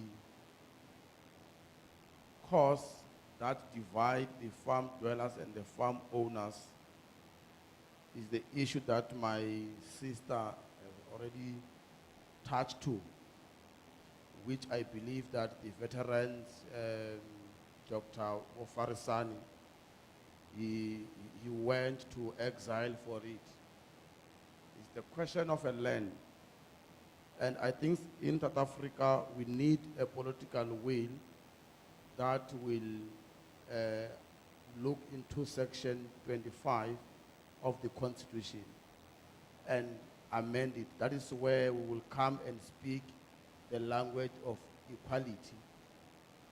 Without having the land, those who are in possession of land, they will never be equal to a person who's residing in an informal settlement. We can't compare an avocado and watermelon. By so saying that, I'm of the view that if we compare the farm owner and the farm owner, which is black and white, we will be now speaking in a language of equality. So my view is that the Section 25 should be amended and allow government to be the custodians of the ownership of the land, and so that everybody in this country, black, white, Indian, colored, and other races, should be having an access to the land. Thank you. Thank you very much. May I kindly check if we still have a hand? There's 5 more minutes. If there are no more hands, okay, there's one hand over there. Ostando. Thanks. I'm not sure, maybe I might have left it out in my first input when I made a recommendation of a national, commissioning of a national research, that perhaps sitting like this, we can make also a recommendation that says if we could also have a national dialogue, I think emanating from them, all the provinces would be represented in a thing of a similar nature, and then work begin from there. I would send some of my inputs through the link, but I also just wanted to talk to the questionnaire number 2. I'm not going to read the question. We've got the question, all of us. It's up there. It would seem like we do have legislative framework in our country. However, it is like there are gaps in the legislation, because, let me just give a quick example. Female farm workers are not able to access maternity related, even leaves, going to a clinic, and some are dismissed at the drop of the hat when they fall pregnant, because they'll have to take maternity. So we do have legislative framework, but it would seem like it is used at the farm owner's discretion, or they are able to evade some of the parts. So I just want to highlight that it would seem like our legislative frameworks has gaps that needs to be strengthened. Thanks. Thank you very much. It looks like those were the, oh, there's a hand there. Thanks, Budma Lux.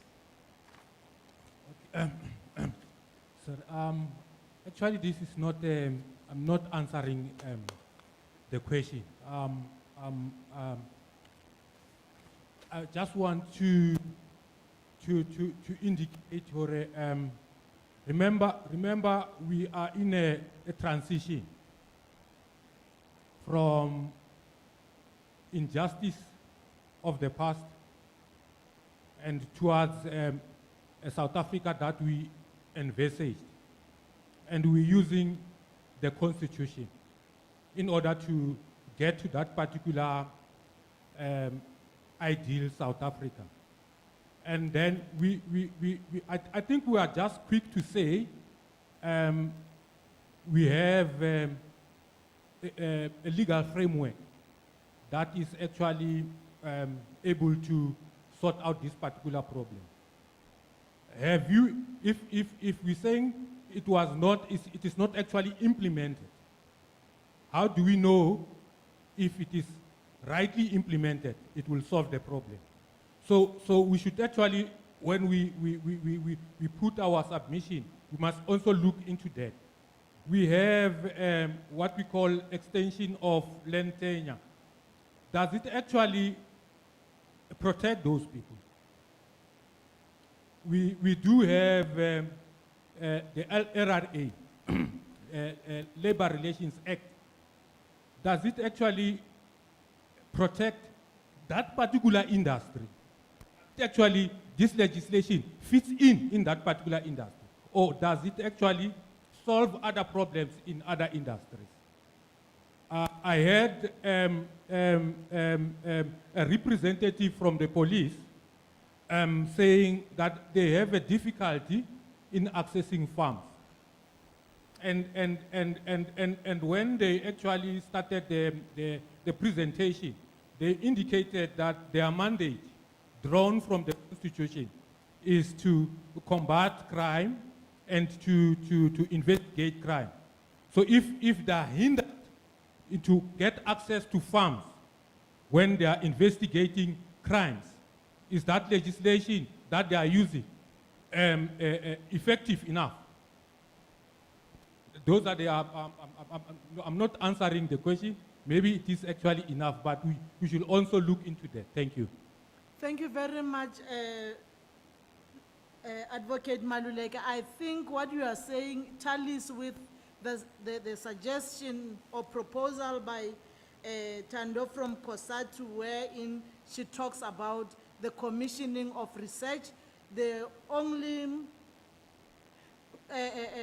thing that she mentioned here, she just said research on what is taking place in the farms. And then the same research should be extended to national. Maybe this must be added on that proposal to say there must be some kind of assessment, the way you are saying, to say, as we are transiting from these injustices of the past and advancing to the ideal South Africa, are these legislative frameworks tested? Are they really doing what they are supposed to do? Are they protecting the farming industry? Like if the SAPS is drawing their mandate from the Constitution, but they are hindered to access the farms, are they really utilizing their powers effectively? Those are some of the things. That's why I say the research part comes in again. Do we still have an addition or submission to make? Can we then say, because the 10 minutes is done, I take back the program to the, then I'll be the last program director. I don't even have a program because I see Mune is not here.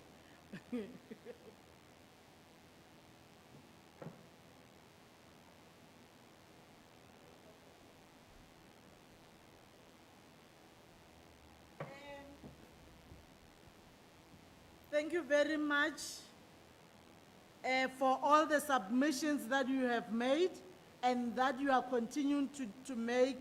Got the WhatsApp and the link that you will be provided with. For those who have our email addresses, please use that to make submissions. Mara Difeleleleka, Tuesday, the 5th of December. Thank you. May I then call Mr. Victor Mavidula, the provincial manager by South African Human Rights Commission in Limpopo, to come and do the vote of thanks and the close, yeah, let me not talk of closing remarks, and finalize the session.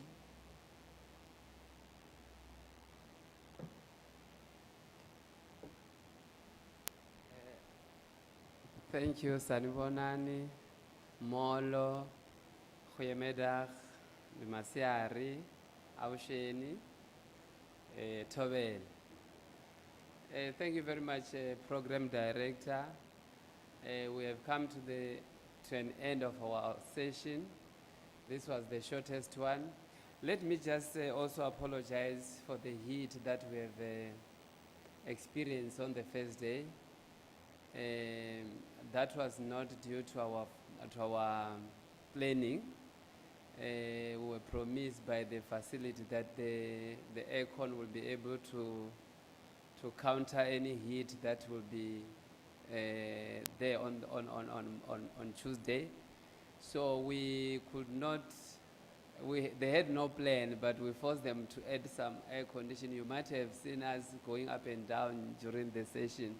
We were also worried that you were really experiencing something that was making everyone uncomfortable. So we really apologize for that, but we also appreciate your patience and support, because sitting in that heat, still contributing, that was an indication that you really support the Human Rights Commission and also willing to contribute to the issue on the table. So I really, from the provincial level and on behalf of the Commission, I'm saying to you, just as a token of appreciation, we have arranged a closing ceremony this afternoon, this evening.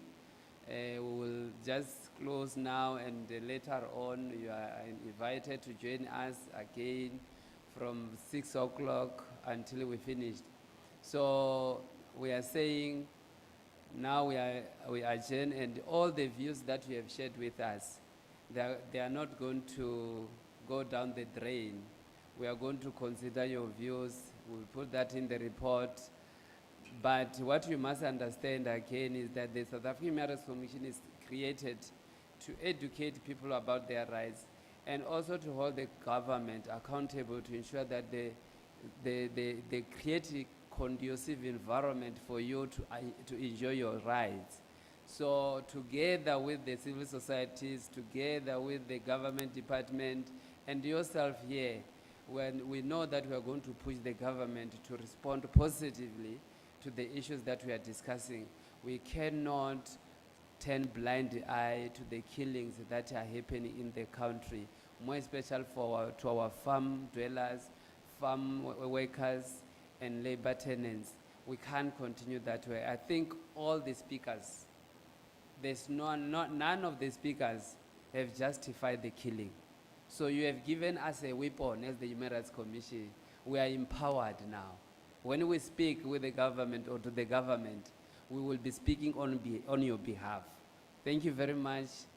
The session is adjourned.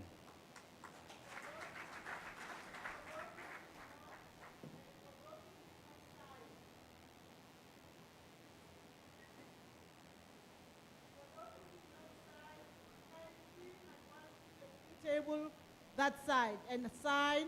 If you did not sign, we will not have your email. Kindly go and verify before you go out. Thank you so much.